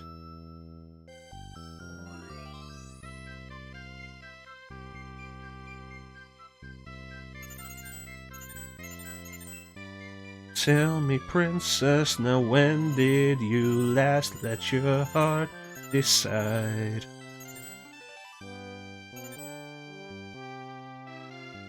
If you still had your Xbox copy, you'd be able to play it on Xbox One, just pop the disc right in. I love that about Xbox. Like, you just pop the disc in. You don't even have to buy it and re-buy it digitally. It's great.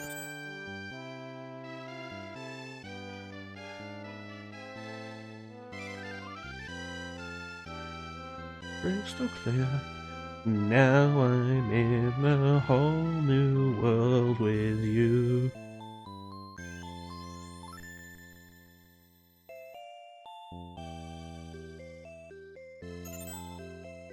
See, that was one of the good things about passwords. If you got stuck on something that was just relentlessly difficult for you, you could skip it. And that was great. Keep you from not getting to experience the rest of the game.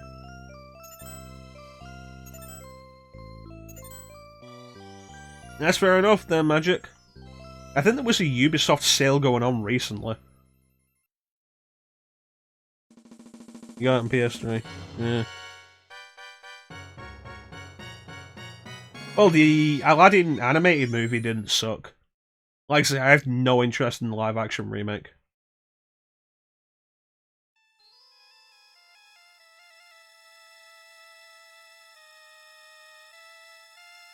It's kind of crazy how much this skips over. Alright, we'll be here when you get back, Jansen. It's kind of crazy how much this skips over. Like, we're already at the part where Jafar has become the world's most powerful sorcerer. Like, there was no level for Prince Ali, no exploring the palace level that you could have probably done. Or anything. And now the next level is the penultimate level, and then it's the final fight with Jafar. It's weird just how short this game is.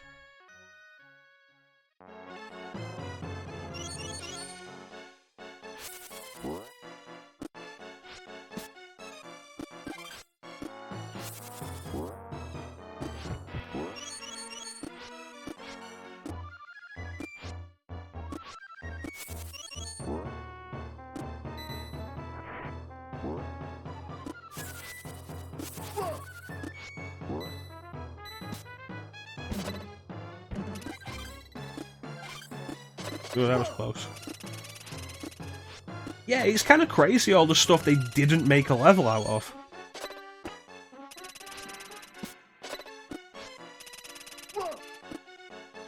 Especially when games are usually so full of padding. Like movie-based games are so full of padding. Like any slight sequence will be extended to like an hour of gameplay. I mean, consider the Toy Story game and how much of that was expanded.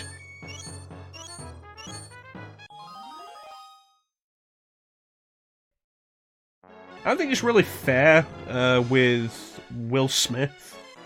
I don't think it's really fair to complain that Will Smith isn't... Oh, hey, Aga. Complain Will Smith isn't Robin Williams. But then again, I suppose, you know, if he didn't want to be compared, he wouldn't have taken the role.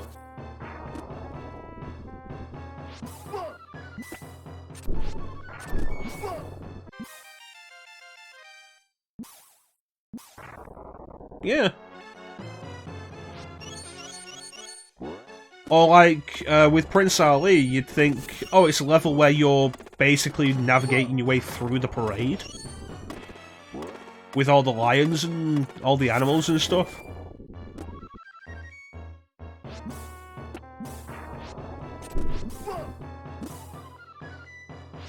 Yeah, I'm probably not going to stream the Toy Story game, honestly, Disney fan.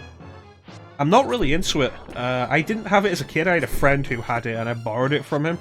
And I never really enjoyed it. That said, I did enjoy the Toy Story 2 game.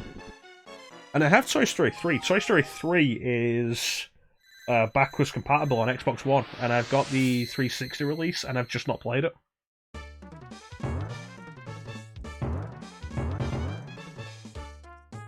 Really? I would have thought Will Smith would really be able to do that kind of thing well. Alright, we'll be here when you get back, Lena. Hopefully. There's not much of the game left, honestly. Oh. It so rarely lands on the genie face.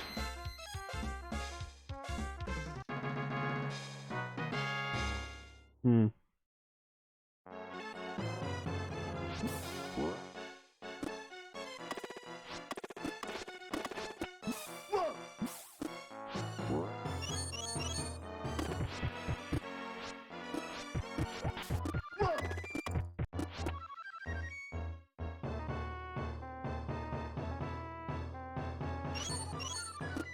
Yeah, I like Prince Ali's musical number in the original. It's great.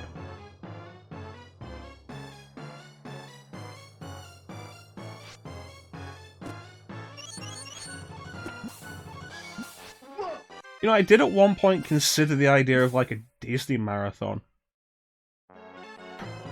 Marathon of Disney games. But for the most part, a lot of the Disney games are pretty good, at worst. They're playable. It's like Toy Story, I'm not into the Toy Story game, but it's not a bad game. I'm just not into it.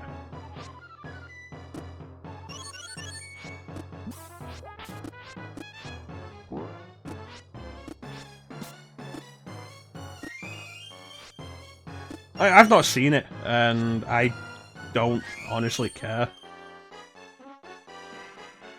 I've not seen that, I've not seen live-action Jungle Book, I've not seen live-action Beauty and the Beast, live-action Cinderella, I just don't care.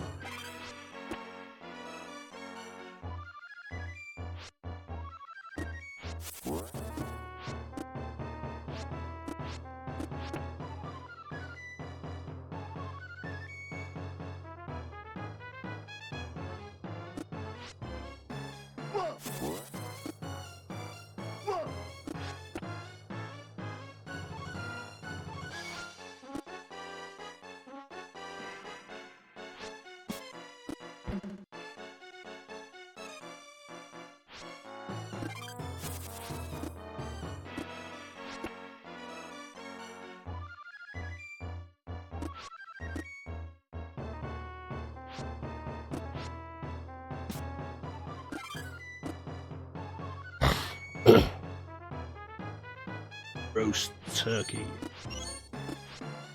Alright, here we are, the Jafar fight. This fight can be a little tricky. It's mostly just positioning.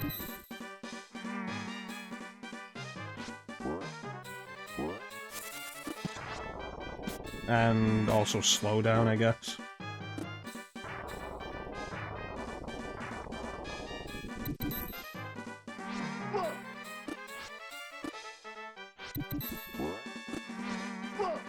Damn it.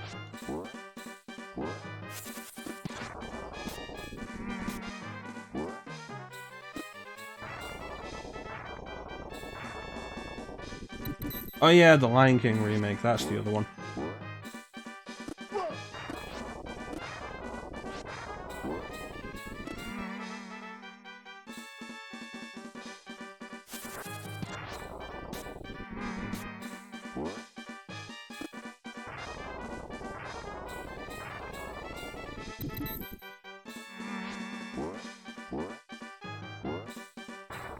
Ooh, that was close.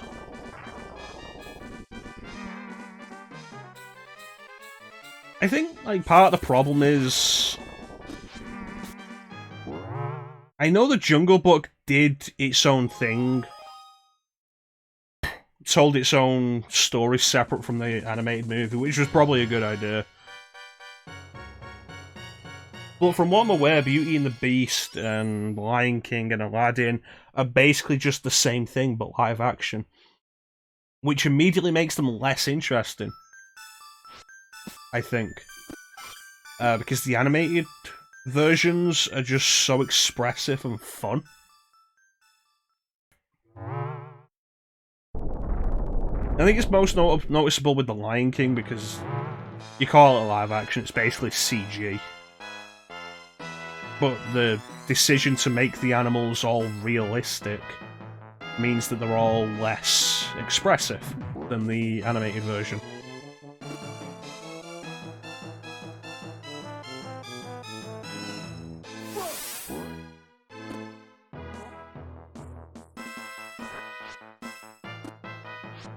Aha!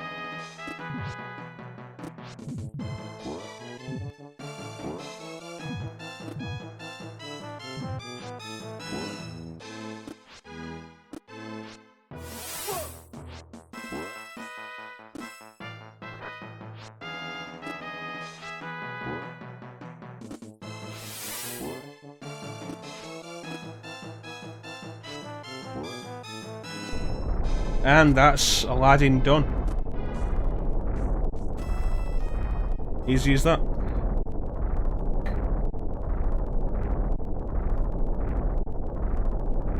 I suppose part of my problem with the Disney thing these days anyway is I'm just not all that into Disney anymore.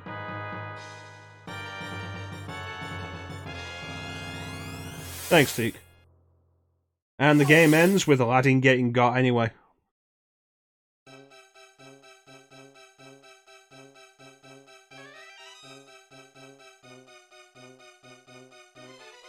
Yeah, you don't fight Snake Jafar in Kingdom Hearts, you fight Genie Jafar, which is kind of a missed opportunity, I think.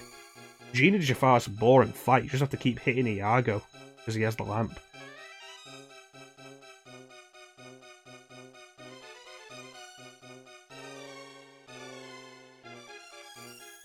Thanks, Magic.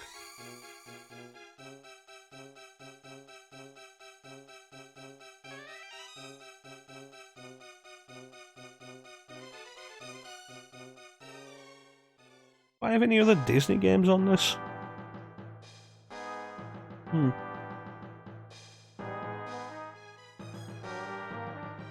Oh, I have Magical Quest starring Mickey Mouse, don't I? Yeah. I had that as a kid as well.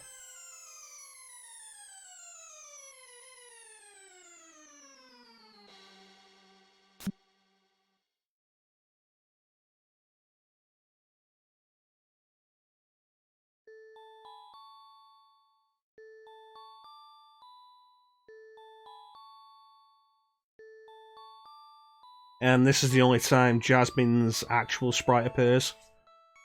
You know, she has that brief little bit in the start, in the first level, where she's Beggar Jasmine.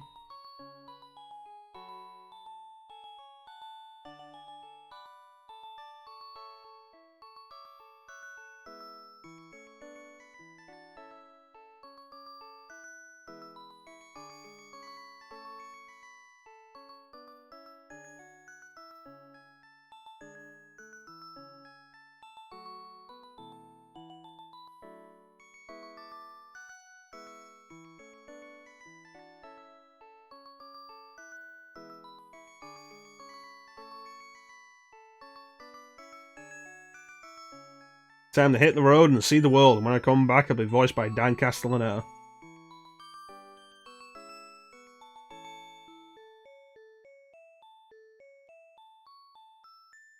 Oh wow, the Sultan. But he has anything here. Also, it looks like he doesn't even have walk animations, he just kind of totters up. Like they just move the sprite up and down.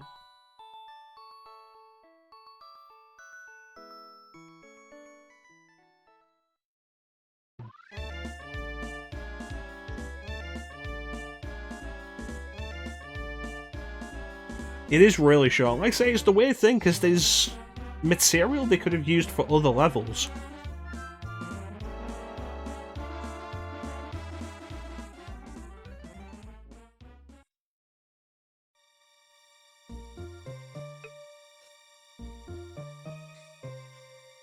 That's pretty much it for the stream now, Disney fan. Is there anybody for us to raid?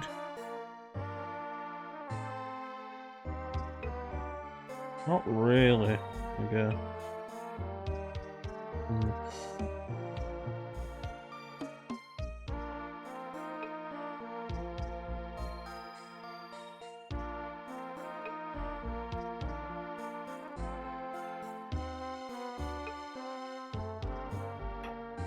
But yeah, I guess that's going to do it for the stream today. I want to thank everybody for joining the stream. I always really appreciate the support. Big special thank you to everybody in the chat. We had a bunch of people in chat today.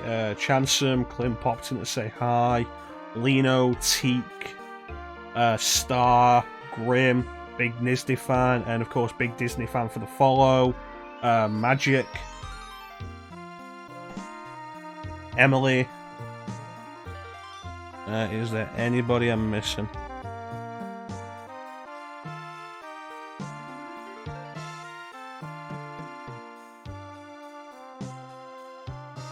I think that is everybody. Hanson, Graham, Disney.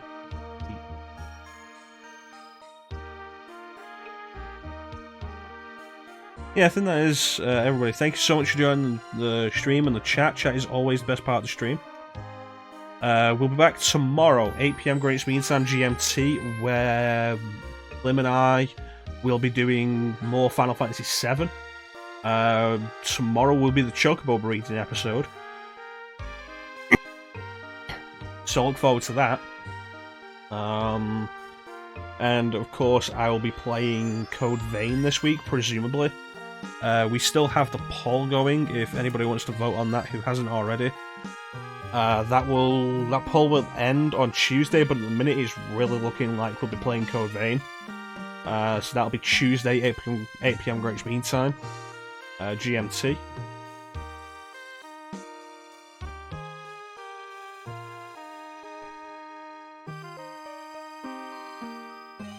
Gold chicken.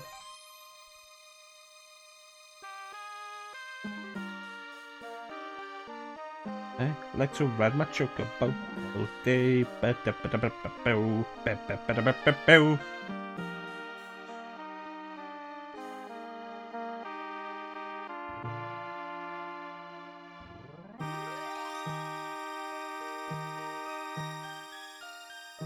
Remember how many games back in the day when you got to the ending would demand that you just turn off the system? You couldn't do anything else, you had to turn the system off. It was crazy. Yeah, that is pretty much it for us for today.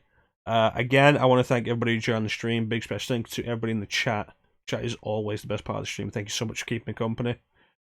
Tomorrow, be live with Klim, 8 PM Greenwich Mean Time GMT, with more Final Fantasy VII, where we're doing Chocobo breeding. And Tuesday, it's looking like we'll be starting Code Vein, unless we get a bunch of people who turn around and vote for East Origin, which, you know, who knows.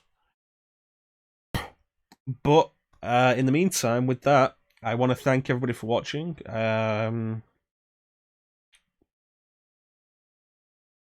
think there's really anything else to say. Yeah. Thank you all for watching. Have yourselves a fantastic time of day, and take care. We'll catch you next time, guys. Goodbye.